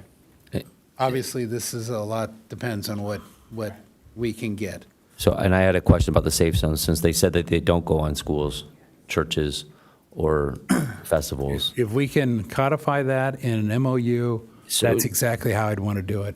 And may I think I get to your point in that, and routes to them. So I think we have some work to do for ourselves in defining what that means. Yeah, and I think they will have to agree to it, and that's where I think we'll run into the en routes to them will be hard, but we can try. That one will be try. sticky. I think that one's sticky at best. So, again, I'll, Yeah. I mean, that's why it says explore, and then we're requesting from ICE these things. So, And the I- MOU, basically. And I think it's a fair question to ask. I'm happy to hear that they might be quite willing to say schools are off limits, so that's a good thing. But I'm hearing the community saying there's also zones right outside of the school property that are sensitive. Yep. But again, we're not demanding, we're not edicting to them, but to the degree they will offer and codify so that we can have some level of assurance on what their current policy is, then we want to do that. And so. We are requesting. Yeah, I think that's a request of discretion too, right? That's part of, per the words. Say that again? I think that's part of the concept of adjusting their discretion, right? And that we spoke about earlier. Yeah, I think I said if possible. Yeah. Yeah, so, is it clear? I think you got it, yeah. And so I think the city manager would like to hop in if. Is the advance notice MOU part of that last point? I didn't hear that. I heard I heard MOUs and holding statements, but I just want to make it clear that that was the advance notice MOU we're discussing, or is it just? I put holding statements and location of holding. I would absolutely entertain adding advance notice as has been practiced. Sure. I think that So, should be. so that's an addition. That's a friendly addition with both the motion and second agreeing.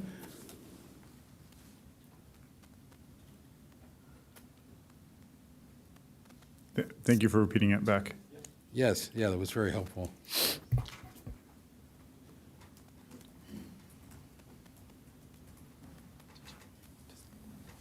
Okay, so we have a motion and a second, and the city manager wanted to question or clarify.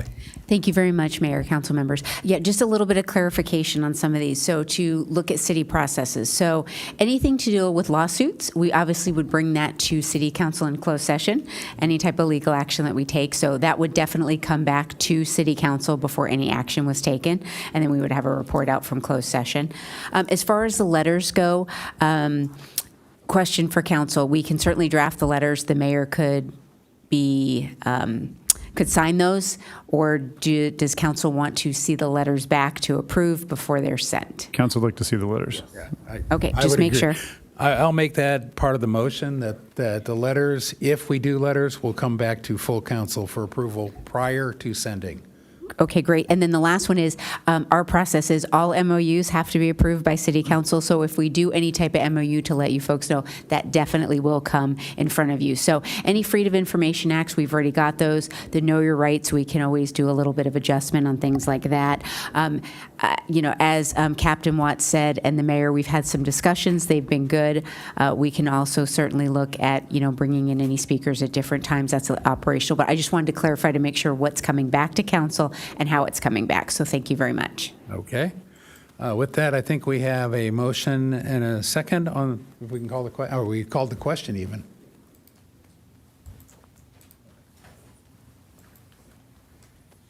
That motion carries unanimously. Okay. So I don't think we're quite done. Did you want to make any type of motion? I think you're up, so I'll let you speak. Yes, I'm really happy that we've been able to move some things together unanimously again here tonight. So it's the public process, and I'm glad to be a part of it. It's not everywhere where I think we should be yet. I very rarely get everything I want, and I'm disappointed. So it's just, it's what I think we can continue to talk about. I would like to see if there's interest in adding a statement that says that we will explore what our options are. There's no commitment to doing anything, and perhaps some people may know more than I do up here on the dais about what our abilities are, but I think it's our duty to investigate things for our community, to investigate what are our options, and let's broadly get input from those who are the agencies who we need input from. So I don't see the harm in using the language, investigate or explore, if there is anything we can do to express, to limit the use of mass and also to require proper identification as we would with any police officer. I think this is part of a tactic that we're already talking about we want to address.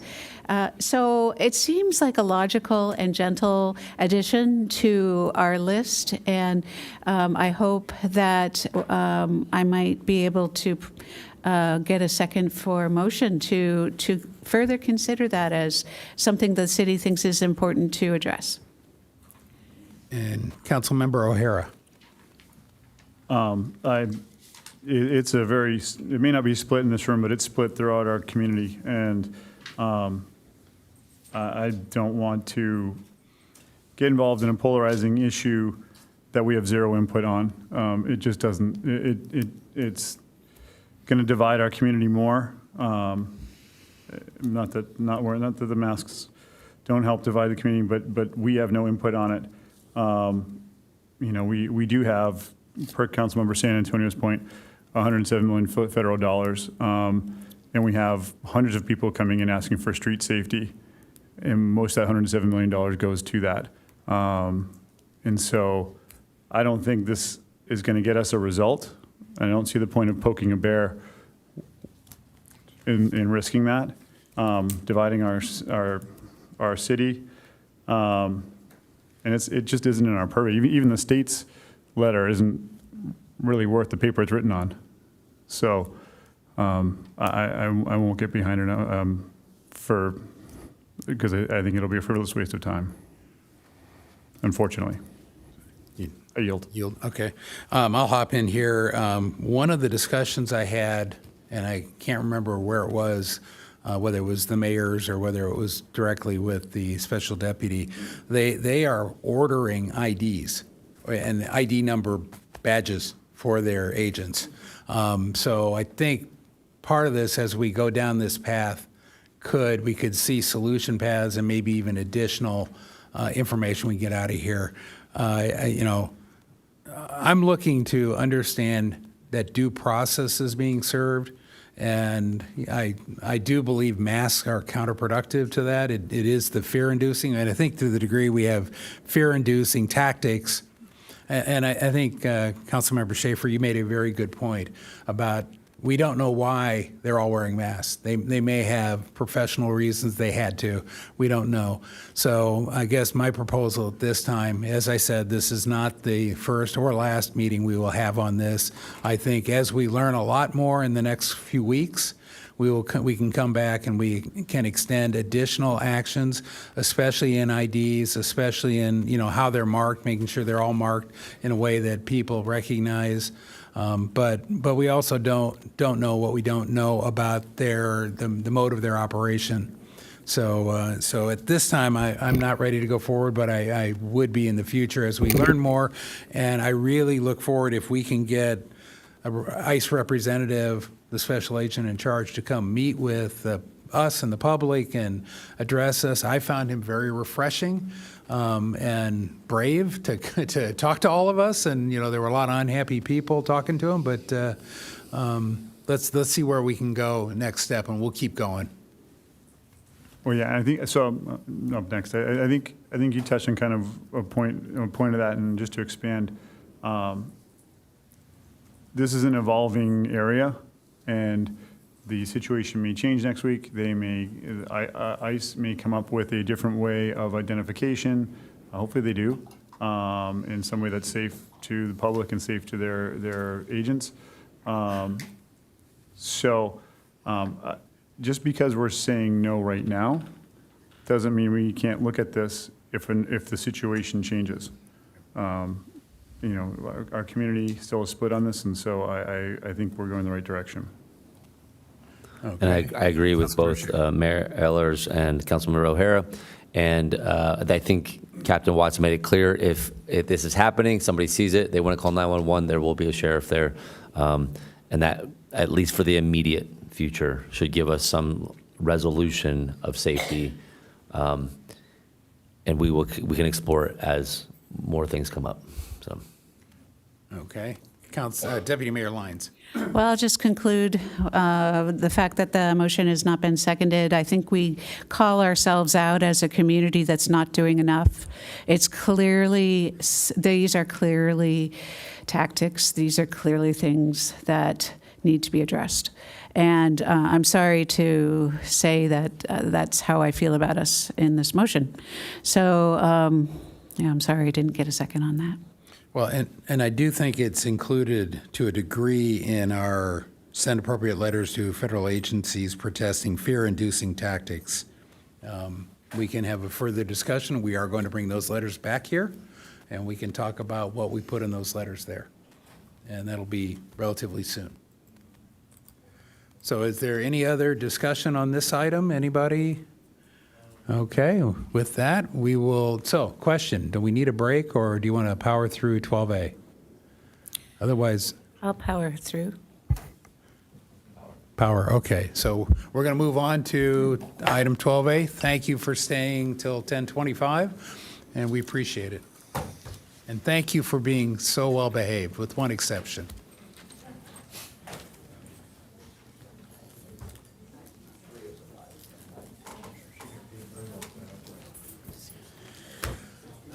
Let's see. So, and if you can exit quietly, we can get on and move on to item 12A. And then we also will have remaining oral comments, up to four. Yeah, 3 maybe. So item 12A, I will give the floor to Councilmember Marco San Antonio.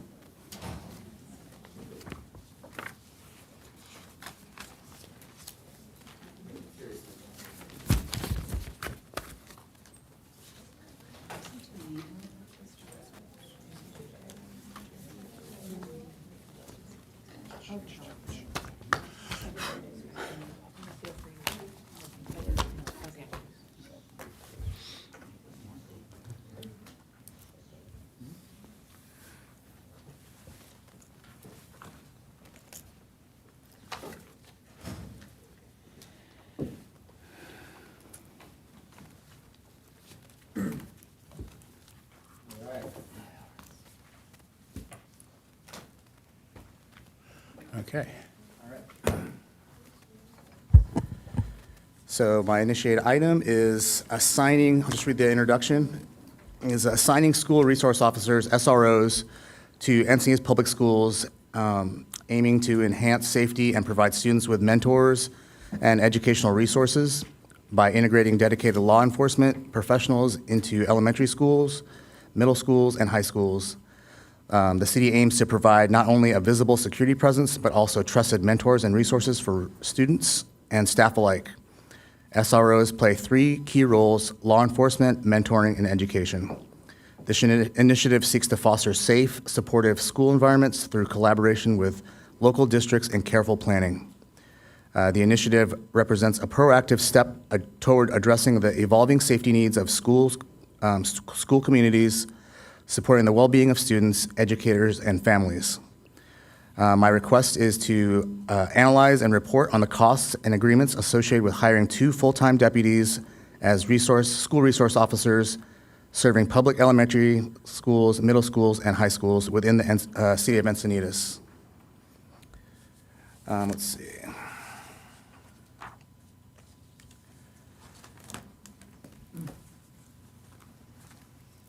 I guess let's just start off with kind of the reason why I feel like this is important. Actually, you can put the slides up right now. We'll just do that. It's an easy, it's visible. You guys can look at it. All right. So calls for service. All right, so basically right now we have Carlsbad, which offers 1 SRO for their school, for schools, LCC, Mission Estancia, like the ones that are generally over in that general area, La Costa Heights, El Camino Creek, Olivenheim, OPE, and LCC. I think it would benefit us because these are the schools currently that don't have one. San Guido, Sunset, those are high schools. Middle schools are Oak Crest and Degano. Elementary is Capri, Flora Vista, Ocean Knoll, Parkdale Lane, Paul Ecke, and the Cardiff schools are Ada Harris and Cardiff Elementary. I think it just benefits us that if we are able to provide these kind of services or provide this service for those schools, it just creates I think it creates a lot of different things. So particularly like the 3 main roles would be law enforcement. So the SROs would ensure safety and security on campus and responding to emergencies and enforcing laws. Mentors, they serve as positive role models, providing guidance and support to help navigate challenges. You can change it too. And to educators, SROs deliver educational programs on bike and e-bike safety, drug and gang prevention, anti-bullying, and other empowering students to make informed decisions.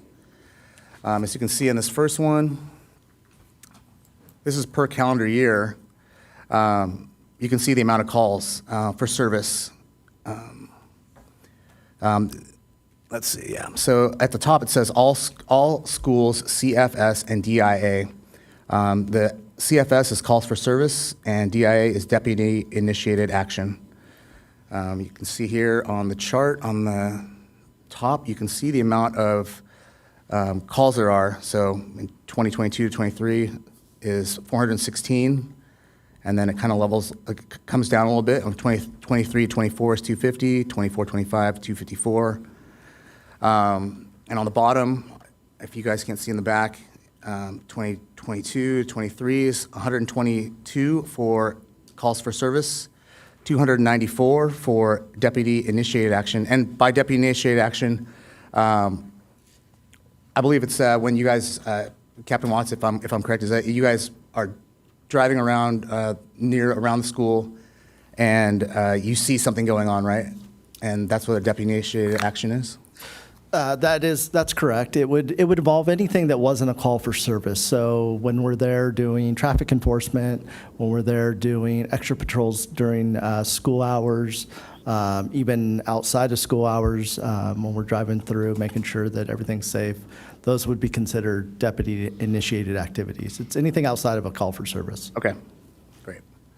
So 2023-24 is 103 calls for service and 147 DIAs.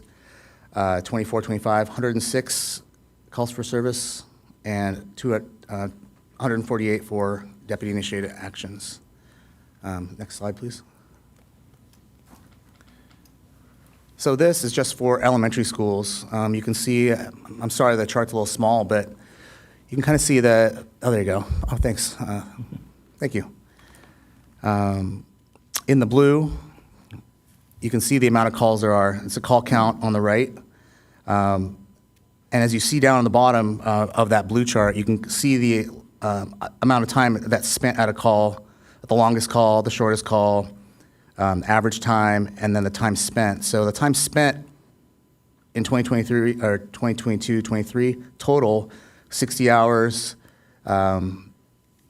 In 23, 24, 53 hours. 24, 25, 81 hours. And you can see at the top of these charts. Let's just look at the 2024, 25. It's like welfare check. Mental health evaluation, that's like 13 calls right there. So, and I believe some of those calls are some of the longest ones. I feel like there's just a need because, you know, these officers or the deputies are out there, they're doing their job, doing what they're supposed to be doing on the street. But when they're called to school, we've now taken them out of service into the school to serve a different purpose. I really believe that if we have dedicated deputies to a school, it helps to build relationships, it addresses the mental health issues and needs. There's also, let's see here, there's like also a crime deterrence. So if, you know, these deputies are going to be at different schools throughout the day, just knowing that there is a SRO at a school, whether they're at that school or another, I think when I think about it, it provides maybe a deterrent to anything happening, knowing that there could possibly be somebody, a deputy at the school. So it's also a deterrence. Let's see. For community engagement, SROs strengthen ties between schools and the community through participation in events and collaboration with families, fostering a cohesive support network. I know we're just exploring this right now. It's the very first step in what could be. I also know that there is a cost to this, but I feel like the importance of having in this kind of, I guess in the time that we're at with school shootings and, you know, like you can see by the slide that's up there right now, the type of calls that they're there for. It runs a gamut from burglary to vandalism, mental health, battery. I mean, you can just look through it and see. This is a full-time, could be a full-time job, and they would be there for that. So, I guess I'll just I'll leave it at there, and I guess we can start talking about it. Okay, Councilmember Schaefer. We're doing. I'm for after public comment. Oh, okay, sorry. Yeah, do you have any questions of clarification? Anybody? Okay, we'll We go to have public comment. 6 speakers on this. The first 3, Michelle Jaffe, followed by Ellen Burr with a time donation from Molly Hintlian, who is present, and then Pamela Day. Good evening. I am Michelle Jaffe. Appreciate having the opportunity to talk to you, council members. There is not an increasing need for SROs in our school. According to the agenda report that's in the agenda packet, deputies spend about 140 hours at each of the schools. I'm sorry. They spend about 140 hours answering calls at each of the schools. If you pencil it out, that's about 18 8-hour workdays. So to have 2 sheriffs at each campus, that's, I don't think that's something that we are going to need. And the statistics or the bar graphs that we saw, the crimes, or the statistics on the number of calls to the schools is decreasing. So there's actually been a 40% drop in the last 2 years. The report states that, also, it's really going to be really costly. to have two sheriffs in each of our schools. And the report states that mental health was the primary reasons that the officers were called. So, using social workers or the school counselors or, the county 988 number, that would be, I think, a much better choice for that kind of situation. And this is not an action that anyone in the school districts is calling for. I do understand that we're exploring it, but it's not like there's a need out there that our school leaders have been saying we should go ahead and get our sheriffs out into the schools. This is a deeply researched issue. The effectiveness of SROs is a mixed bag. I have 16 years of teaching experience, and I've been in secondary school, and I've been in schools that we did need a resource officer, and like your car would get boosted in the parking lot, and gang members, and we did need that that facilitator, because we did. I mean, some of the students, frankly, were doing serious crimes, and then I've been in schools locally that didn't need it, and so I don't think we need two in each of our schools. And our sheriffs, I don't want you to interpret this, I don't appreciate what the sheriffs do, because our sheriffs do a great job. I'm at Moonlight a lot, and there's a lot of personalities down there, and you guys are top-notch every single time. And I have called you, people who are in a mental health crisis, and you guys do a great job. But I would love to see them in the community and not in our schools. And I do appreciate you letting me speak. I am not an Encinitas community member, but I'm a neighbor. I'm a community member. I'm here all the time. I shop here all the time. All my doctors are here. So I know you understand that, but maybe some people in the community don't. Thank you. Thank you.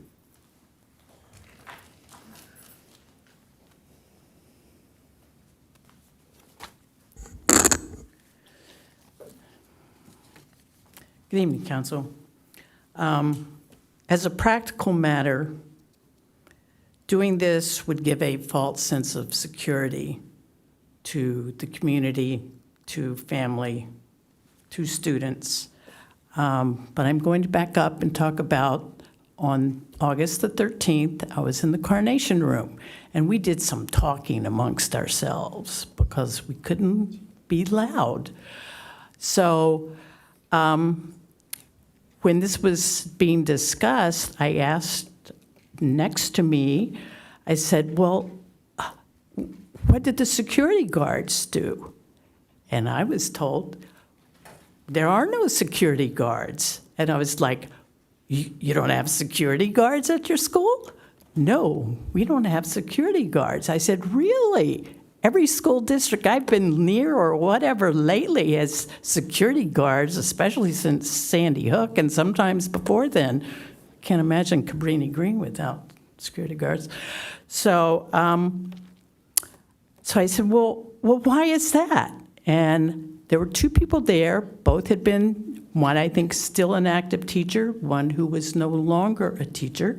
And the response they both gave in different manners was I don't think we're interested in that. The school board's not interested in that. And B, we don't have the money to spend on that. So that was the response. So imagine my surprise when I saw this on the agenda. Well, I would say two other things I've heard lately from friends reported to me was, stay in your lane, Mom. I think we need to stay in our lane. As the previous speaker mentioned, it's one thing for somebody to say, I really think we need security guards at the school. It's another thing for us to be in I think we're called school district liaison meeting, and have it come up as a possibility or request. Like other things that should come up in school liaison meetings, like we're going to put in a homeless parking lot, but we're not going to tell you about it. Or we're going to be doing major construction, so you guys need to make arrangements for it. There are a lot of things that come up. Maybe they should just be tick marks in a box.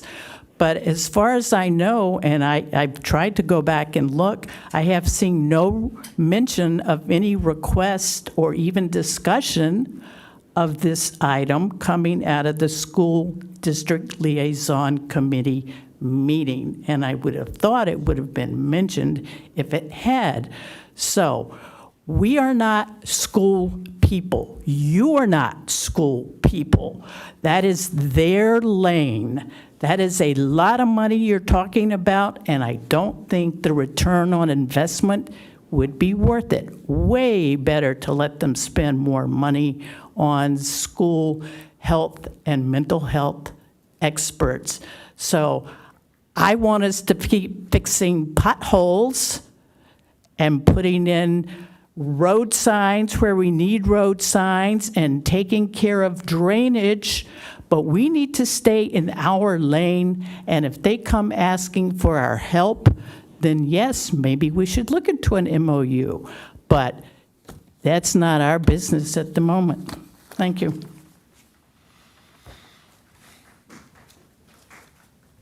Pamela Day, are you here? Okay. Next speaker is Stephanie Wheeler, followed by Brad Lefkowitz with a time donation from Farhad, and final speaker after that will be Jeremy Ross. Hi guys, I like seeing this on the agenda, and for the points that you made, I think it's important to start considering this at the schools in our city. There's a lot of statistics out there when it comes to just the deterrent factor around anything horrific happening to children. I think it is definitely money well spent and money well invested, and I think a lot of your taxpayers would agree that saving one school, one child from anything horrific happening would be worth. Because right now, faith-based groups are also a target, and it is a big concern of a lot of parents in this community that send their kids to private schools for a lot of reasons. We want to feel safe in those places, and we want our kids to feel safe worshiping during the school hours. I wonder, though, on the statistics that you had, if when you mapped out all the calls, if that includes private and public.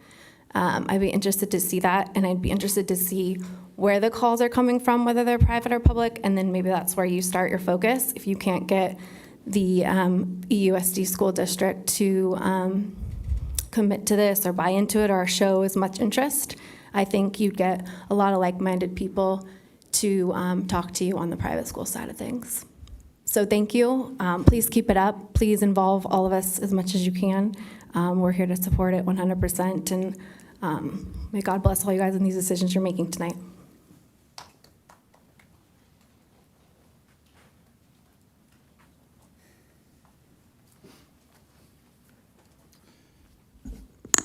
Hello, Mayor and council members. Brad Lefkowitz, District 4, parent of 2 kids at Ocean Knoll.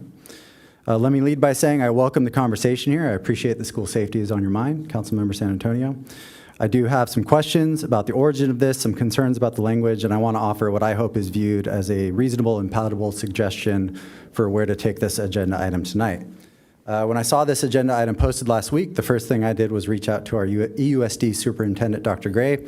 Side note, I've had the pleasure of getting to know her a little bit over the last few years of our kids being at EUSD, and she is one of the smartest, most thoughtful people I've encountered in town. I encourage all of you to get to know her if you haven't already, whether it's through this agenda item or another opportunity. When I talked to her last week, she had not been contacted prior to this agenda item being posted, and I found that surprising. That brings me to what I hope is the outcome of this agenda item tonight. I think the only action that should be taken is opening a conversation with the school districts in Encinitas on this issue. Whether that is through the school liaison committee, special meetings, or private meetings, we need input from all the districts and stakeholders. As it reads, it sounds like council is planning to tell the school districts what they need. And if that was done without consulting superintendents or trustees or principals from all of the schools and districts that would be impacted by this, I find that a bit concerning. Particularly since, to my knowledge, nobody on this council has children in our public schools. And I know you'll be making that choice soon. I think you'd probably be OPE. I encourage you to send your kids to school there. I've heard nothing but great things. So again, I think it's incredibly important that this conversation is driven from the other side of the table. My guess is that if you bring all of the stakeholders together, you will find that not only will different districts have different needs, whether it's Cardiff versus EUSD, the elementary schools versus the middle and high schools. I'm not there yet, but I heard the kids there have a whole new set of needs. But that even within the districts, there may be different needs and reactions from one campus to the next. Parents and staff at our school, Ocean Knoll, may have different views on this than those at Capri or Ada Harris or Degano or SDA. There are also some logistical issues to iron out when it comes to separate needs across grade levels and district boundary overlap between cities. So again, I hope that it is a reasonable suggestion that the only action taken tonight, if any, is to start a conversation and bring all the stakeholders to the table to get a clear sense of their needs before we have staff spend too much time and money working on this. In terms of some of the specifics here in the agenda item, I do have some additional questions and things to point out. The item shows a significant decrease in calls for service and deputy-initiated actions from 2 years ago, but cites rising needs in relation to mental health issues. However, among the key responsibilities listed for SROs, I don't see a super clear tie-in to specific mental health services. EUSD has counselors and psychologists and a really great curriculum called TRACK that focuses on self-awareness, self-esteem, and self-regulation. And while we will always welcome more investment in our kids' mental health, I'm not sure SROs are the right mechanism for that. And as evidenced by some of the comments and written public comments, you will see that some people feel they could have a negative impact. So again, I want to emphasize I'm a bit neutral overall on this concept, but very much in favor of opening this up for conversation and getting more input from all the schools within our city limits. And while just a moment ago, I referenced some parents that have shared their concerns about SROs on campus, I also want to share that I personally know some parents who are incredibly thankful for them at one of our Carlsbad schools in EUSD. As the agenda item points out, our 4 EUSD Carlsbad schools have an SRO, and that was incredibly important last week when the address of one of our schools and specific teachers' names were being shared online by far-right extremists. It led that school in Carlsbad to hire private security, and it led parents to set up rotating shifts of a neighborhood watch to monitor activity around the campus. And that brings me to my last point. One of the biggest threats to school safety right now is misinformation. We've seen it in our school board rooms and at this very podium, online every day, and even lately from the President of the United States, talking about our district. False claims about our schools and educators put kids and staff directly at risk. Council members, many of the people who support and follow you are active in these conversations. You have an opportunity to make our schools safer by stating clearly that the claims made about our schools are false and harmful, and by asking your supporters not to spread them. That leadership tonight would make a real difference. I realize this is a lot to bring to this discussion, and while I believe everyone knows what I'm talking about, I'm being intentionally broad because I don't want to amplify those false accusations anymore. I'm happy to provide examples in private if you'd like. More importantly, I urge you to talk to parents and teachers across the district. The more perspectives you take in, the clearer the picture you'll get of what is, and more importantly, what is not happening in our schools. So again, here are my asks. Let's not tell the schools what they need without first asking them. Bring stakeholders to the table, and in the meantime, let's all commit to tamping down rhetoric that puts kids and teachers at risk. Thank you very much. Jeremy? Oh, we have one more. Just really trying to keep me from speaking. Not possible. Hard to follow the prior speaker. Wanted to come up and ask, and if it's not appropriate for you to answer in this context, I was just going to ask, had you spoken with the superintendents before creating this agenda item? I'm a father of 2 kiddos, right, in EUSD. Yeah. He Okay, can no, he doesn't ask. have to answer. I can. He can ask. Pose it reflexively. Marco doesn't need to respond. No worries. But I think that's a natural first step, in terms of actually engaging with the stakeholders, with the experts, just like we've talked about on other matters. Let's count on the experts and get direction from them. I think that's really important. And I care so much about school safety, right, with my 2 children in public school, in EUSD.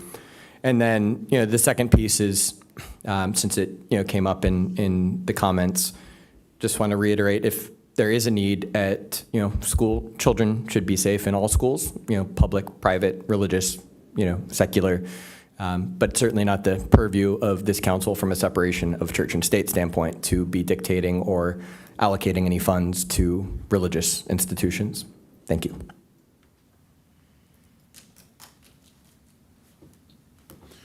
Okay, with that, did you have anything that you wanted to add, Councilmember San Antonio? Well, I just want to say that it wasn't 2 SROs per school. It's 2 SROs to rotate between the schools. So it's not 2 deputies per, the 10 or 12 schools that were mentioned. So just a clarification.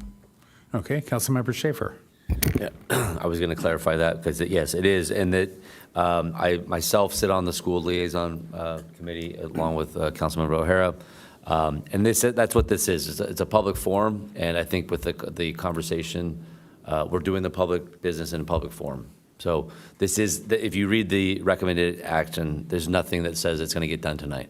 Everything is about doing the exploratory moment. So to bring it up to them or have that conversation, we only meet once a quarter, so it's not really the fastest moving model, but to the idea that we've had an increase in school shootings kind of across the board. I think mental health is probably the top of that list of when we do see something of that nature. And I'm going to talk to Captain Watts real quick because I know that Captain Watts in his younger years where it was a school resource officer himself, and if you wouldn't mind giving us a reflection on your experience and what you now know, hindsight, the benefits, the pro cons, from what your personal experience, and that's it, just personal experience. Yeah, thank you for the question. Yes, I was a school resource officer for the San Marcos School District many years ago.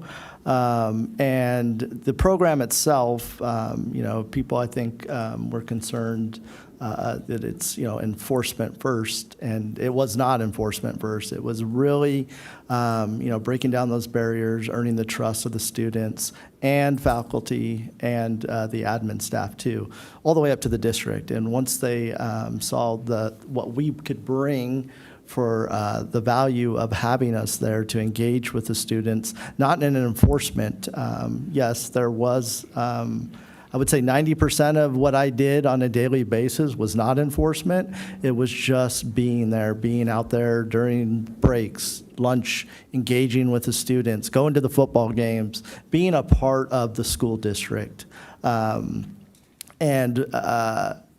was a lot of, even, at that time, there was a lot of mental health issues that these students were going through. And once the counselors understood the perspective that we were coming from as law enforcement and the students trust us, we were able to really intervene before it became a crisis. We were able to give them the support, reach out to the parents, give the parents support.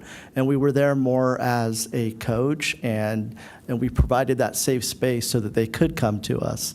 Many of the issues that I dealt with was once I built that trust with the students and with the school and the counselors, many of the situations I dealt with were brought to me from the students, things that they probably wouldn't have opened up if I didn't have that relationship with them, horrible things that were going on at home that they were having to deal with.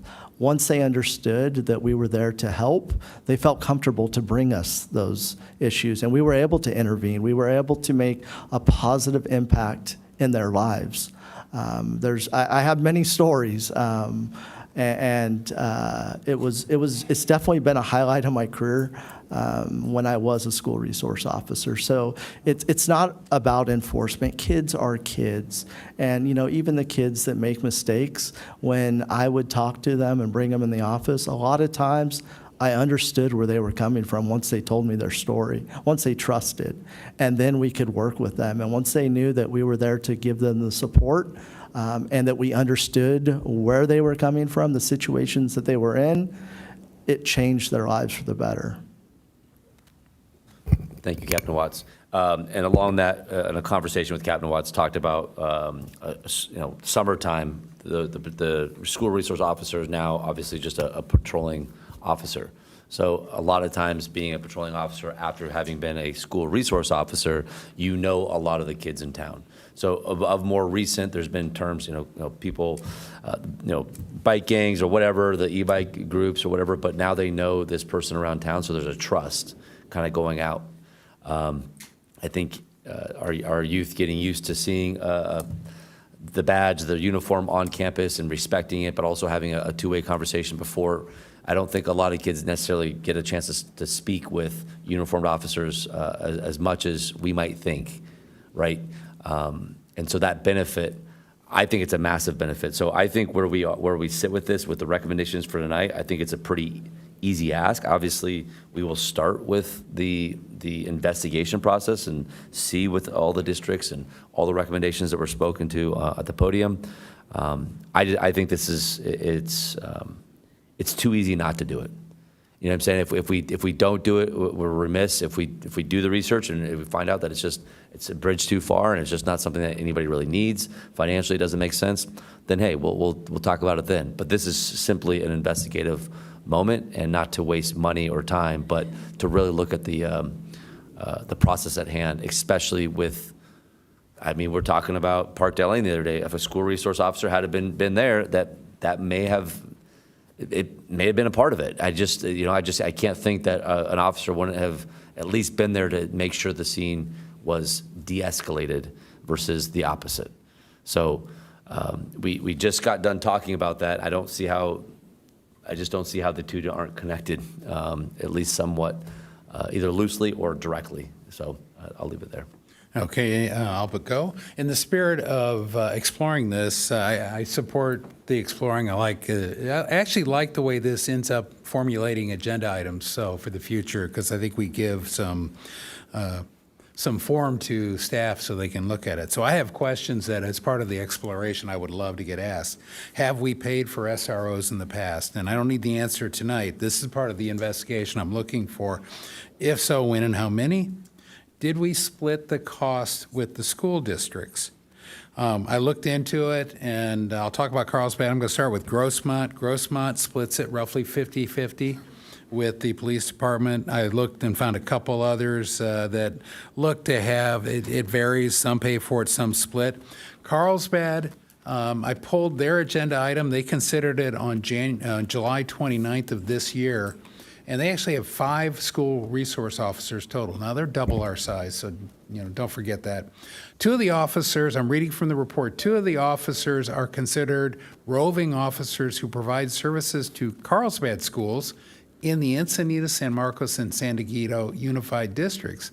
These districts were offered the school resource officers, but have declined. So that brings in, so the next question is there an interest? It sounds like we have a plan to move forward. And then it goes on to say, as I think your report said, that Carlsbad fully funds those 2 roving officers. So shared costs, school interest, and did this come up in the school liaison committee? I'm assuming it hasn't yet. So, but you guys only meet quarterly, so I hope you will bring it up. And ultimately, and I don't know that I saw this, but which schools in Encinitas? And I'm assuming we would only look at funding, just like Carlsbad only does schools located in their boundaries. We would only do schools in our boundaries. And I assume we would do public, but would we also do the private schools? And if so, which ones? And I don't need an answer tonight. This is part of the investigation. The next thing is funding opportunities. This could be relatively expensive, $500,000 or more, depending if we cost share. I really view this as something that we should consider at budget time next year, which we're coming into January, where we'll set up goals. This is something we should consider at our goal-setting session and then work.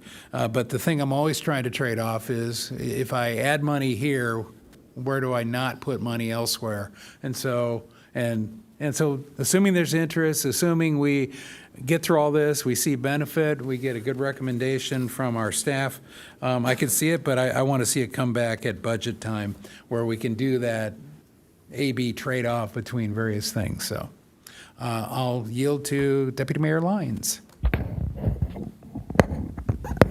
I think it's an okay idea to move this forward and have a conversation with the schools.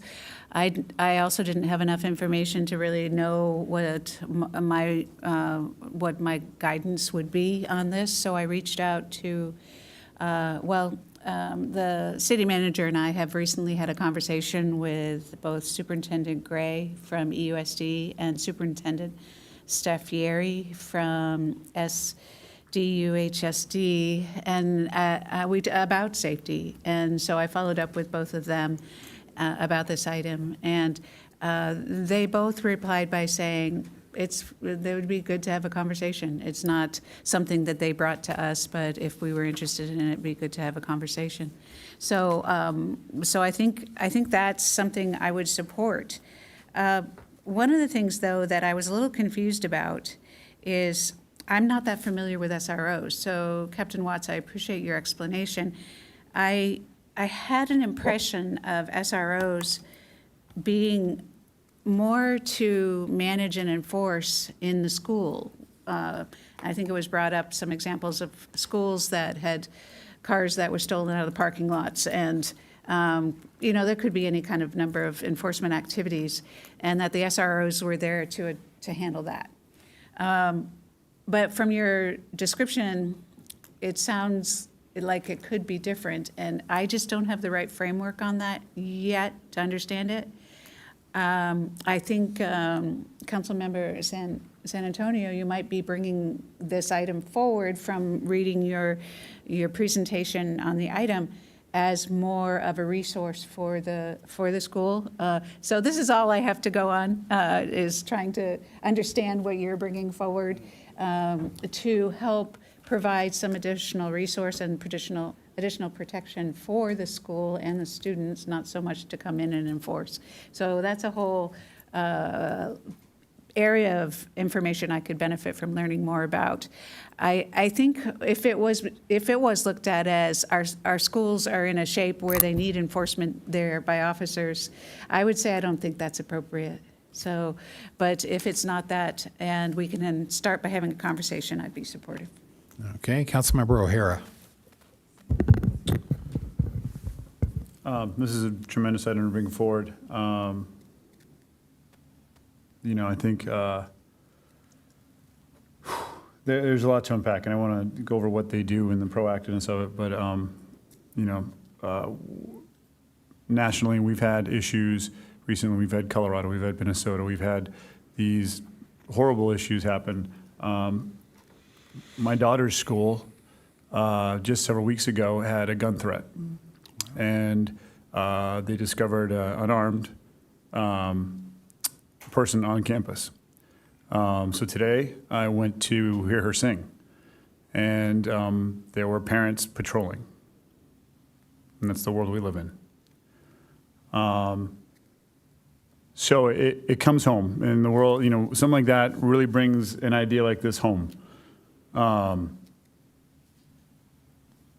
And finding the money, should we come to this, seems like a no-brainer. But I think that obvious need to address a situation like that experience I just discussed is only part of the equation. It's a small part of the equation. That immediate emergency response SROs provide is obviously tremendous. And we've had several become heroes, like many of the teachers out there as well, in these situations. And to, I think it was Stephanie's point, if it helps one kid, it's worth $1 million. They work on preventive problem solving, right? They identify and address potential issues before they escalate. So they're working ahead of time. They're strong community relations. I think Captain Watts talked about going to football games, getting out there over the summertime, knowing the surrounding. So they work well with the school, letting them know the atmosphere, the environment, everything going on, as well as out in the field, communicating that information back to the police, the sheriff's department on our case. And that is ultimately incredibly valuable because there are things that cross those lines that we currently don't have information on. And I find that to be something that would be of huge value to everybody's safety. They play an educational role. They provide safety training and mentoring students, and we're spending money on safety training that there's a good chance that they would be expert level at. And I'd love to see that happen. They collaborate, they work really closely with our school administrators and our law enforcement, as I said, to not just enforce, but to implement safety policies and procedures. They are considered a proactive approach to law enforcement. The easiest way, I think, to understand it is looking up the different models and ways in which they operate. The really common one that I found is something called the SARA model. Are you familiar with SARA? SARA stands for Scan the Environment to Identify Patterns and Recurrent Issues of School Safety. Analyze the causes of these patterns to target areas amenable to intervention. Respond with interventions and assess the impact of those interventions. What does that mean? I know some of us here thought like, oh, well, we need more mental health. Well, the SRO doesn't sit the kid down and have a conversation with that person. The SRO says, hey, staff member of the school, I think it might be good to talk to this kid. He needs a hey, you're doing a good job, or she needs a more, or he or she needs a lot of help, and we need to step in and intervene before it gets too far down the road. And that is that connection and bridge from the student to the school that I think we see missing in a lot of areas, and it's incredibly valuable. I'm going to 100% put a motion in to support this motion. I think one of the comments that was made was open a conversation with the school. I think you have to have the framework to open that conversation. So if you want us to open that conversation, we are excited to do it. We're excited to get that framework to do it. I also want to deal with one last thing that was discussed, and that's a request to include in this database what it would look like to work with private and charter schools. I think here in Encinitas, the majority of our private schools and families are taxpayers in Encinitas, just like everybody else. And our sheriff's works for all of our taxpayers. There are questions about targeting reasons. It might not just be religion, it might be a value or a special focus area of a school. And so every student in the school matters to me, whether they go to private school or public school. I'd like to explore that. And I think if we're talking about being equitable in our application, tax-funded security should be considered equal to all schools across the board. And then that opens the door of what's this conversation look like. I do agree the idea of having two is a good place to start with that number. I would support that. But overall, I think the idea to explore this, yes to this motion with the added amendment, if the rest of the council's into it, to request to include the info regarding private schools and charter schools, what that might look like and what that conversation might look like. And that's my motion. Okay. Did you get that motion? Yes. We'll have you read it back. Councilmember San Antonio.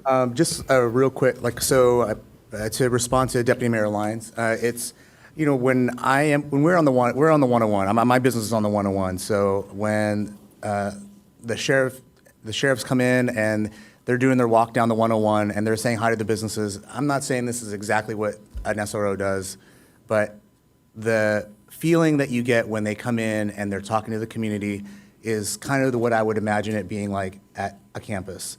They're coming in, they're not coming in hot. They come in, they say hi, they're chatty, they want to know what's going on. How have you seen anything? How's everything going? And it is purely it's just a great conversation.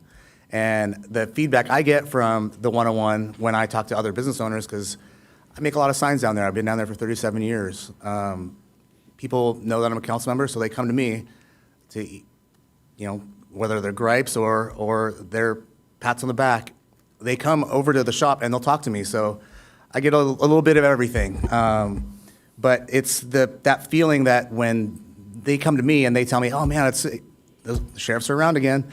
And I have not heard one bad thing. It's always like, oh, it's great to see them, or, oh, they stopped by and they just wanted to check in. It's kind of great. And it is. Every time they stop by, it's not one, they're doing their walk. So sometimes there's 6 to 8 and they're stopping by just doing the walk, and you get to see them, and I don't see them like once a quarter. I see them a lot. And I think that consistency and that smile, it's not adversarial. It's you definitely build the bonds. I mean, you know, you don't stop by my place just because I'm a councilman. You stop by, and I heard you, Captain Watts, did you stop by next door? To ask one of the deputies. That just happened the other day. And that's great. I mean, you don't just skip somebody. You really go to each business. And I think that's kind of the feeling that I would imagine it being as an SRO, really being hands-on and just being there. I would see you every day, probably like I'd see a teacher or whatnot. You know, it's just that consistency that I think that builds that bond. So just my old 2 cents. And we have a motion with, we're looking Second. for a second, so I got a second now, okay. And then Yeah, and Councilmember Schaefer. I think it says it in there, it's a resource officer, it's not an enforcement officer. So the resources are far and wide, and I think in the time that we're in, it really just, it drives home as the youngs become older, the younger ones become older. It's just having that confidence in the people that they see around town, and I just couldn't say enough good things about it. I had a school resource officer growing up, and I thought it was a great guy. So anyway, I'll second. I'll leave it there. Really quick, sorry, I just want to add one more thing. You know, they were there for the school hours, and they don't just go home. They would go and do their other sheriff duties. So they'd be on the street during vacation or when school off season. They'd be out doing other patrols. So it's not just for the school. They go back to doing their normal sheriff duties when they're off. So it's a year-round thing. So we've got a motion and a second, and if I can get the clerk to read back the motion. So it'll be part of recommended action 2 and 3. So direct staff to prepare a comprehensive report detailing all costs associated with hiring 2 full-time sheriff deputies, 1 assigned to elementary schools and 1 assigned to middle high schools, serving the public schools within city limits. And second one, initiate outreach to the Encinitas Union School District, Cardiff School District, San Diego Union High School District, to pursue MOUs outlining shared operational responsibilities and cost arrangements for school resources officer deployments, and also to request info to explore the inclusion of private and charter schools in this proposal. Although I don't think we wanted to necessarily explore an MOU at this point. We wanted to get the information to have a conversation with them about this and gauge interest and discussion. But he got the private school in there too. Correct. right? Yeah. Okay. Yeah. Okay, so with that modification, anybody else? If not, I will call a question.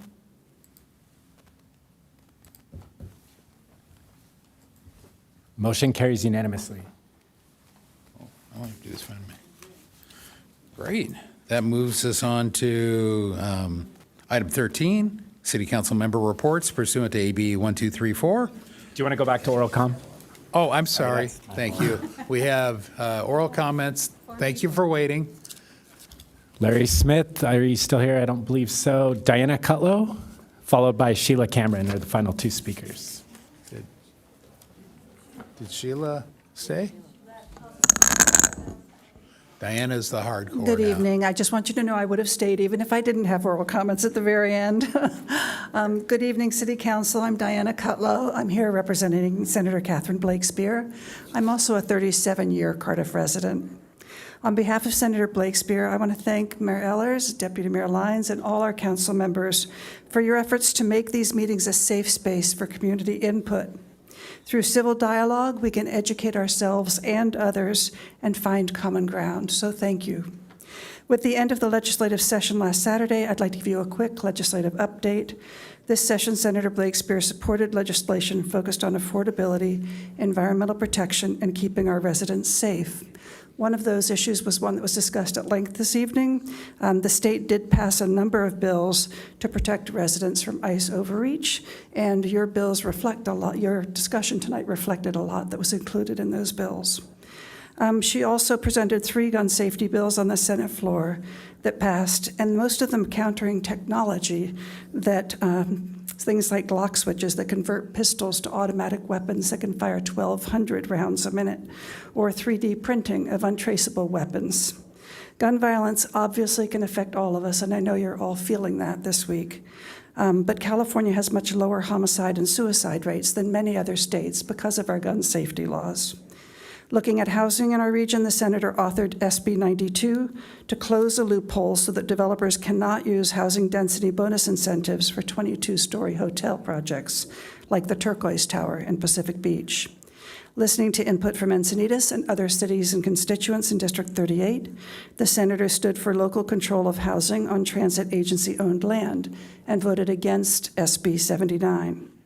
The governor has until October 12th to decide whether he will sign it, and we are analyzing this heavily amended and very complex bill to see how it will affect cities in District 38. As chair of the Environmental Quality Committee, the senator was instrumental in the extension of California's Cap and Invest program, California's flagship climate policy that funds transit passes, intercity rail, air protection, and more by charging a fee for carbon emissions. And it's a really wonderful way to reduce carbon emissions by incentivizing people to do less and also use those funds to support green technology moving forward. This fund has been vital. Also, there's $30 million in funding for the Habitat Conservation Fund in the Senator's SB 427. It's been vital in preserving long-term health of our natural resources, which are such an important part of living in this beautiful city. The Senator welcomes proposals for legislation in the coming session. Please feel free to reach out to our office with any questions or ideas. Thank you. Good. Thank you.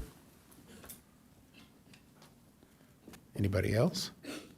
Okay, that concludes oral comments now. We'll move on to item 13, which is City Council member reports pursuant to AB 1234. Start with Councilmember San Antonio. Nothing to report. Yeah, Councilmember O'Hara and I attended the San Alejo JPA, where two things have happened. We've approved the CEO's raise, his raise this year and for future, and then we also approved the rate change for the next 4 years, which is going to be substantial, but it's due. We talked about it during the water board, but that's what we talked. Okay. Nothing additional to report. It's been a while since I've reported, so apologize. Looping back in here, I've been attending the Encina Wastewater Authority board meetings and the Encina Wastewater Authority Capital Improvement Committee over the last couple months, and also the San Diego County District Water Authority, both their officer meetings and which are not public, and their board meetings. Thank you. And I attended the September 12th Sandag board meeting, where the majority of the items were about past audits or audit reports and audit plans for the future, which we adopted them. There are some pretty serious transgressions from the past that are being addressed fully by the new management and by the board. And we look forward to continued audits and better results in the future, less findings, so to speak. So with that, city manager report. Yes, thank you. I have one. I just wanted to let council and the public know that our finance department, through our annual comprehensive financial report, which is called an ACFR, we won the Government Finance Officers Association Certificate of Achievement for Excellence in financial reporting. The Certificate of Achievement is the highest form of recognition in governmental accounting and financial reporting, and its attainment represents a significant accomplishment by a government and its management. When a certificate of achievement is awarded to a government, an award of financial or an ACFR is also presented to the individuals of the department. So I just wanted to let you know that we again have won this award of excellence. So I want to thank City Council for its leadership with our budget. I also really want to thank our finance department and the rest of our departments. It just shows that we have wonderful financial resources, we have great audit findings, and that we are fiscally responsible as we are stewards of taxpayer dollars. So I just want to say congratulations to City Council, to our staff, and especially our finance department for this award. So thank you. City Attorney. I have said enough this evening. And City Clerk, anything? Nothing. And with that, we will adjourn. Thank you.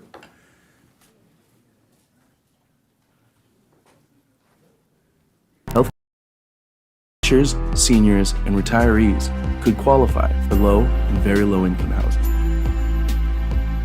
With our choice coastal locale and desirable community, all of us want to experience the quality of life that makes Encinitas special. A safe coastal community with excellent schools. This will only be possible with more affordable housing options.